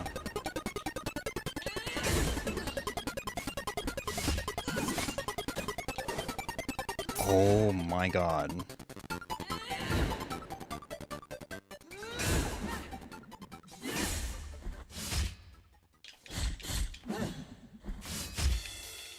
Just fuck off. God. Yeah.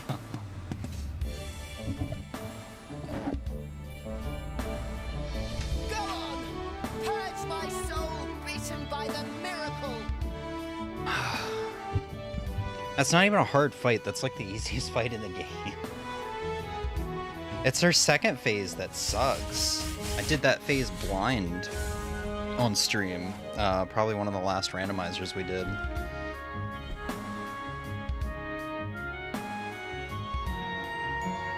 It's funny because in Ragnarok they all praise you for freeing the Valkyries, but I'm always just like, I did not do that, but alrighty. And why are you not even old yet? I mean, I guess I'll take you to the final boss with me. Oh yeah, I can't take you with me.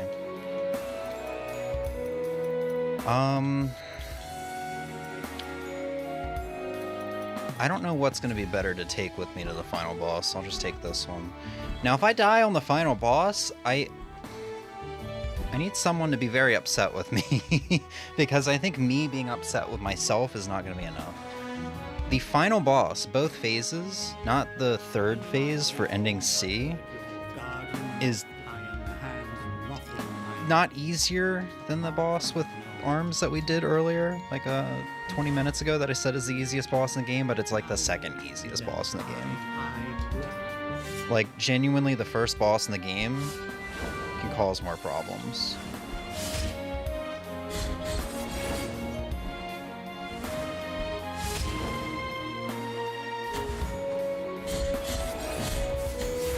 Fuck you. Oh, he's still shooting.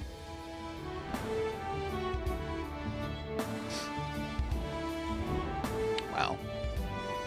Wow.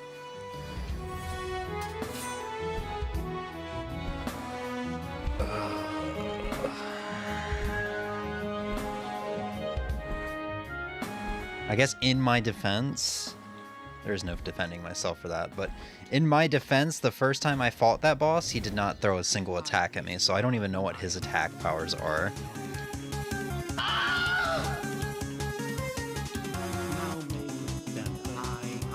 The second one's actually the interactive one, but still, there's no exception. He did something, and I got hit by nothing. Okay, he's doing this again.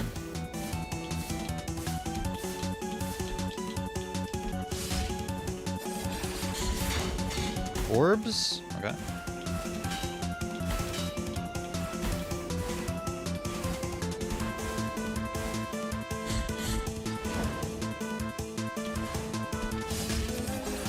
He's actually putting up a fight. Interesting.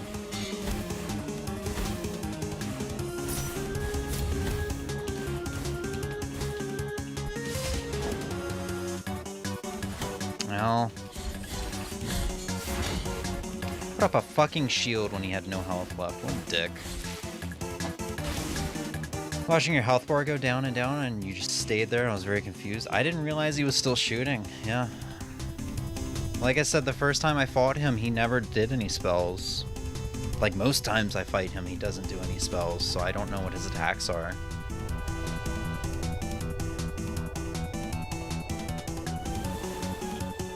Alright. Whoa! Ow. Came out a little bit further than I thought it was going to.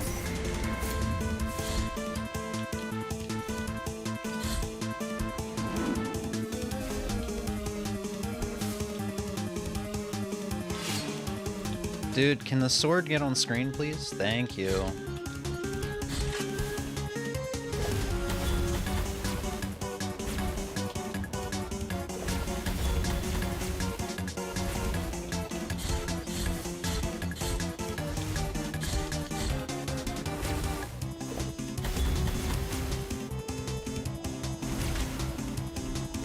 Wow, it did not give me a good opportunity to hit it there.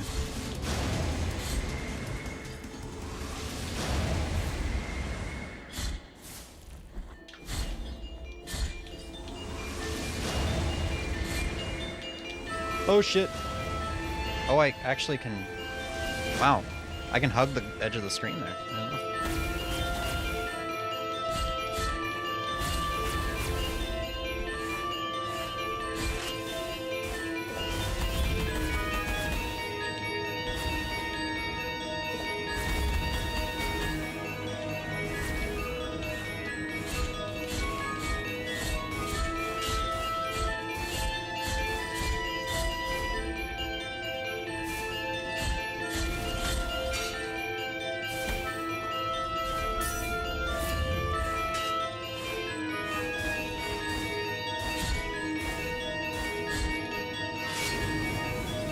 Oh my god, this fucking platform.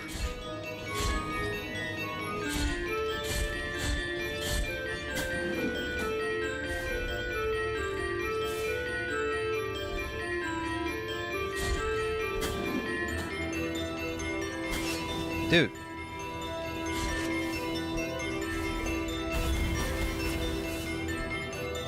And now I have no magic.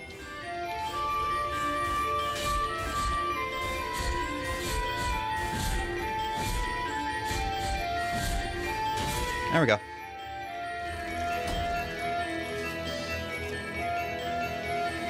This game copied that one DKC boss. Ah, yes. That one DKC boss. Which one?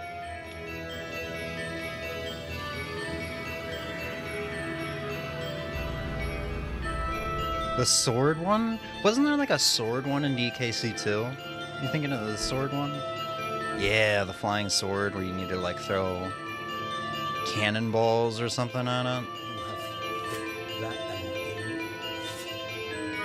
God, I'm a little flustered right now. That second,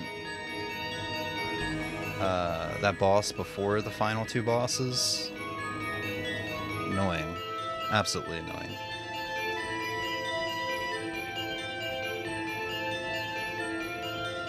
We did it.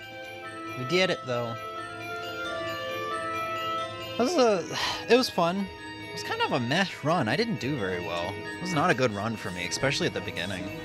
Sinners alive has had no mercy on you either. At the mercy of the miracle you were, and at the mercy of the miracle you remain. Oh man, and we have time to check out maybe an hour or two of Blasphemous too.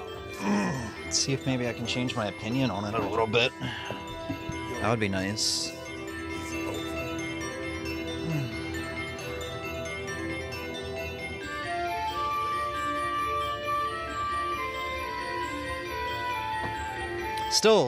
I'm still really glad I added this to my all-time favorite games list.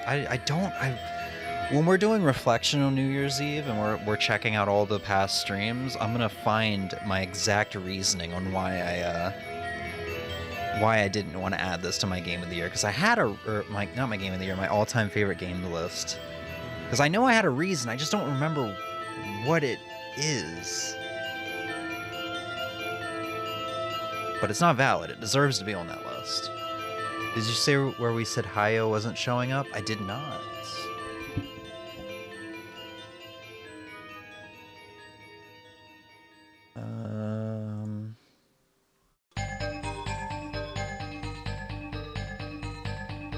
What is he doing? He's winning, Justin. It must have just been one of those times where Twitch just decided not to work for some reason. I don't know, he's working now. He is indeed working now. No!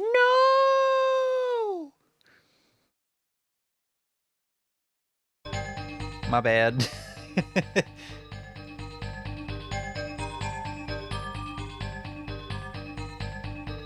Alright, let's change game name.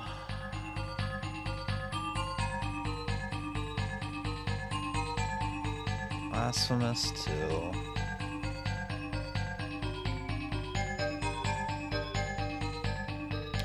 How long was the file? 4 hours on the dot. I know it was longer than that because I died more than a couple times, and that sends you back to your last checkpoint. I actually don't know if that counts for the time though. What was the no for? The no was because I accidentally closed out of the music. We lost music for a second there. But yeah. That might also be my fastest run, too. We got really lucky with getting the last mask early. We didn't have to go through, like, most of the rooftops. We didn't have to go into the prison. We didn't have to go up into the higher area that we got the key for. And we didn't even get the blood sand, which would have made us backtrack through the entirety of the map. We got really lucky. Volume warning.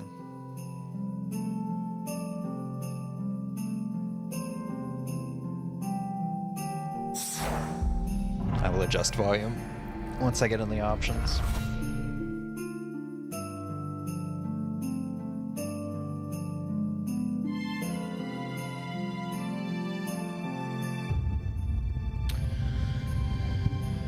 Alright, Blasphemous 2. My controller doesn't work. Think you can get it inside mine? Indeed. Indeed.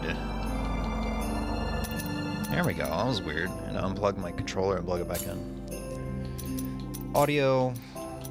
Look, man, the story isn't crazy or anything, so we're gonna leave the story. We're gonna turn it down and leave the music. The music's alright, but we're gonna get rid of it because we already have our music. Cutscenes volume, voices. Yeah, we just really want the music down and then the main volume down a little bit. A lot of it. Video, all good. Extras, there's no skins. Well, I guess I haven't unlocked any yet, but yeah. Nearly 6 hours into the game, and yeah, I'm not crazy about it. Let's go ahead and start a new file. And right off the bat, if memory serves, we get to look at these cutscenes. In Blasphemous 1, we played the randomizer, so the cutscenes got skipped immediately, automatically, except for that final one after we beat the final boss. The eternal dawn of our yes. The cutscenes in Blasphemous 1 were pixel art, which was amazing. In this game, they're not pixel art, but they're hand-drawn, which is also amazing. I love pixel art, but man, if you show me a good-ass, like, hand-drawn cutscene like this here, so good. I think this game picks up off of Ending C, which was added through the DLC/updates. mine remains. Normally I would skip these cutscenes, but I'm gonna let us watch them just because of the amazing animation. To their soul.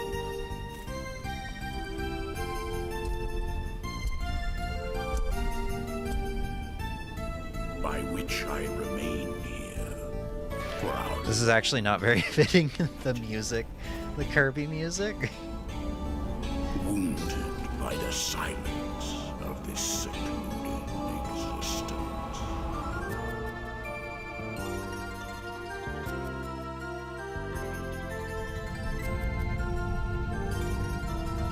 Very fitting. And then, Oh, I didn't realize Emmy said BRB. She's not gonna be able to see the born on the nice animation. mighty statues, the resounding beat of a great harp could be heard emanating from the clouds, thundering like the knell of an unseen church bell, raised higher than any other, enchanting us all to lift our gaze aloft in an ascetic call to prayer.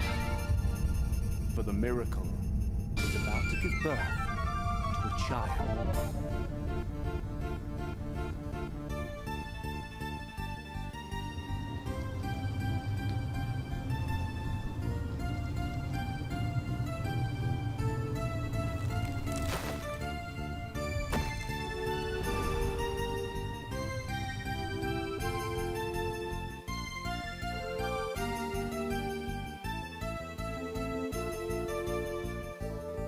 And yeah, I think I do prefer the pixel art animation is super impressive for cutscenes in Blasphemous 1, but I think I do like the 2D hand animation for this game more. And yeah.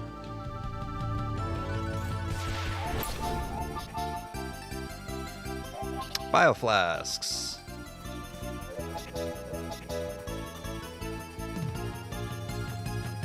So this game starts us off with a choice of 3 different weapons. We get the flail, which I chose on my first playthrough. The dual swords, which has the properties, which has the parry and the thrust from the first game. So the lunging thrust where I would dash and then thrust forward. The parry is very hard to use on this. The timing is... Oops. The timing is very strict on it. And this third sword, which I don't remember the name of, also has a parry, but it's more like the parry from the first game where it has a bigger window, and it has the downward thrust where you thrust your sword into the ground from the first game. So these 2 swords are a mixture of the sword you had in the first game.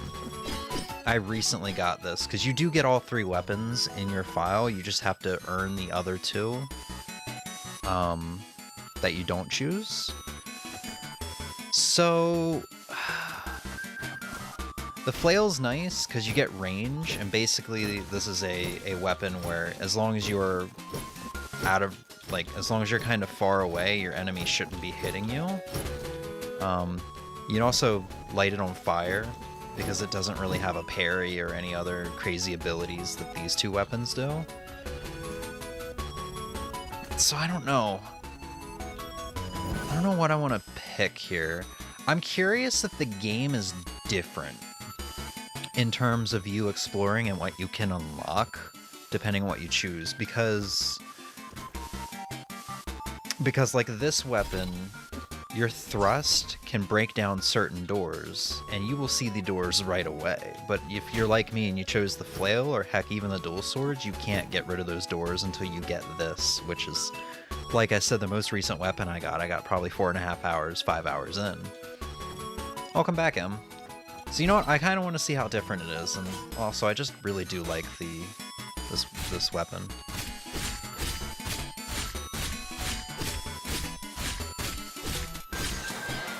And that's kind of an omen of what's to come, is just health bars that are bigger than they need to be. You've chosen thine companion of this pilgrimage. Pilgrimage? Fuck! Only the miracle knows when thou shalt meet again in the presence of her two sisters. Fuck!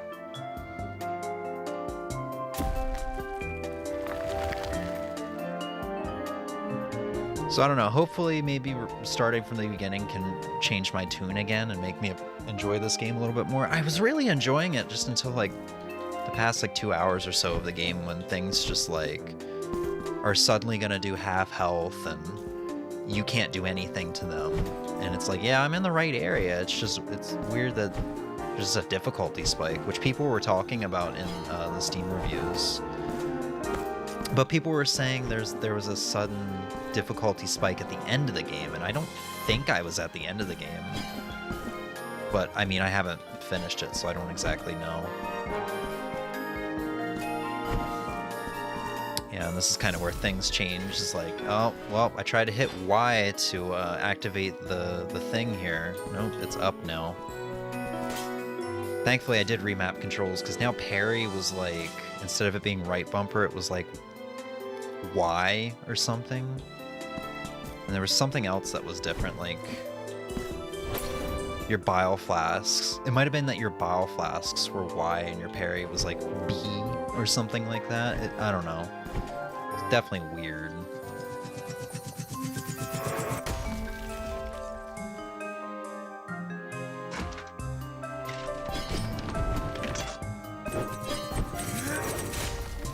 Hell. Jesus Christ.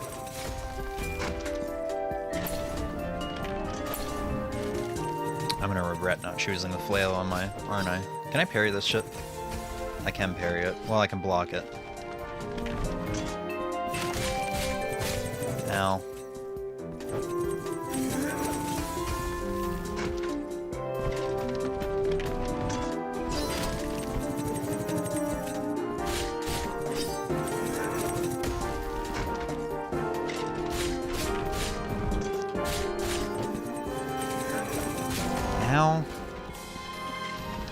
See, unlike the first game, the tutorial boss you actually have to try. Like, I'm gonna have to die here just to get my flasks back, because I kind of forgot how this boss worked. Tutorial boss in 1, you probably aren't going to die to.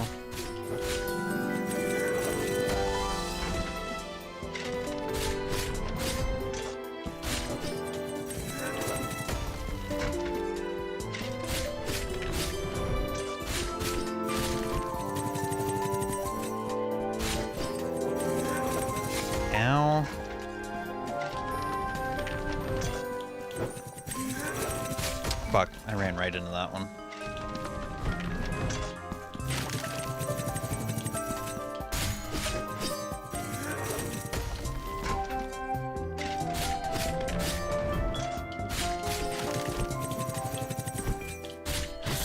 There we go. And you can kind of already see what I mean by that, like, oh, enemies in this game, the bosses too, have too much health. I think that amount of health would have been justified if he had more, like, actions. You know, different attacks he could have done. But no, he really does only have the 2. Marks of Martyrdom. I assume that has to do with the story. Because, ending C, the, like, I guess true ending that's canon to this game. Ending C of Blasphemous 1, that's the canon ending to this game. Ends with you actually climbing that ash pile, making it to a throne, and then killing yourself so you become a martyr. And it shows that a very long time goes by and people are worshipping you sitting on the throne with a sword through your chest. So you literally become a martyr.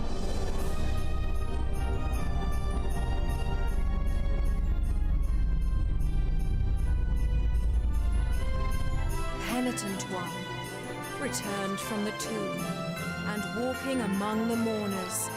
Your awakening is now written on the eternal pages. How we have returned, I have no idea though. Is my name, and I hail from the heavenly mountains on high, the seat and the beginning of all that is holy, so that I may address you.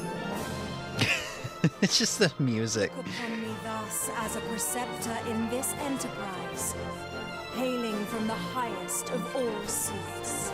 Penitent one, the miracle shall give birth to a new child in a great heart descended from the clouds that watches over the ancient city of the blessed name from on high. You must reach it to stop its birth. But on this ascending path of penitence, the arch-confraternity awaits you. Those penitents that the miracle itself took as its sentinels now await your arrival. And maybe the text in this game, the story of this game, wouldn't be word spaghetti to me if I actually understood Roman Christianity or whatever this game was based off, or whatever the story is based off of. I can't remember what it is. Some religion. Some religion. As somebody who's not religious, I do not know religion. If you want forgiveness, get religion. The first among them all, who was Eviterno, father of the penitents. Penitent one, the miracle has instilled 3 regrets in the consciences of 3 of its guardians. Spooderman 3 reference spooted. Spotted. Spooted.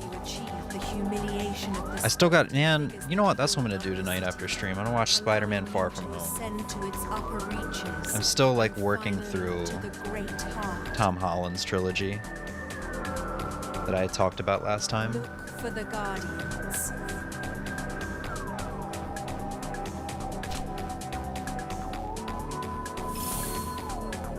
There we go, 3 bosses. So, because I have a different weapon this time, I assume I'm not going to have the same first boss that I had with the flail. I'm actually going to have a different area as my first area.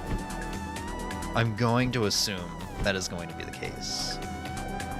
Let's see, Rugo Alba is the most balanced weapon in your arsenal. Behind its coarse, serrated blades lies a versatile weapon, able to combine powerful attacks without giving the enemy's moment respite. A blood pact will allow enemies' wounds to heal the wounds of whoever wields it. Wait, does it actually do that? Wait, so if I take damage and then... No. Why? Why does it say my enemy's wounds will heal the wounds of the person who wields it? My health does not go back up. Roman Catholic, that's what it is. Put some dirt in your eye. See it chump. Oh, have you ever seen the See It Chump? There's a YouTube video where somebody adds the Scooby-Doo fart after he says that. See it, chump, and then he jumps down there, and there's the Scooby-Doo. There's a fart noise and a Scooby-Doo laugh, and then Brock looks down and he goes, "What the hell?" I don't know if you know what I'm talking about, but that is a really good edit.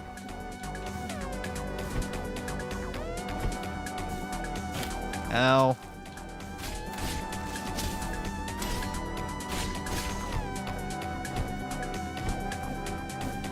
But yeah, I mean, otherwise, like, movement, the game actually feels a bit better than Blasphemous 1. It's just the combat and, like, level design is really what's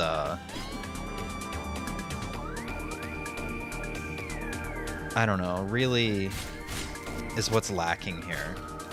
Also, some of the control changes really chapped my ass. Like, it's not a bad game, but when this came after Blasphemous 1, it's kind of hard not to be disappointed. But it's a really good game, regardless. I don't want to hate it too much. I don't want to sound like I absolutely despise it. It's just like, Blasphemous 1 is one of my all-time favorite games. Like, point blank.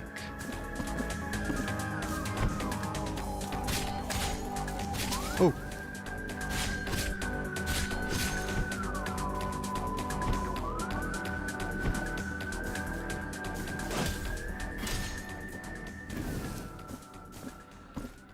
Oh yeah, so I couldn't do this with the flail, and now I can just straight up go to...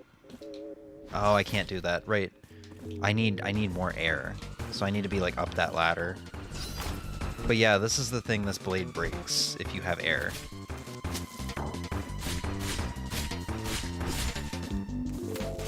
Oop, too early.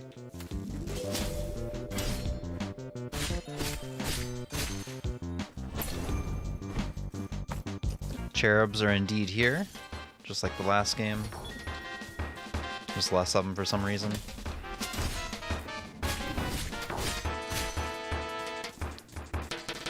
Did you gain some health back? Did you do something, or was that a random drop from an enemy? When I was at no health, I used a bile flask. Unless you mean I gained a tiny amount of health back.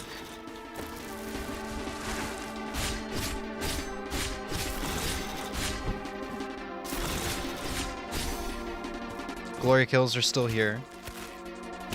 And they actually do something for you in this game. Yeah, here we go. Execution. Some attacks will leave your enemies stunned. When this happens, press Y to execute stun enemies.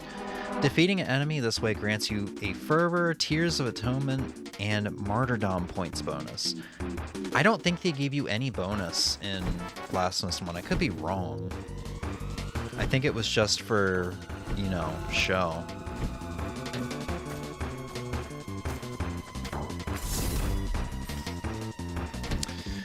One of the new things in this game that I don't really care much for is before that last time, so if you use 2 flasks, then not a drop. I don't know, I'll look back at the stream later, because I'm not really sure what you're talking about. Welcome to my yeah, so now we got somebody who chisels or crafts wood. Basically, you can carry around these statues and they give you perks. That's one of the new things in this game. Yeah. So visit the sculptor's workshop whenever you want to equip figures in your altarpiece of favors. Each figure confers powerful benefits onto Pentient one.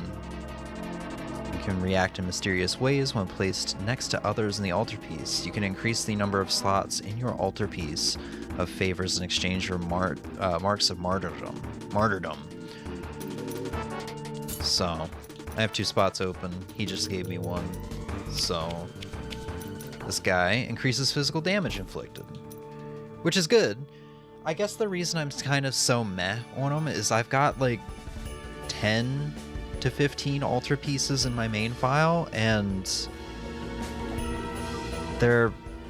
so many of them just have not very good benefits.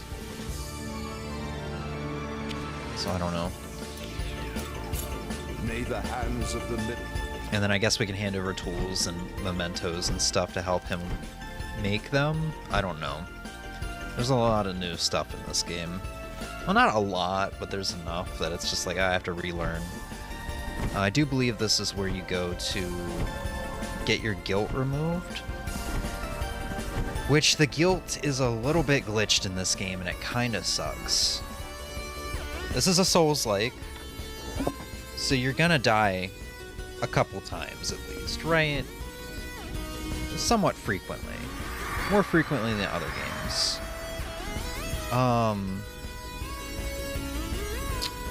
So when you die at a boss, or really anything, your guilt gets left behind, which cuts a sliver of your fervor, your magic bar off. Unfortunately, if you die on a boss in this game, your fervor will stay in the boss room and you can pick it up when you make it back there, but you do not get your fervor back. And I'm pretty sure that's a glitch, because once you beat the boss, you still do not get your fervor back, meaning you have to go pay that man to get rid of your guilt even though you retrieved it. So that's kind of one of the things I was talking about when we were playing Blasphemous 1, is like the glitches in Blasphemous 1 are usually pretty minor. Or charming. Can be kind of charming because, oh, you know, haha, I glitched through the wall because I got hit by an enemy. Or whatever. In this game, they're just straight up annoying and very inconvenient. Like, that hurts a lot during a boss fight when, like I said, the bosses in this game are harder than in Blasphemous 1, so you need that fervor. But that just means there's no way to get it back unless you go pay Tears of Atonement to that guy by traveling all the way back to the city.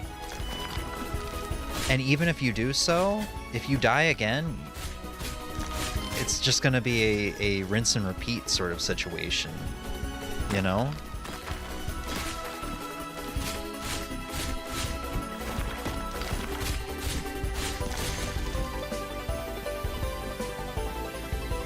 It's not that big of a deal. I was just curious because of what they said the weapon apparently does. No, yeah, no, I am indeed curious as well. Oh God. Parker, I need a photographer. Hey kid, you want a job? Why would I want a job? I'm just a kid. You're right, I'll give you $20 for the camera. $50, $50. Darn thief. Takes pics, notices no flash. Opens camera and there's no film, films extra.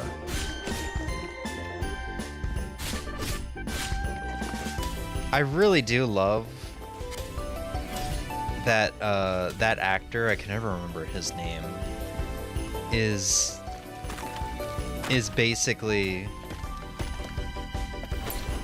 the only J. Jonah Jameson. Because they brought him back for No Way Home. And I think he might have... Yeah, I think he was in the animated Spider-Mans, just for a scene. And not like they referenced his character from Tobey Maguire's films. I mean, like, I think he was the voice actor of either Miles J. Jonah Jameson or Gwen Stacy's J. Jonah Jameson. Yeah, he was scammed by a little kid.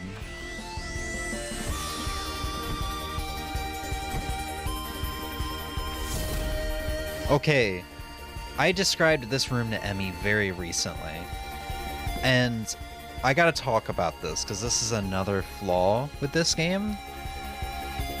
One of the streamers that I love watching, Patty, he does a lot of Blasphemous 1 randos, and someone in chat asked him one day, why do you not play Blasphemous 2?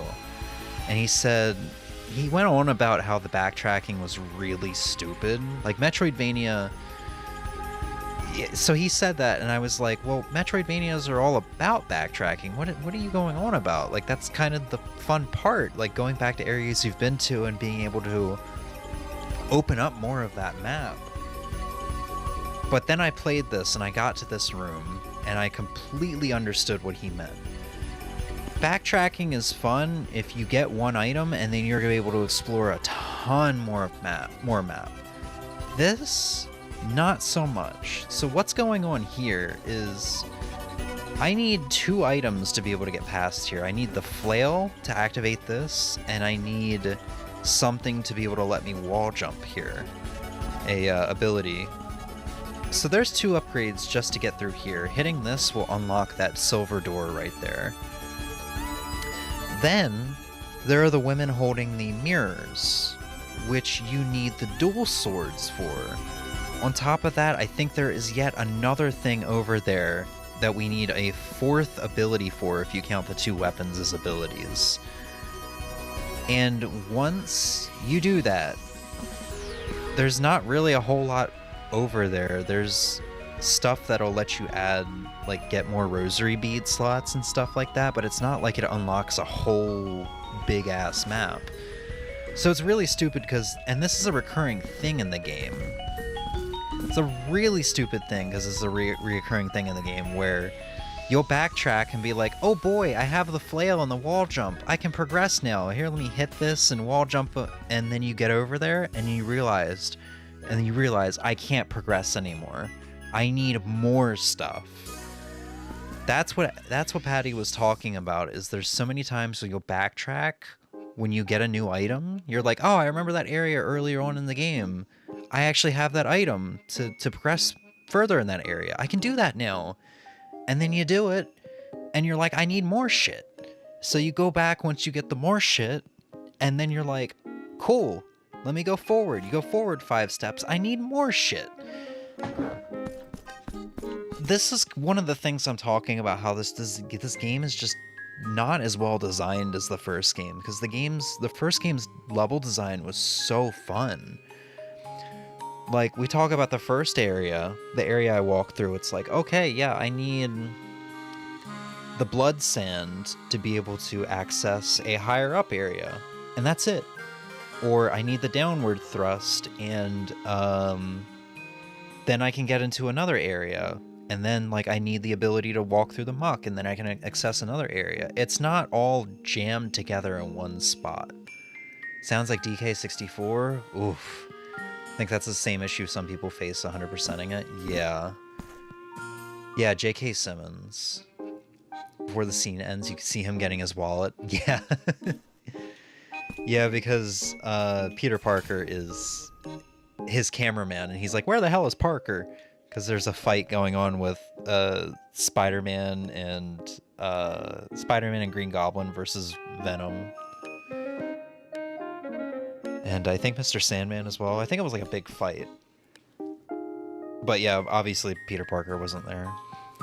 But yeah, off topic, like that's just one of the things I don't like about this game, and it just kind of makes playing this game, honestly, I don't want to be super mean, but to be completely honest, it's the thing that makes playing this game significantly more unfun compared to the first game.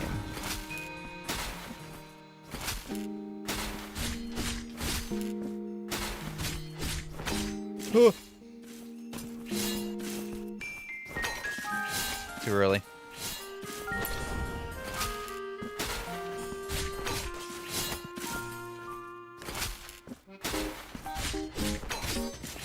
Dude, that one wasn't too early, I didn't think.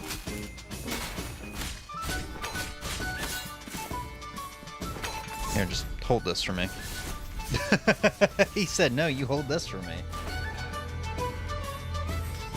But you kind of see what I mean, even with like the animation of that guy right there. And just the amount of moves that he has, or I guess how few moves he has. It's so drastically different in this game. Ow. And there's just something that's not fun about it. He feels like he has too much health, too. Especially for how much damage that he does.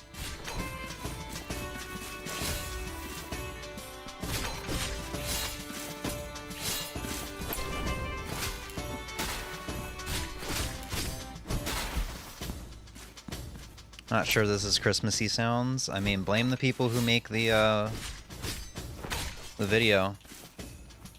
Not me.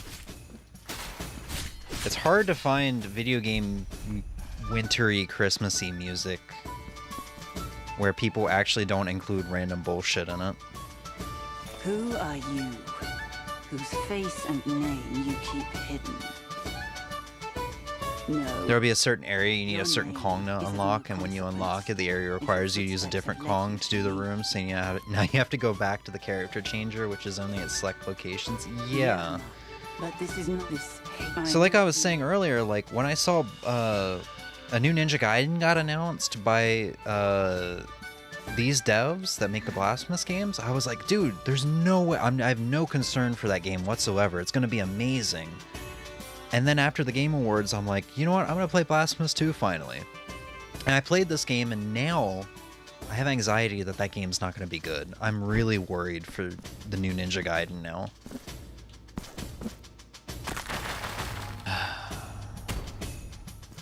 So I'm just really disappointed about this game, because then there's presentation like this.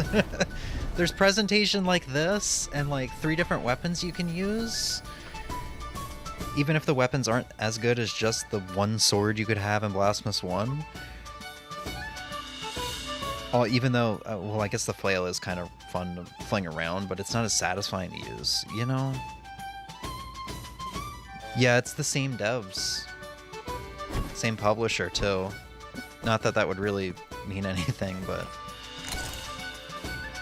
devs can always learn from their mistakes. Yeah. It's just weird that the first game wasn't the mistake. The first game was extremely highly praised and you know, blew up in popularity. It was the second game where they, like... I don't know. I guess maybe they tried to do new stuff and it just didn't work out, when in reality they should have just stuck to what they did in the first game. I don't know. I don't know. But now I'm kind of at the point, it's like, do I want to force myself through this game just so I can say I beat it and I experienced all of it, or do I want to put it down? And honestly, the answer is I want to put it down.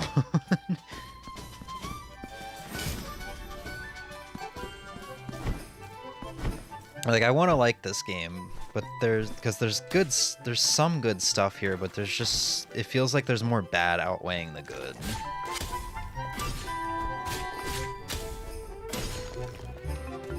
So I don't know.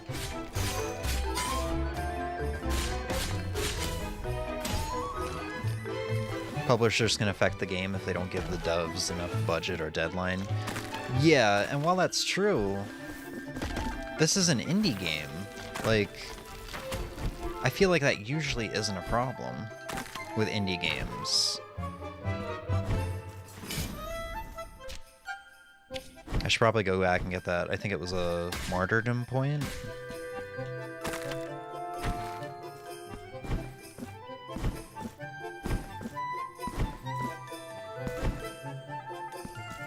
Oh, I can't even wall jump to it. Yeah.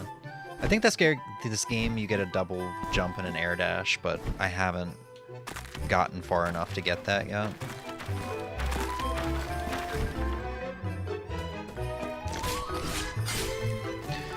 But yeah, I feel like that's maybe most of my complaints. I mean, there are definitely more glitches that I've experienced that I could talk about that have kind of like chapped my ass a little bit. Because they're like, you know, oh, guess I need to do a full reset now, sort of deal. But, I mean, I feel like that is probably the extent of my issues with the game.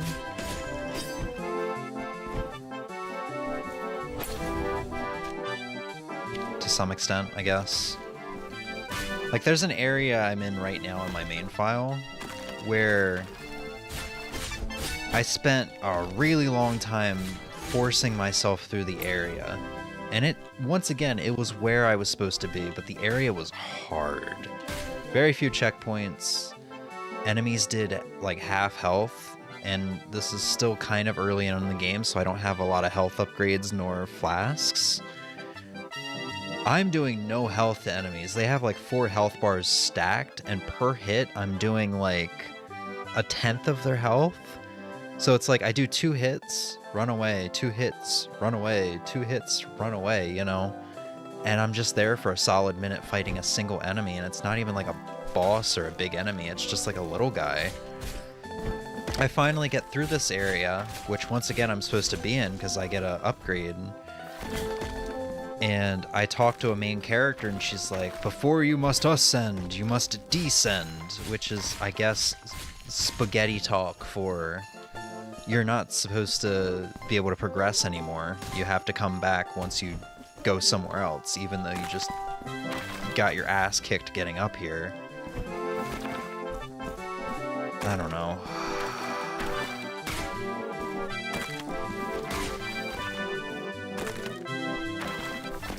Since Team Ninja isn't making it, that means no booba. Yeah, no booba. I mean, there was some booba in Blasphemous 1. The booba had swords piercing it, but there was booba.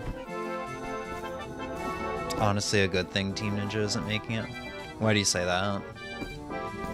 Last couple games haven't been good? I guess they haven't.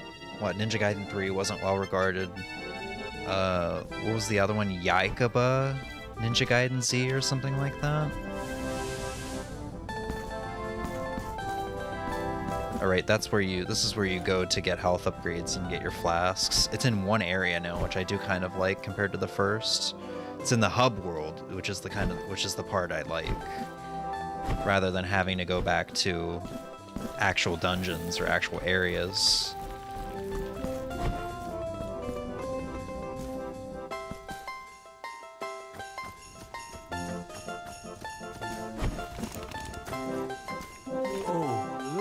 Humbly allow. You never know what. Last game I followed them was DOA 6 with the added, oh yeah, that microtransaction nuttiness.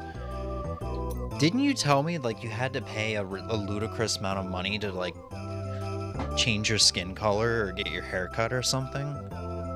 And it wasn't even like a one-time fee. If you wanted to do it again, you had to pay that fee again. If you want to change your hair color, you gotta pay $3 each time. That's what it was. Yeah. Yeah, that probably is for the best. Look, I still think, even though Blasphemous 2 I'm not crazy about, I still think this is probably the best hands it could be in.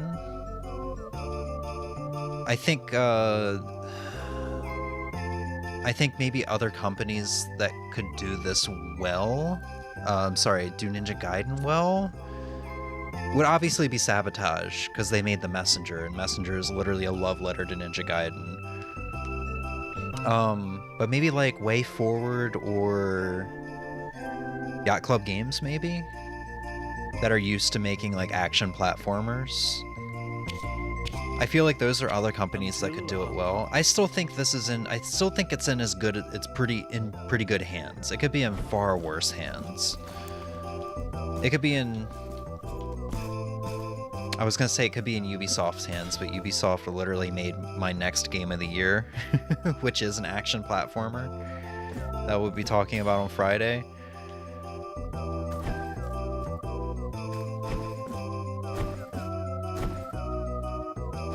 But you know, I don't know. I'm just so mixed on this game. And I don't think forcing myself through it is gonna help its case.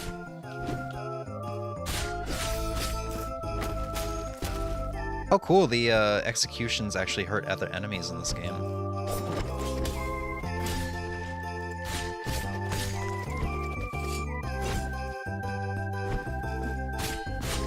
So I don't know, maybe I just need to give this game a significantly more... need to give it significantly more amount of time to grow on me than Blasphemous 1 did. Which Blasphemous 1 didn't need any time because I played the demo, which was less than an hour, like slightly less than an hour. It was like 45 to 50 minutes. And I knew I loved it. And I knew I wanted to buy it, even though at the time I couldn't justify the purchase. But I did find it for like $4 or something, so it wasn't bad. I was looking for another 3D Ninja Gaiden game, but I'll try the new 2D one. Yeah, no, I want a 2D, like, 3D Ninja Gaiden's had its time. You know, there hasn't been a single 2D Ninja Gaiden that is released since the 3D games started. I think the last one was on the Game Boy in, probably the 90s.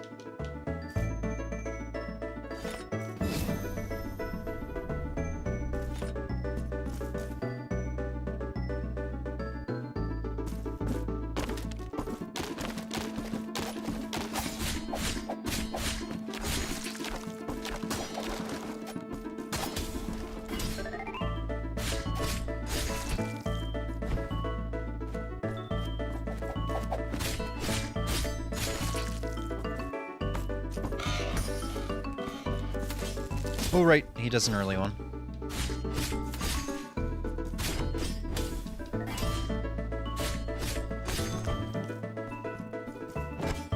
Oh.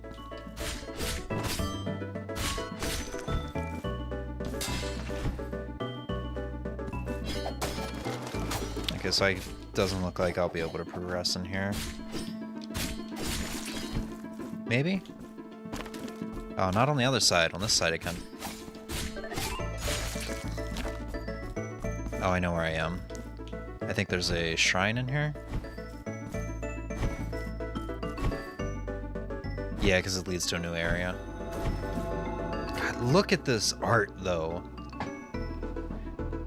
That's like... At least they didn't falter with the art, man. It also looked like there's a new ninja. Yeah, I don't really mind that so much. Maybe Ryu's student or son. I don't have too much of an attachment to Ryu. It's really the gameplay that I have an attachment to. I love how my stream paused itself for no reason. It didn't buffer, it just paused. The Blasphemous devs are listening. They've hacked into your stream. You're gonna hack into everybody's stream to get them to stop watching me.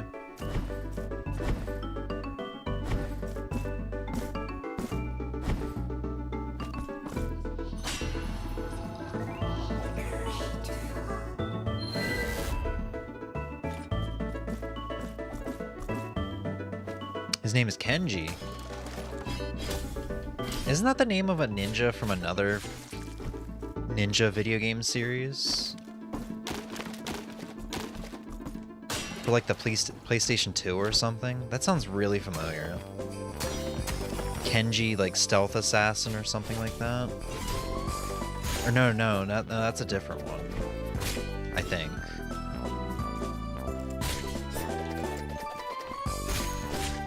I think I'm thinking of the PS2, the really expensive PS2 game, Blood Will Tell. I think I'm thinking of Blood Will Tell. The one where you start off without body parts, and you have to get your body parts back. So like you kind of begin without your eyes in the middle, at the beginning of the game, and so that everything's black and white. Eventually, you get your eyes back and you see color. Eventually, you get your arm back, and you have like Sekiro or Lies of P like arms that you can switch out. That's one of those like games that wasn't appreciated during its time, sort of deals. And now everybody wants it, and it's stupid expensive.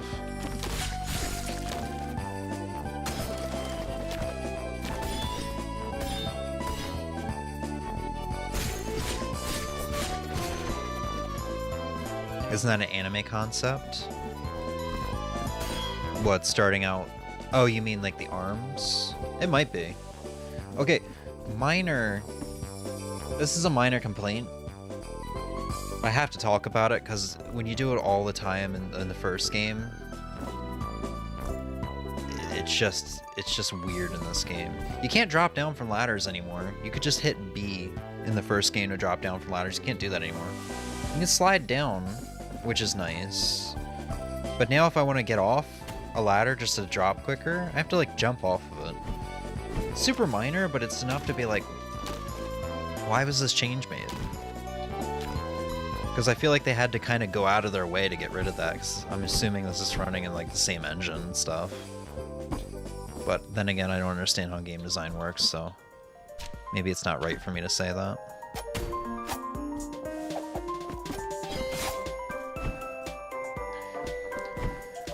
Also, the Tears of Atonement and just like... Yeah, really just the Tears of Atonement feels pretty worthless in this game.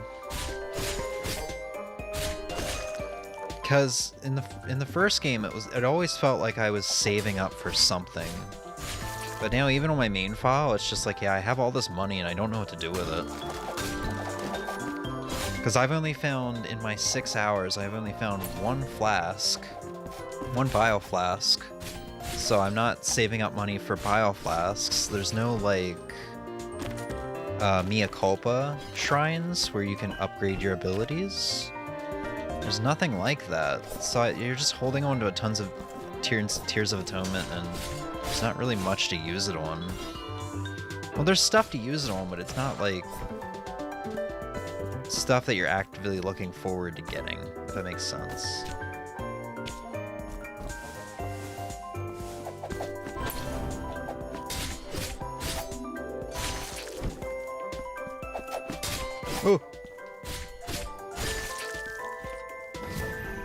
Oh, I'm gonna take so much unnecessary damage here. Oops. Well, I'm just not gonna get it at all. I should probably clear out these guys first, so that I don't take a bunch of unnecessary damage trying to get to it.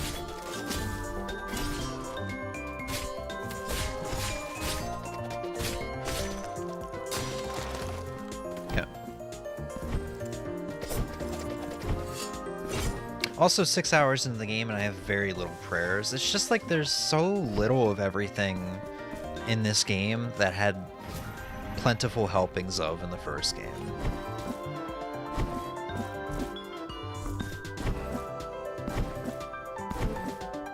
I do see some messages. My apologies. I will get to them. I'm just kind of busy kind of talking about what has kind of dissatisfied me about this game, you know?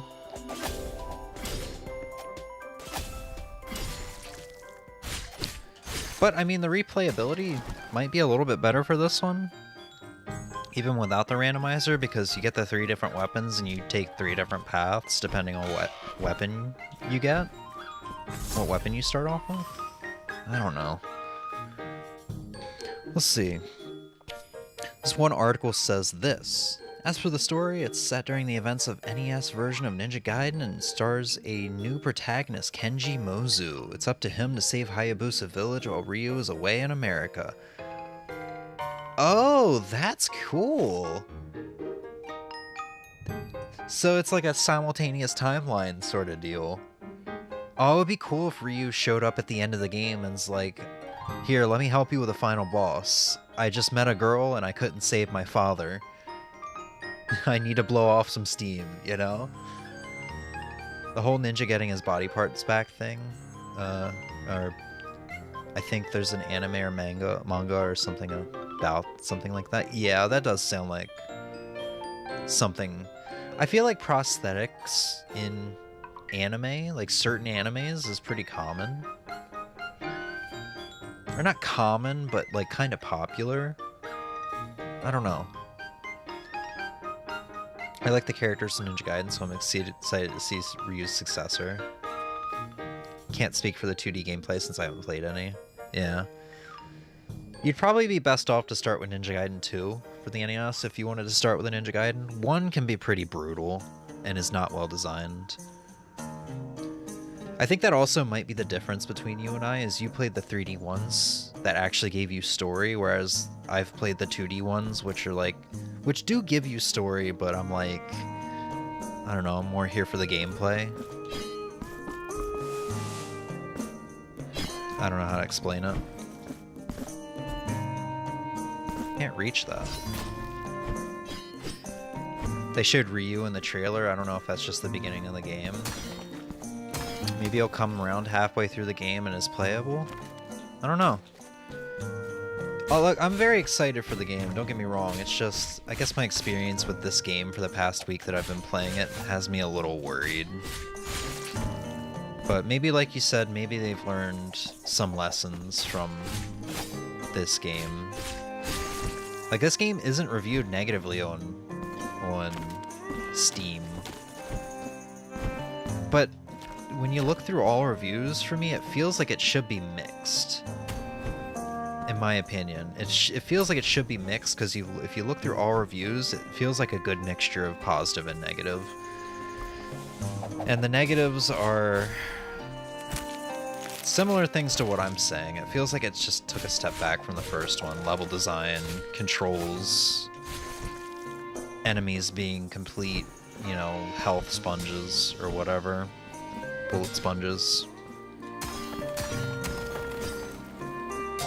The game can still be good with its flaws. Yeah. And this is still a pretty good game, all things considered. That's why I said I feel so mixed on it, but it just comes down to the fact that Blasphemous 1 preceded this and is my all-time favorite game, and, you know, a lot of people loved that game. Like Crash 4 to me? Yeah, pretty much.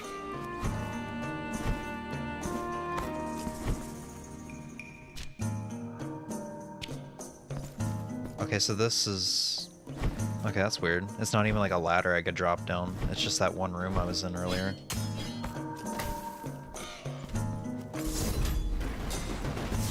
Oh god! And now we're being introduced to the enemies that have multiple health bars. Thankfully, this guy actually, like, takes proper amounts of damage.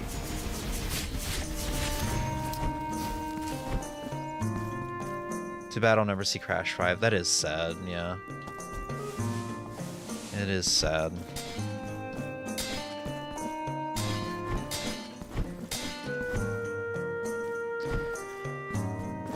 I have some hope. With how big the fan bases are, eventually someone's gonna be like, someone at Activision, Xbox, whatever, is gonna be like, oh, we should do this.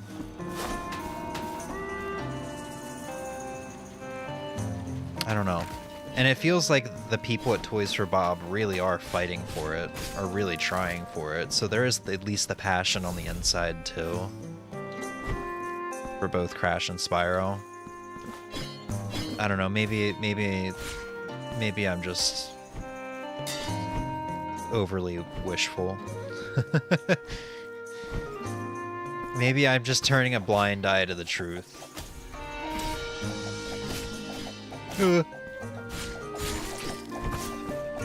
Alright, we'll probably play about another hour of this game. Isn't Toys for Bob leaving Microsoft? Oh, are they? Well, there's some good news then. If that's true.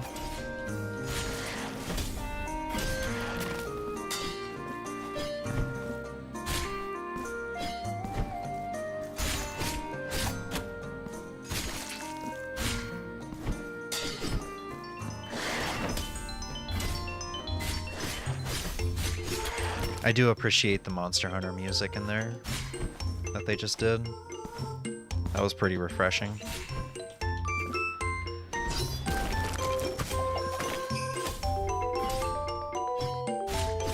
Ugh.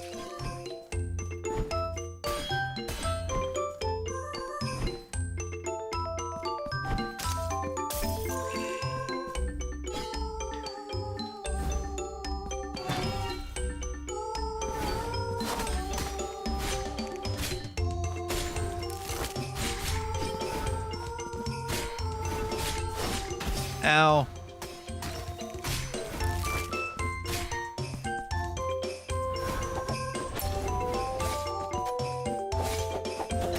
Oh, fuck off.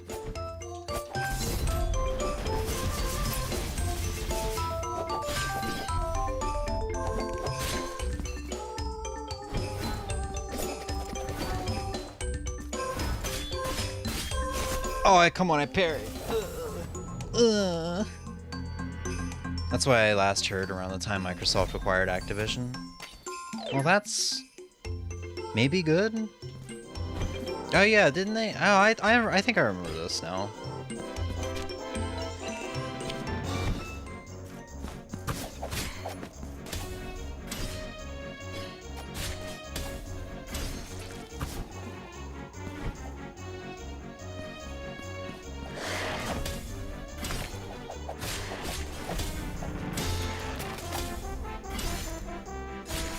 Just gonna abuse the hell out of this parry.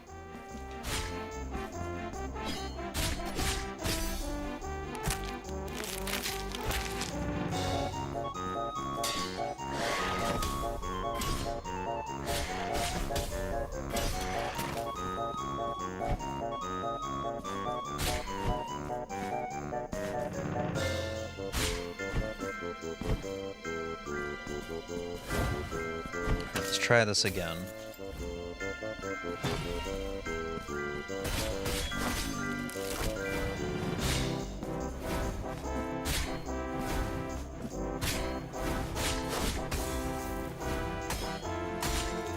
Ow!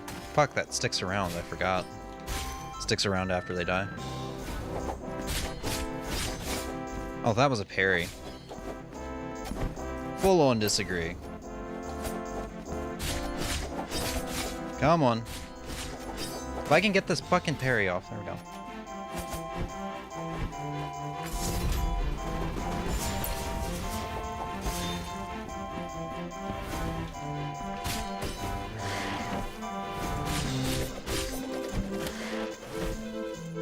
where things are gonna get hairy. Yeah.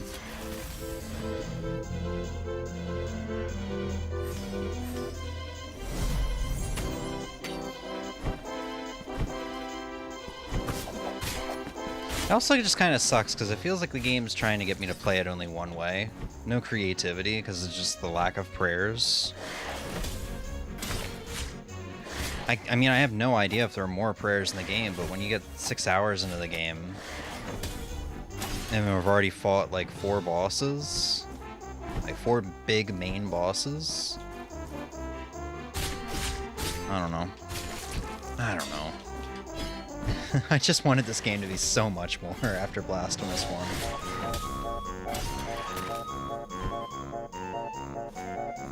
Going indie, but they don't own the rights to Crash or Spyro. I mean, they can... I mean, we may never see the Crash characters again, but there's maybe chances that they will make Crash and Spyro-like games.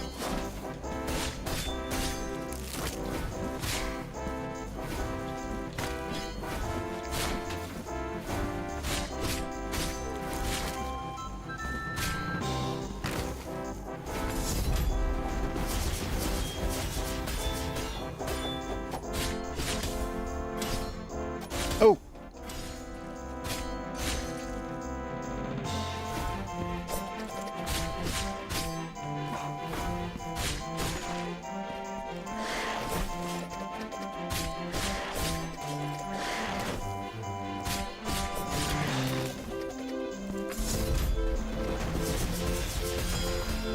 Wow, I did that without even taking any hits. I specifically left my guilt fragment there to act as a heal. They can make a good game. Yeah, okay, well this is still good. We could see a fresh, fun, new IP that's gonna be really good.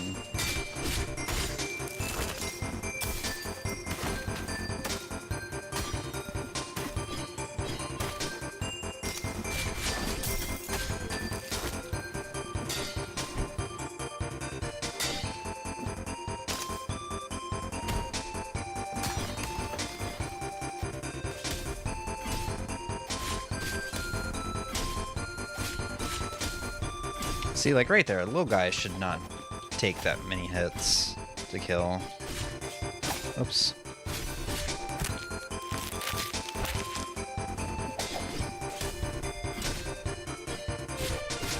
Oops. I say oops because I thought I was going to get hit. I forgot to tell you what I got today, and I'm not going to spam the chat with it, but just feel free to do that. You got Taylor Swift themed slippers? Great. Oh hey, we made it to dual swords. They're in the same spot as they were in my first playthrough.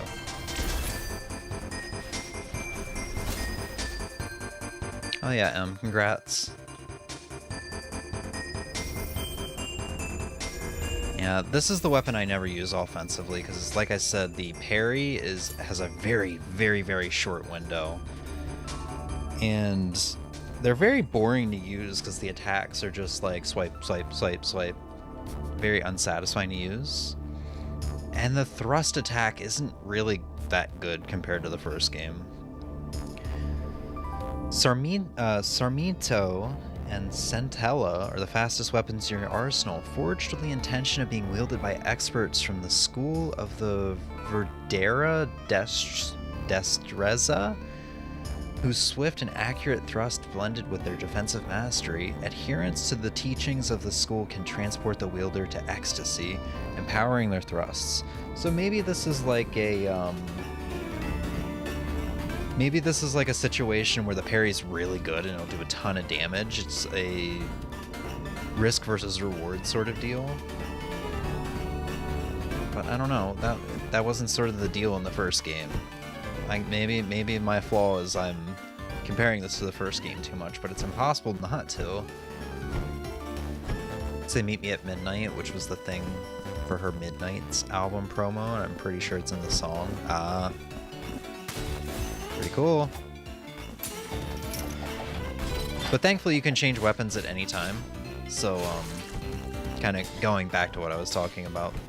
So you can change weapons at any time. Reminds me of God of War, I think 3, for some reason. Or I guess all the God of Wars. The good God of Wars, so like pre-4. Oh, that's gonna piss people off.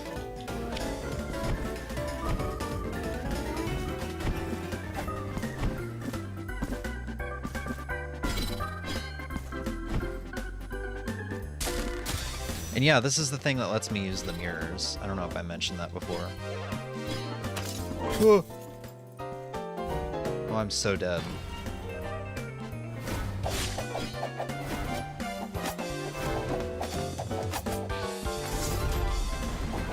Fuck you guys. Oh!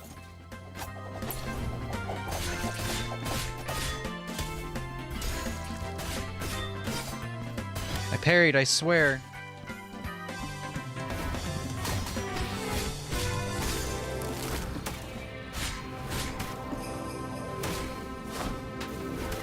Can I go home now? I don't want to be here anymore. I'm scared.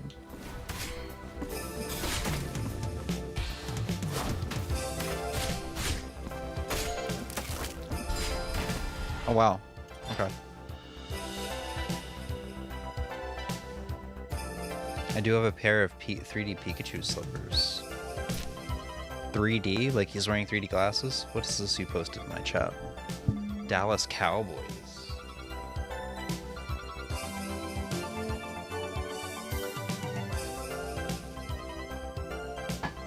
It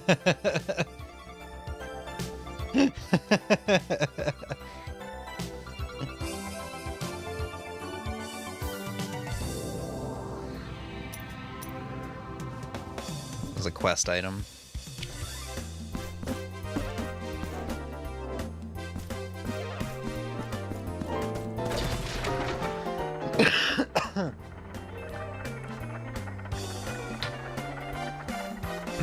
But you also kind of see what I mean by the level design, just kind of like, not the level design, but the environments just kind of feeling like they have no personality compared to the first game. Because we've been through, what? Part of 1, part of 2, part of 3, I guess part of 4, 5. Like, we've kind of seen 5, and we're going to be in 6 here for now. And maybe aside from this one, the areas just don't feel all that crazy cool compared to the first game.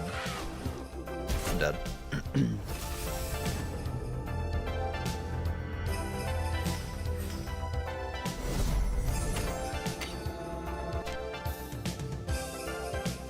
Also, the boss was right there and I somehow didn't get to him, but now I have to go back and get my guild.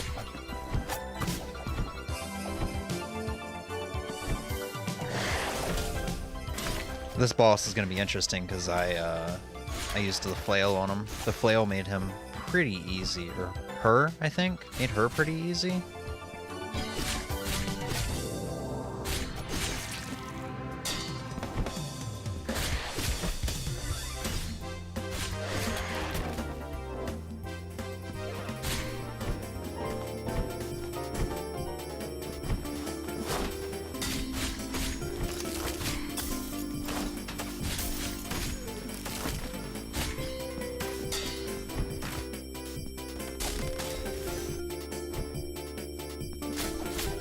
Ugh.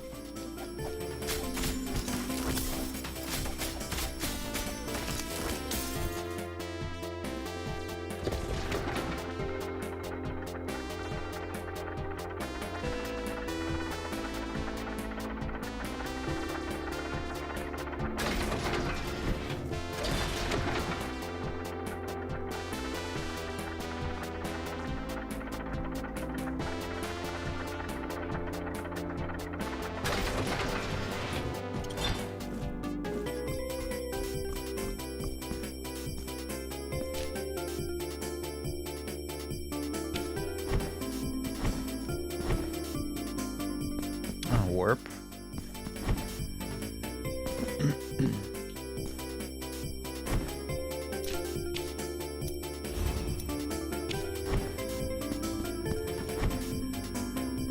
Hold on one second, the kit wants out.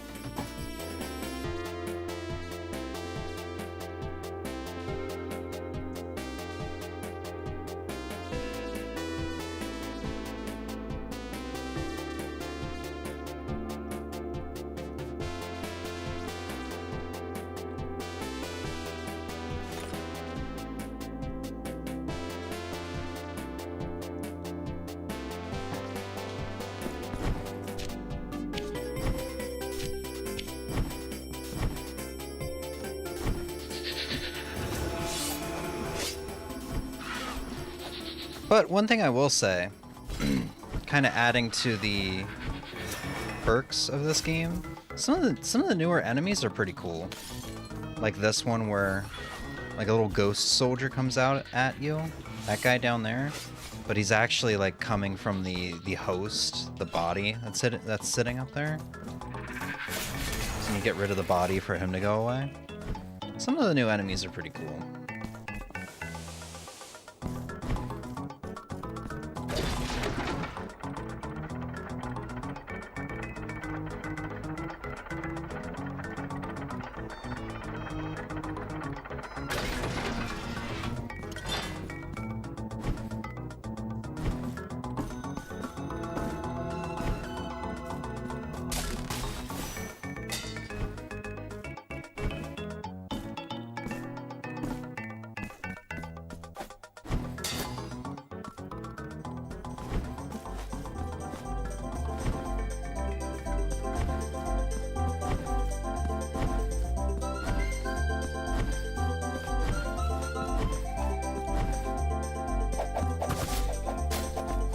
My god. Fuck you guys. The shitty fucking dual swords were going right over their heads. What happens if I go down? Have I met with a dead end? Oh, there's a warp. That's gonna be where I come through after I beat the boss.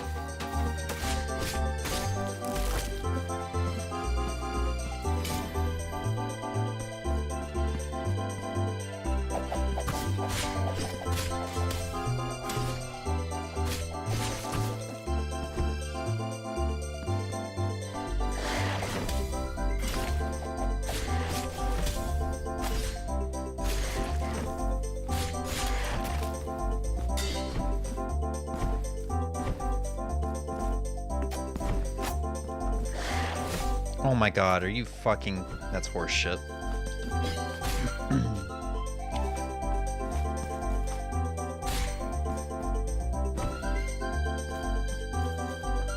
Wait, what is this room? Oh, this is before the boss room? Interesting.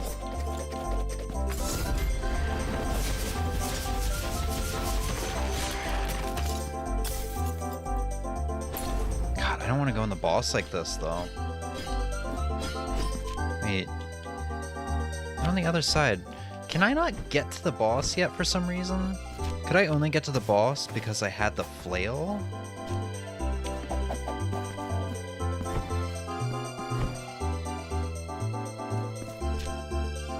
Oh! I remember.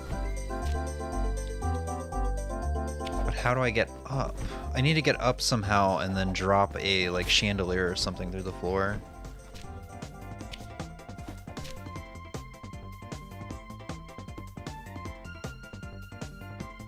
There's no way up. Did I go to the left? Oh wait, I think I needed the dual swords. I know where I need to go.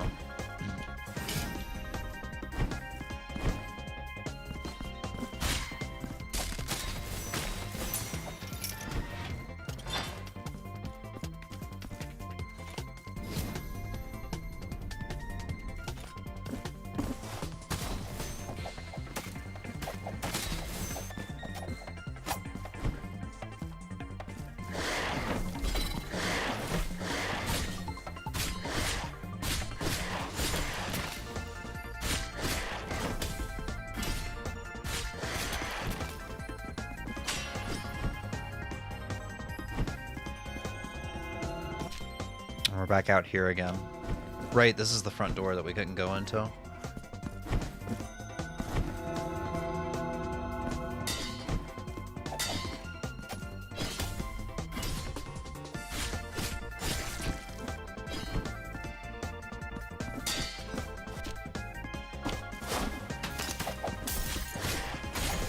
Oh god.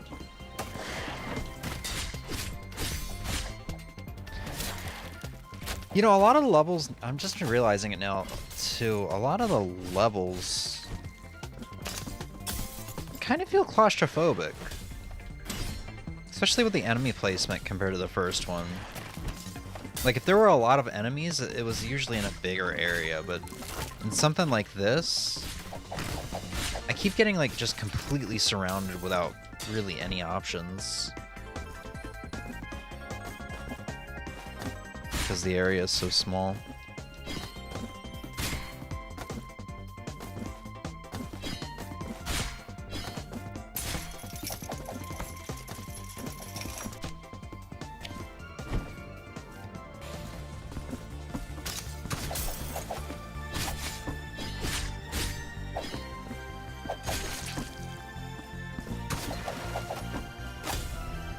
Ah, fuck you. Fuck you!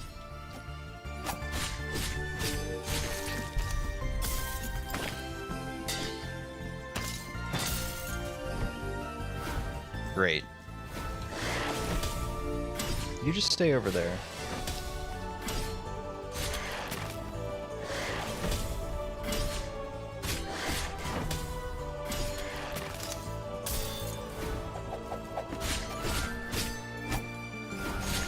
I did read some people saying, and I think this is true as well, the iframes for the dodge seems to be increased, so there's a bit more like that. I don't think you could have really done that in Blasphemous 1. Unless it was a fight where they literally intended for you to go through like a boss's legs or something like that, you couldn't really go through enemies when they were in mid-attack.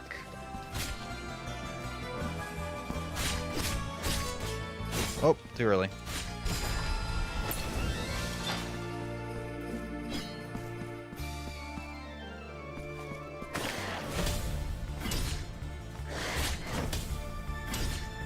I don't know. Like I said, I don't mean to hark on the game. It is fun. It's just you get to certain points where you're just like, I'm not having as much fun anymore, you know? But I don't know, maybe it's just one of those games, like many games have, where it just needs to grow on me.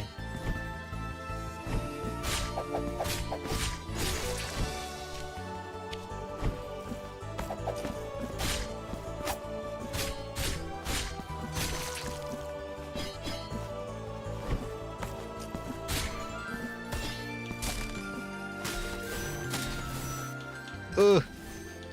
Can I get that? Oh, if I hit the flail, I could switch out.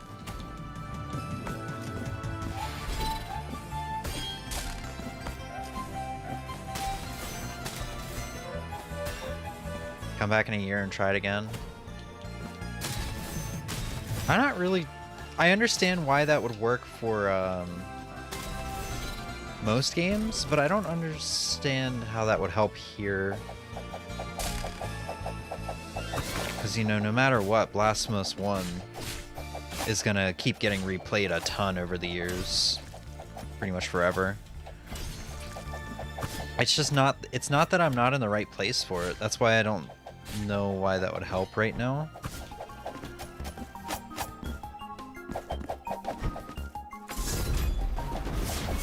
It's more of just it has its problems. And there's no getting around that.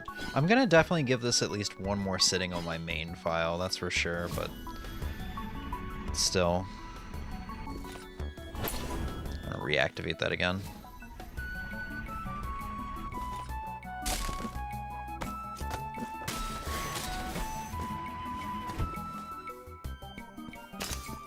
Oh fuck, did I just enter an enemy room? I think I did.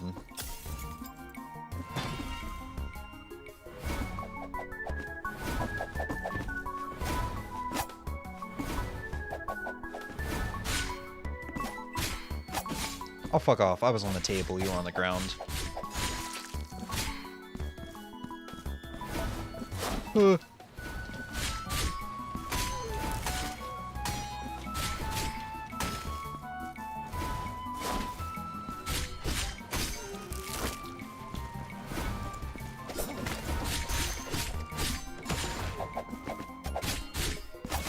Ow.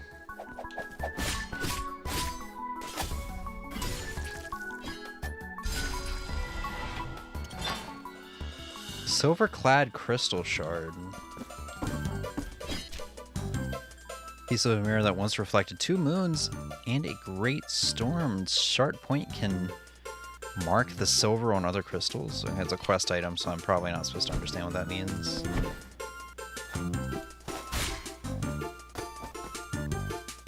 Oh shit. Well, I didn't mean to do that, and I'm paying the price for it. I haven't been down here yet. Is there, like... Oh, I know this room.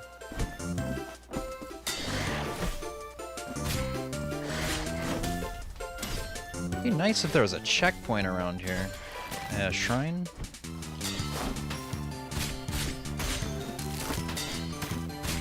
You find the flaws of this game hindering it from being fun? Oh yeah. That's kind of basically what I've spent the past hour and a half talking about, though.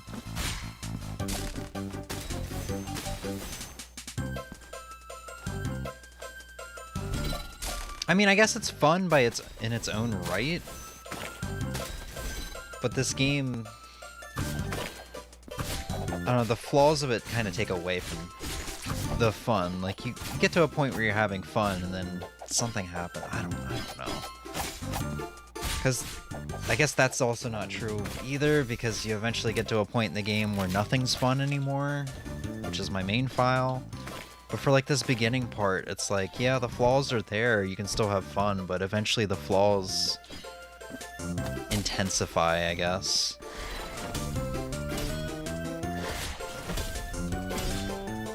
To the point where there's not really much left. I don't know. It's really just a play both of the games for yourself and you'll understand what I mean sort of deal. Because probably the one thing I should have learned is that there's no good easy way to explain this, because you're probably feeling the same way I felt when Patty described this game. You're probably like, I don't understand what your problem is. Because that's how I was with Patty describing this game, and now that I'm playing it, I'm like, I understand, you know? Alright. I gotta make my way back down. I've gotten distracted. I want to do that boss. Oh, they can actually drop down. That's kind of cool. Drop through the floor. Figured he'd have to go around.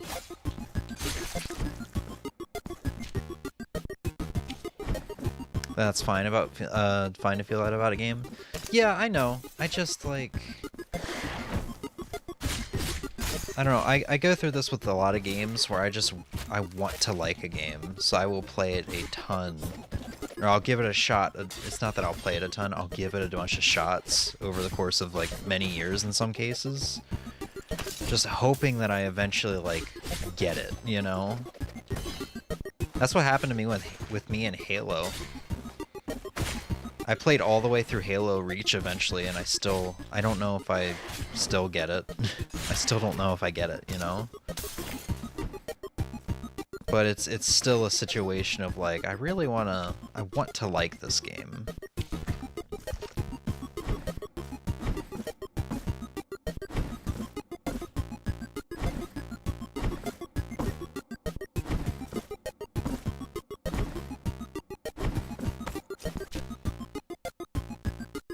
Is that a dead end? I can't remember. It says I can go... That's gotta be it. Yeah, no, that's gotta be something I can do.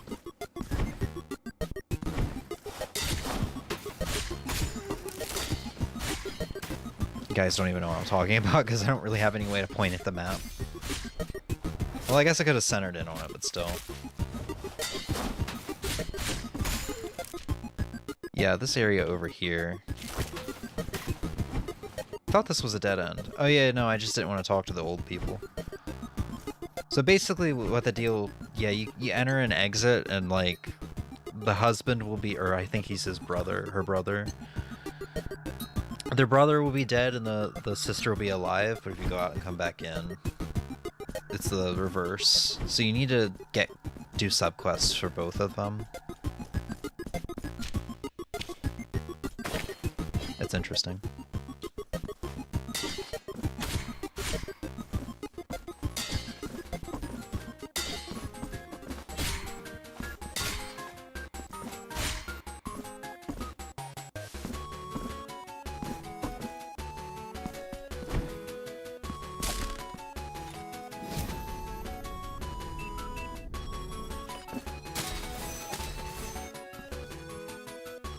Can I eventually... Oh, yeah.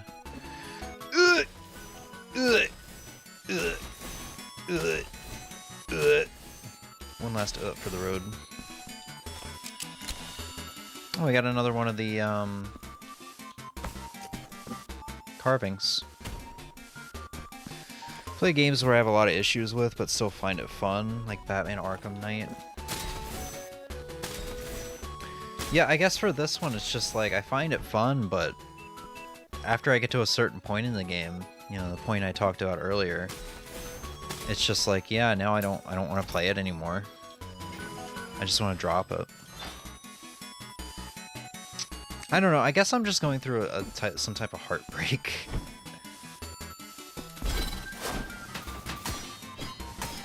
Will you drop from the ceiling, you fucking shithead? It's literally what I was waiting for. Oh my god, my fucking sticky fingers grabbing to the ledge even though I wasn't holding up.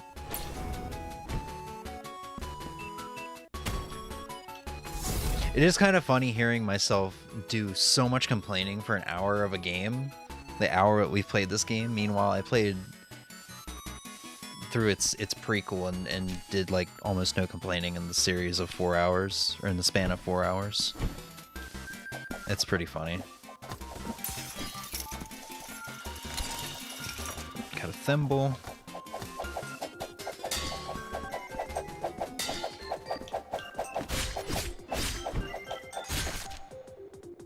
Okay, and I'm back down here again. Alright, boss time.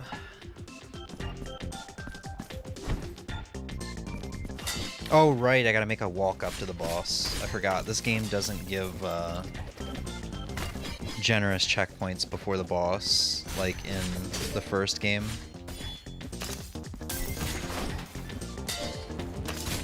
I do wish there was environmental damage for the enemies, and not just me.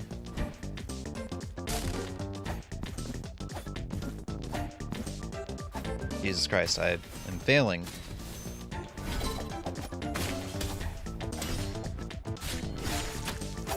The hell? Oh, there was a second one there.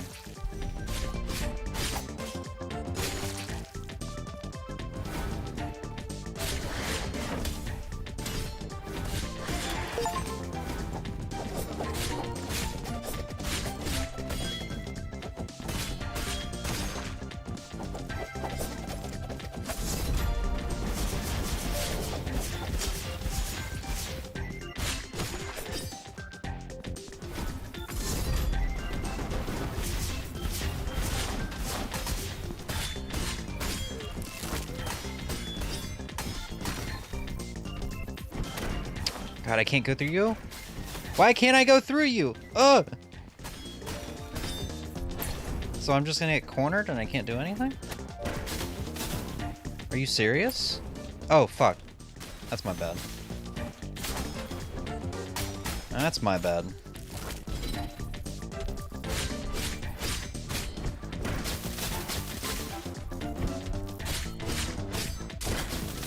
I didn't have enough time to change my weapon sign. I'm kind of forced to use these weapons here.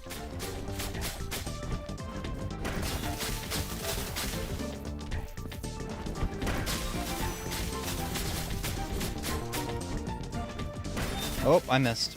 Jesus Christ.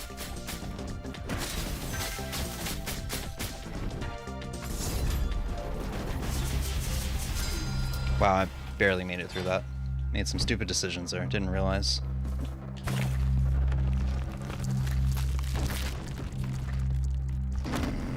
Usually when I have issues with this game, it's because I had different expectations for it, but the game is still good. What the hell?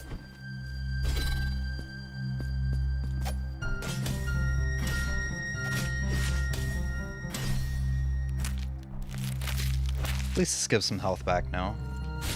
Gave fervor there, alright. I ignore you.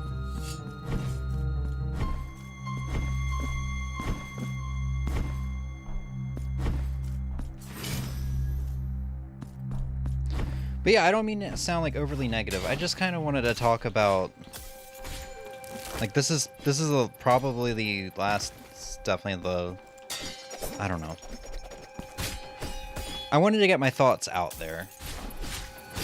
After this year I've had with, you know, playing Blasphemous 1 for the first time, falling in love with it, doing a bunch of randomizers, putting 60 hours into the game even though it's only like a 9-hour game in the course of like 2 weeks, 3 weeks. I wanted to get my thoughts out there before I basically stop streaming.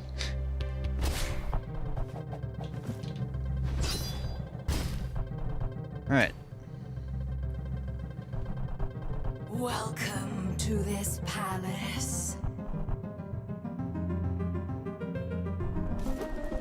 How silent, how mundane these luxurious chambers have been. Halls that were once frequented by the most distinguished of visitors. They all ended up staying here. Captives, trapped, petrified like golden statues. Prisoners of the very riches they craved. Dance now with my steel, penitent one. We will embroider your flesh in sacred torment, in a tapestry of blood and gold. Alright. Let's see if I can remember how to fight this boss. It's gonna be a different experience, man. I used the flail for her the first time. I didn't even have this weapon. Oh right, it's delayed.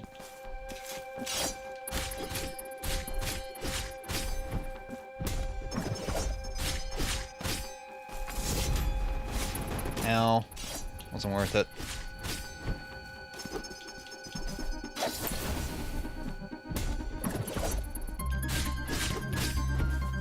Oh, this is actually a really good song for this.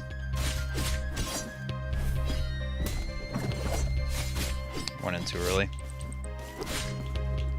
I probably should rely on the dodge more than the parry for this fight. It might help me out.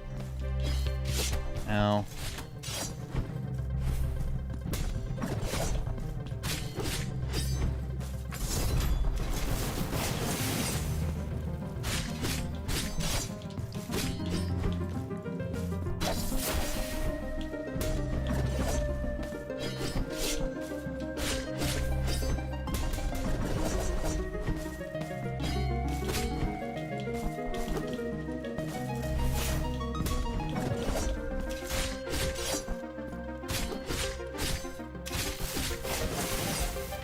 Shit.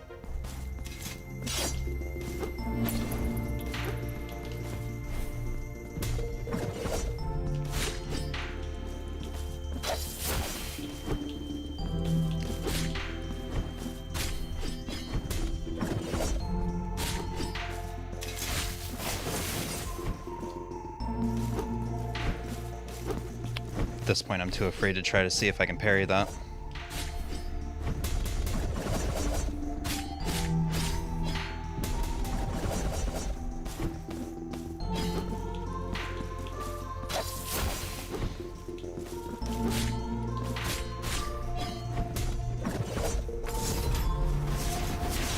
Ow.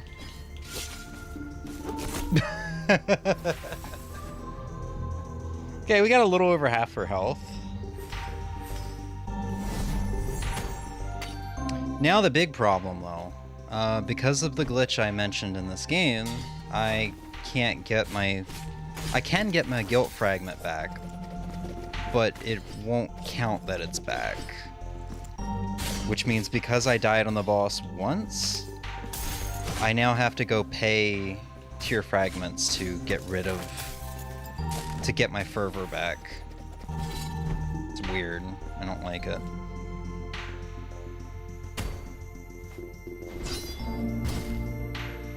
It's like I can walk over there and grab it. Ain't gonna mean much. I should actually leave it sitting there because I think it'll act as a tiny bit of a heal.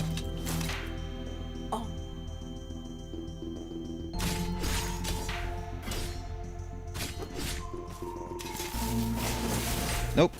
I don't think I can parry it. I can parry that, though.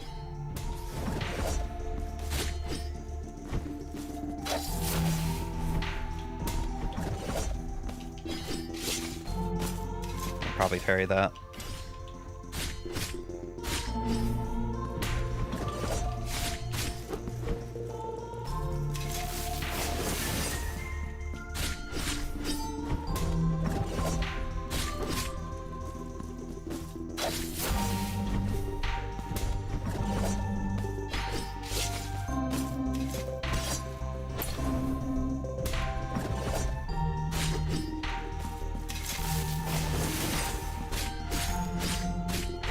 It'd be nice if I could shove her into the pit. Okay, I can parry that.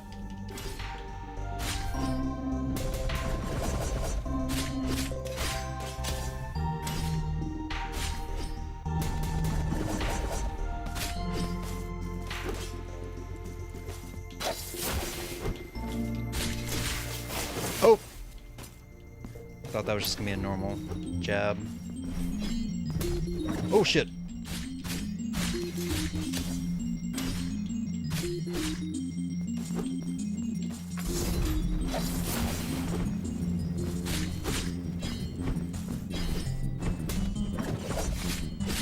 Went in there too soon.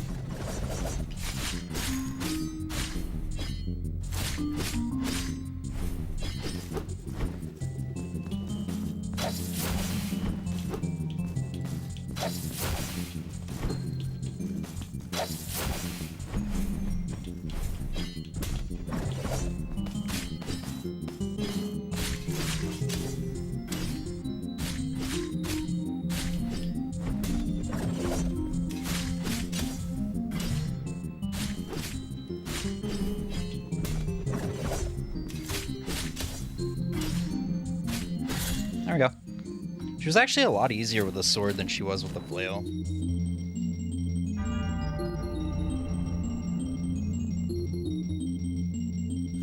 Sometimes the game just doesn't vibe. That was me with Lethal Company. Just didn't get to enjoy the game. Yeah, from what I've seen with Lethal Company, you really do need like a good group of friends. I'm not sure if you were playing with friends or just randoms. Or if you're playing by yourself, I feel like that would be that's probably the worst way to play the game.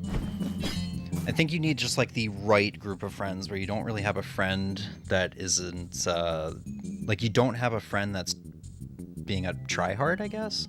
I think it's just meant for like dumb, stupid, goofy fun. Be witness to this So you need like the right friends that are just like, yeah, we just kind of want to dick around. It was friends? Yeah. Either way. The daughter of the looms, of the mantle of gold and fine. I actually don't care. Actually do not care. Sorry, I do not care. The memory of him still hurts. So it was that a humble married couple, torn apart by their inability to conceive a child, entrusted themselves in their utter desperation to the miracle. A miracle whose light seemed to have gone out in all our hearts. For having long ceased to bathe us in its benevolent radiance, we believed it extinct. The warm and golden caress of twilight invites me to close my eyes. Let the miracle cast open its black gates, so I might venture to where that terrible dream from which one never wakes awaits. Was being very tryhard. One kept trolling, like leaving the spaceship before we can get on.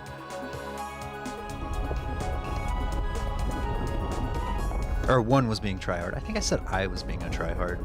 One was being a tryhard. Yeah, so you kind of had that, like, I don't know, two completely different players. Probably that's what didn't make it fun. I'm not sure. I never did play Lethal Company. I never did get around to that. But I do enjoy watching it with the right people, which to me, there's only like two content creators that do Lethal Company, right? Penitent one, the first part of the testament. Okay, find two guardians, gotcha. I think the another thing this game does better than the first, at least from what little I've played of it thus far. I think I said I've seen 3 or 4 bosses. I know I've at least seen the three guardians. I think I might have seen another boss somewhere in there. I think the boss fights are better. They're more interactive. I don't know. I like the boss fights more. Like that boss fight we just did, I like a lot. The third guardian that's up here, which was just so happened to be, yeah, it's the third one that I did. I guess you could probably do them in any order, considering this was the second boss for me, I think, in my playthrough. My playthrough that I haven't finished. That boss was amazing. But I think that's where we're gonna go ahead and call it. We had about an hour with this game, probably more. Oh yeah, exit or return to main menus in a different spot on this game too. It's just like they changed the controls. They changed some other things too. It bothers me with how much I've played Blasphemous 1. What are we at? An hour and 36? Yeah. So I don't know. I'm gonna give this game one more shot. I'm gonna sit down with it one more time on my main file, and hopefully I can like fall in love with it the way I did with Blasphemous 1, because Blasphemous 1 has so many issues too, but I mean, I don't know, hopefully it'll click. I want to try to make it click. I want to force it to click. I think I want a mixture of people doing what needed to be done because I would want to keep going, but I feel like I would be mad as hell if someone kept leaving like that. Oh yeah, I'm sure it would get old really fast.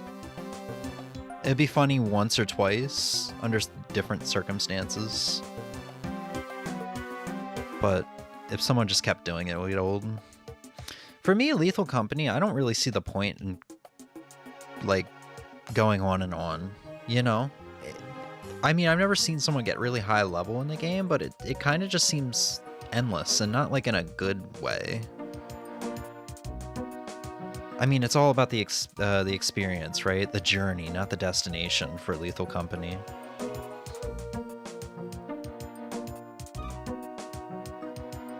But yeah, I don't really know if there's any perks to just, like, you know, keep going endlessly until you get ridiculously high quotas that are nearly impossible to achieve, yet you keep achieving them. Go earn enough money, try to get the cool things, you know? Yeah. I don't know. I don't know if the things, the items that you buy is really what makes Lethal Company cool. I mean, like maybe aside from the jetpack, right?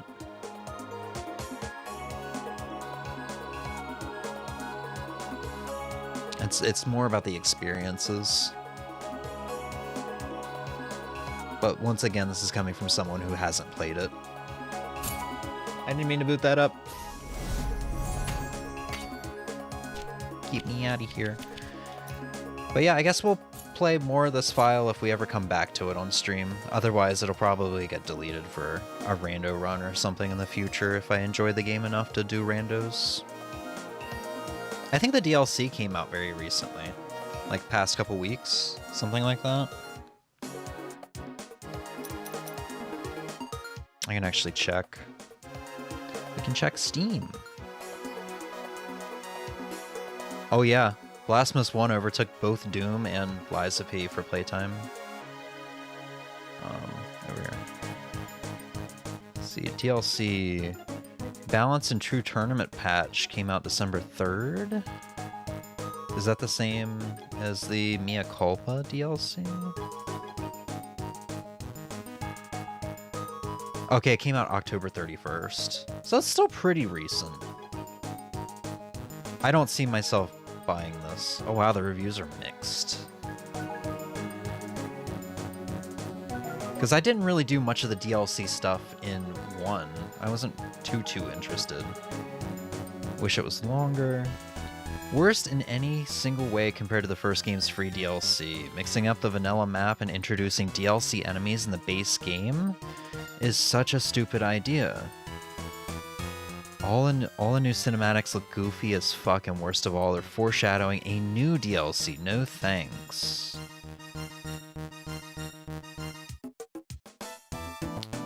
Turned out to be much more challenging than expected, with new traversal mechanic with the Mea Culpa was an interesting addition. It became increasingly frustrating to deal with the game as the game moved on. I reluctantly admit that I could not defeat the last boss of this DLC.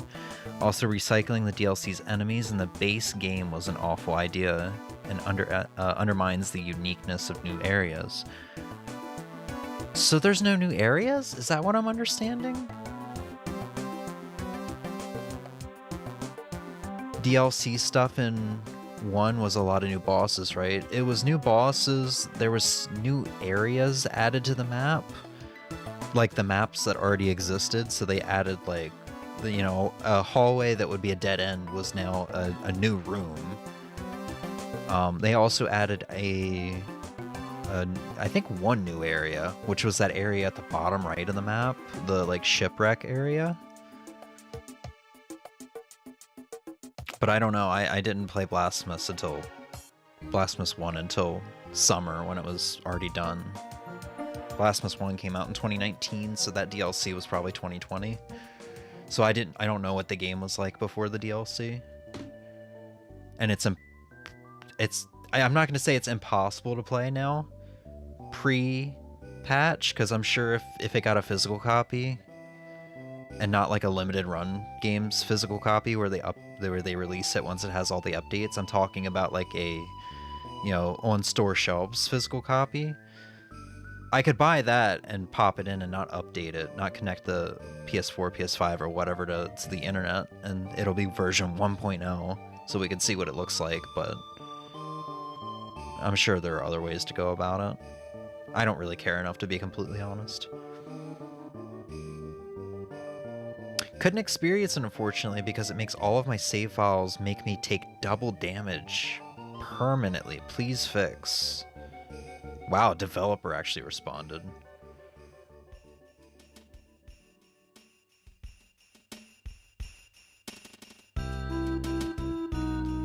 Okay, so they released a patch. Yeah, the one thing's for sure with these Blasphemous games is they are buggy. They are buggy. Regardless if it's 1 or 2. I don't think we saw any glitches here today aside from the whole your guilt is if you die in the boss room you get your guilt back, but it doesn't replenish your fervor bar that was lost. And games are buggy and it's fine. But the problem is with these Blasphemous games, they never seem to get fixed. You know, like I said with Blasphemous 1, people complained from the get-go, within the demo, before the full release came out in 2019, that you can't continue the game on a controller. You have to, and this is for the PC version, obviously, you have to hit spacebar or something on the keyboard. And all these years later, it still hasn't been fixed. And you know, that's just one of the glitches.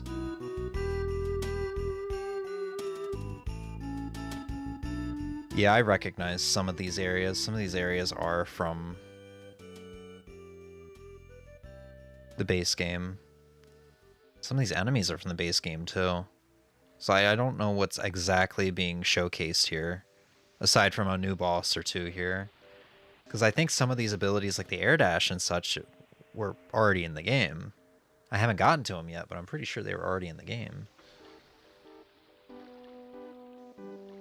Sounds like a new area, but the enemies from that new area are all over the place, so the area doesn't feel special.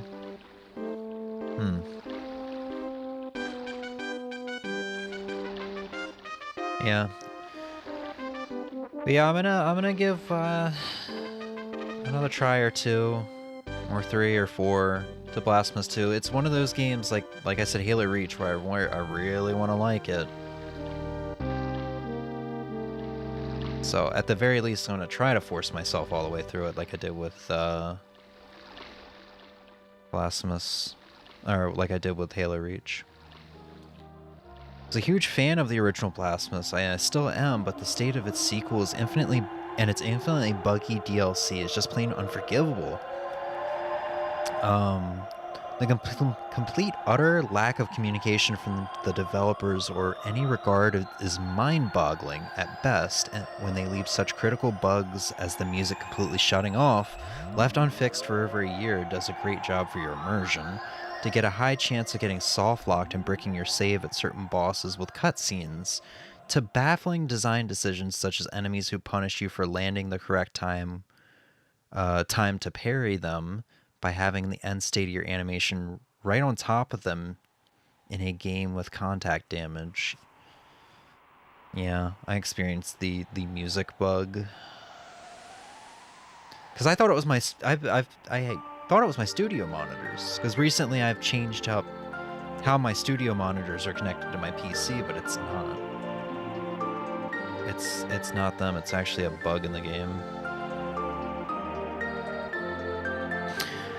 Just to reiterate one final time, I didn't want to make this seem like a, let's bash this game segment. I do like it.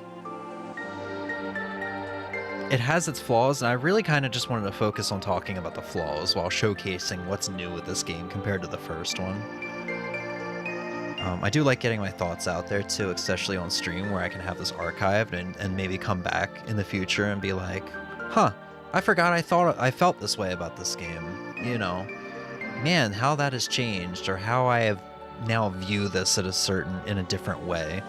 You know, I would love to go back and watch my first Cyber Shadow stream that I think happened on its launch date, because I remember not liking certain things of that game, and now I love everything about that game. There's nothing wrong with it anymore. Maybe aside from the checkpoints being way too far apart, but I guess that's a part of the challenge, and it's just one of those things that I can kind of look past.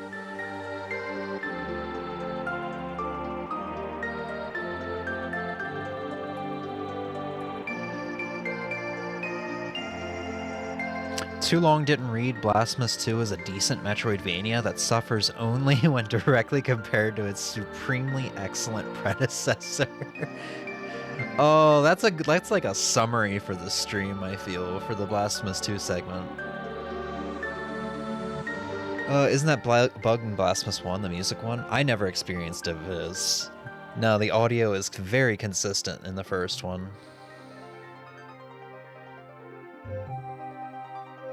And like I said, the bug, it only happens for like 3 or 4 seconds and it comes back on its own. It's just off-putting. And it's just one of those moments where you're like, you're immersed in the game. You're in there. You're in the game. And then that happens and you start looking around. Your immersion's broken. You start looking around like, okay, what's the problem? How do I fix this? What do I need to do? You know, that different part of your brain turns, the troubleshooting part of your brain turns on. So.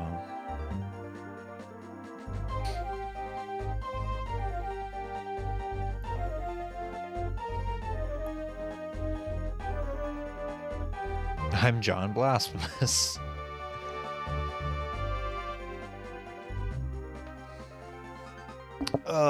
Too late, I'm writing it down in my diary. Once I write it, it becomes true. I do not hate Blasphemous 2. I like the first several hours of it. Where I'm at in the game right now is... it just makes me completely hate the game. But hopefully I can just kind of get through that, and the game can maybe get back to being pretty good with some annoying things and some flaws.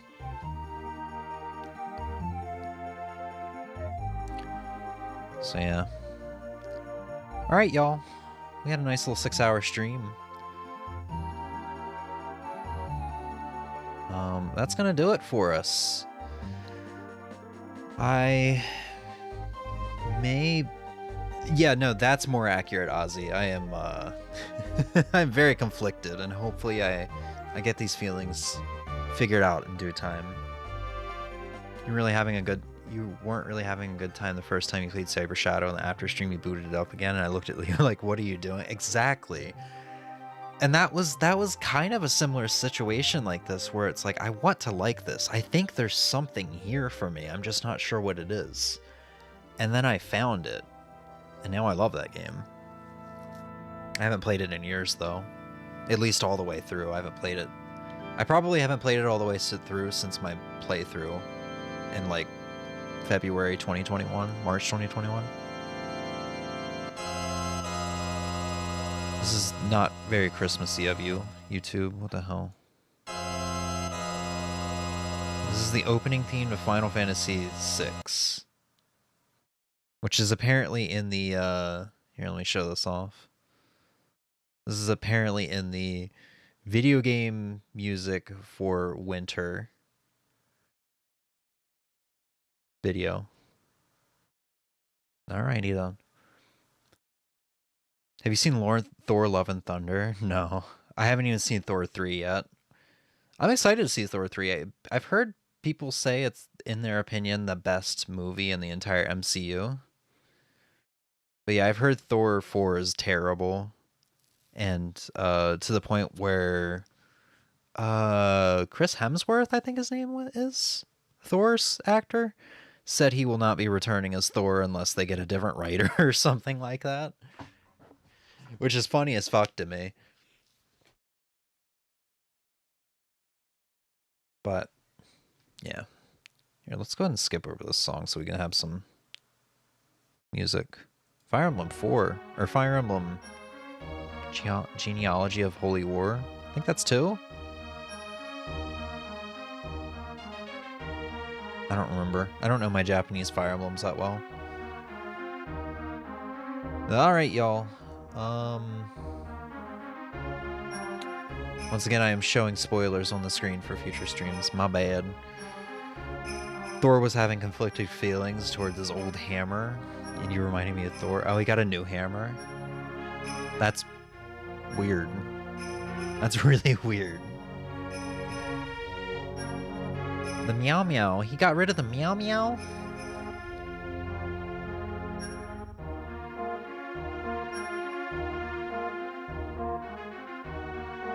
Yeah, that is weird. I'll watch it someday. It's like dirt cheap on 4K. It's like $10 all the time. There's a weird bit in the movie. I'll see it someday. I will see it someday. Alright, y'all. Emiyazi, thank you for hanging out. It's funny, the first time they prep bring... Oh, so it was one of those, like... They completely ruined the joke by overdoing it situations.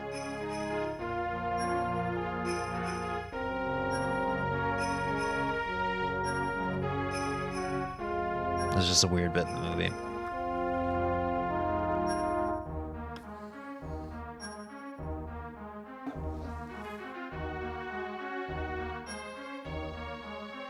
Thanks for the stream. See you later. Okay. Yeah.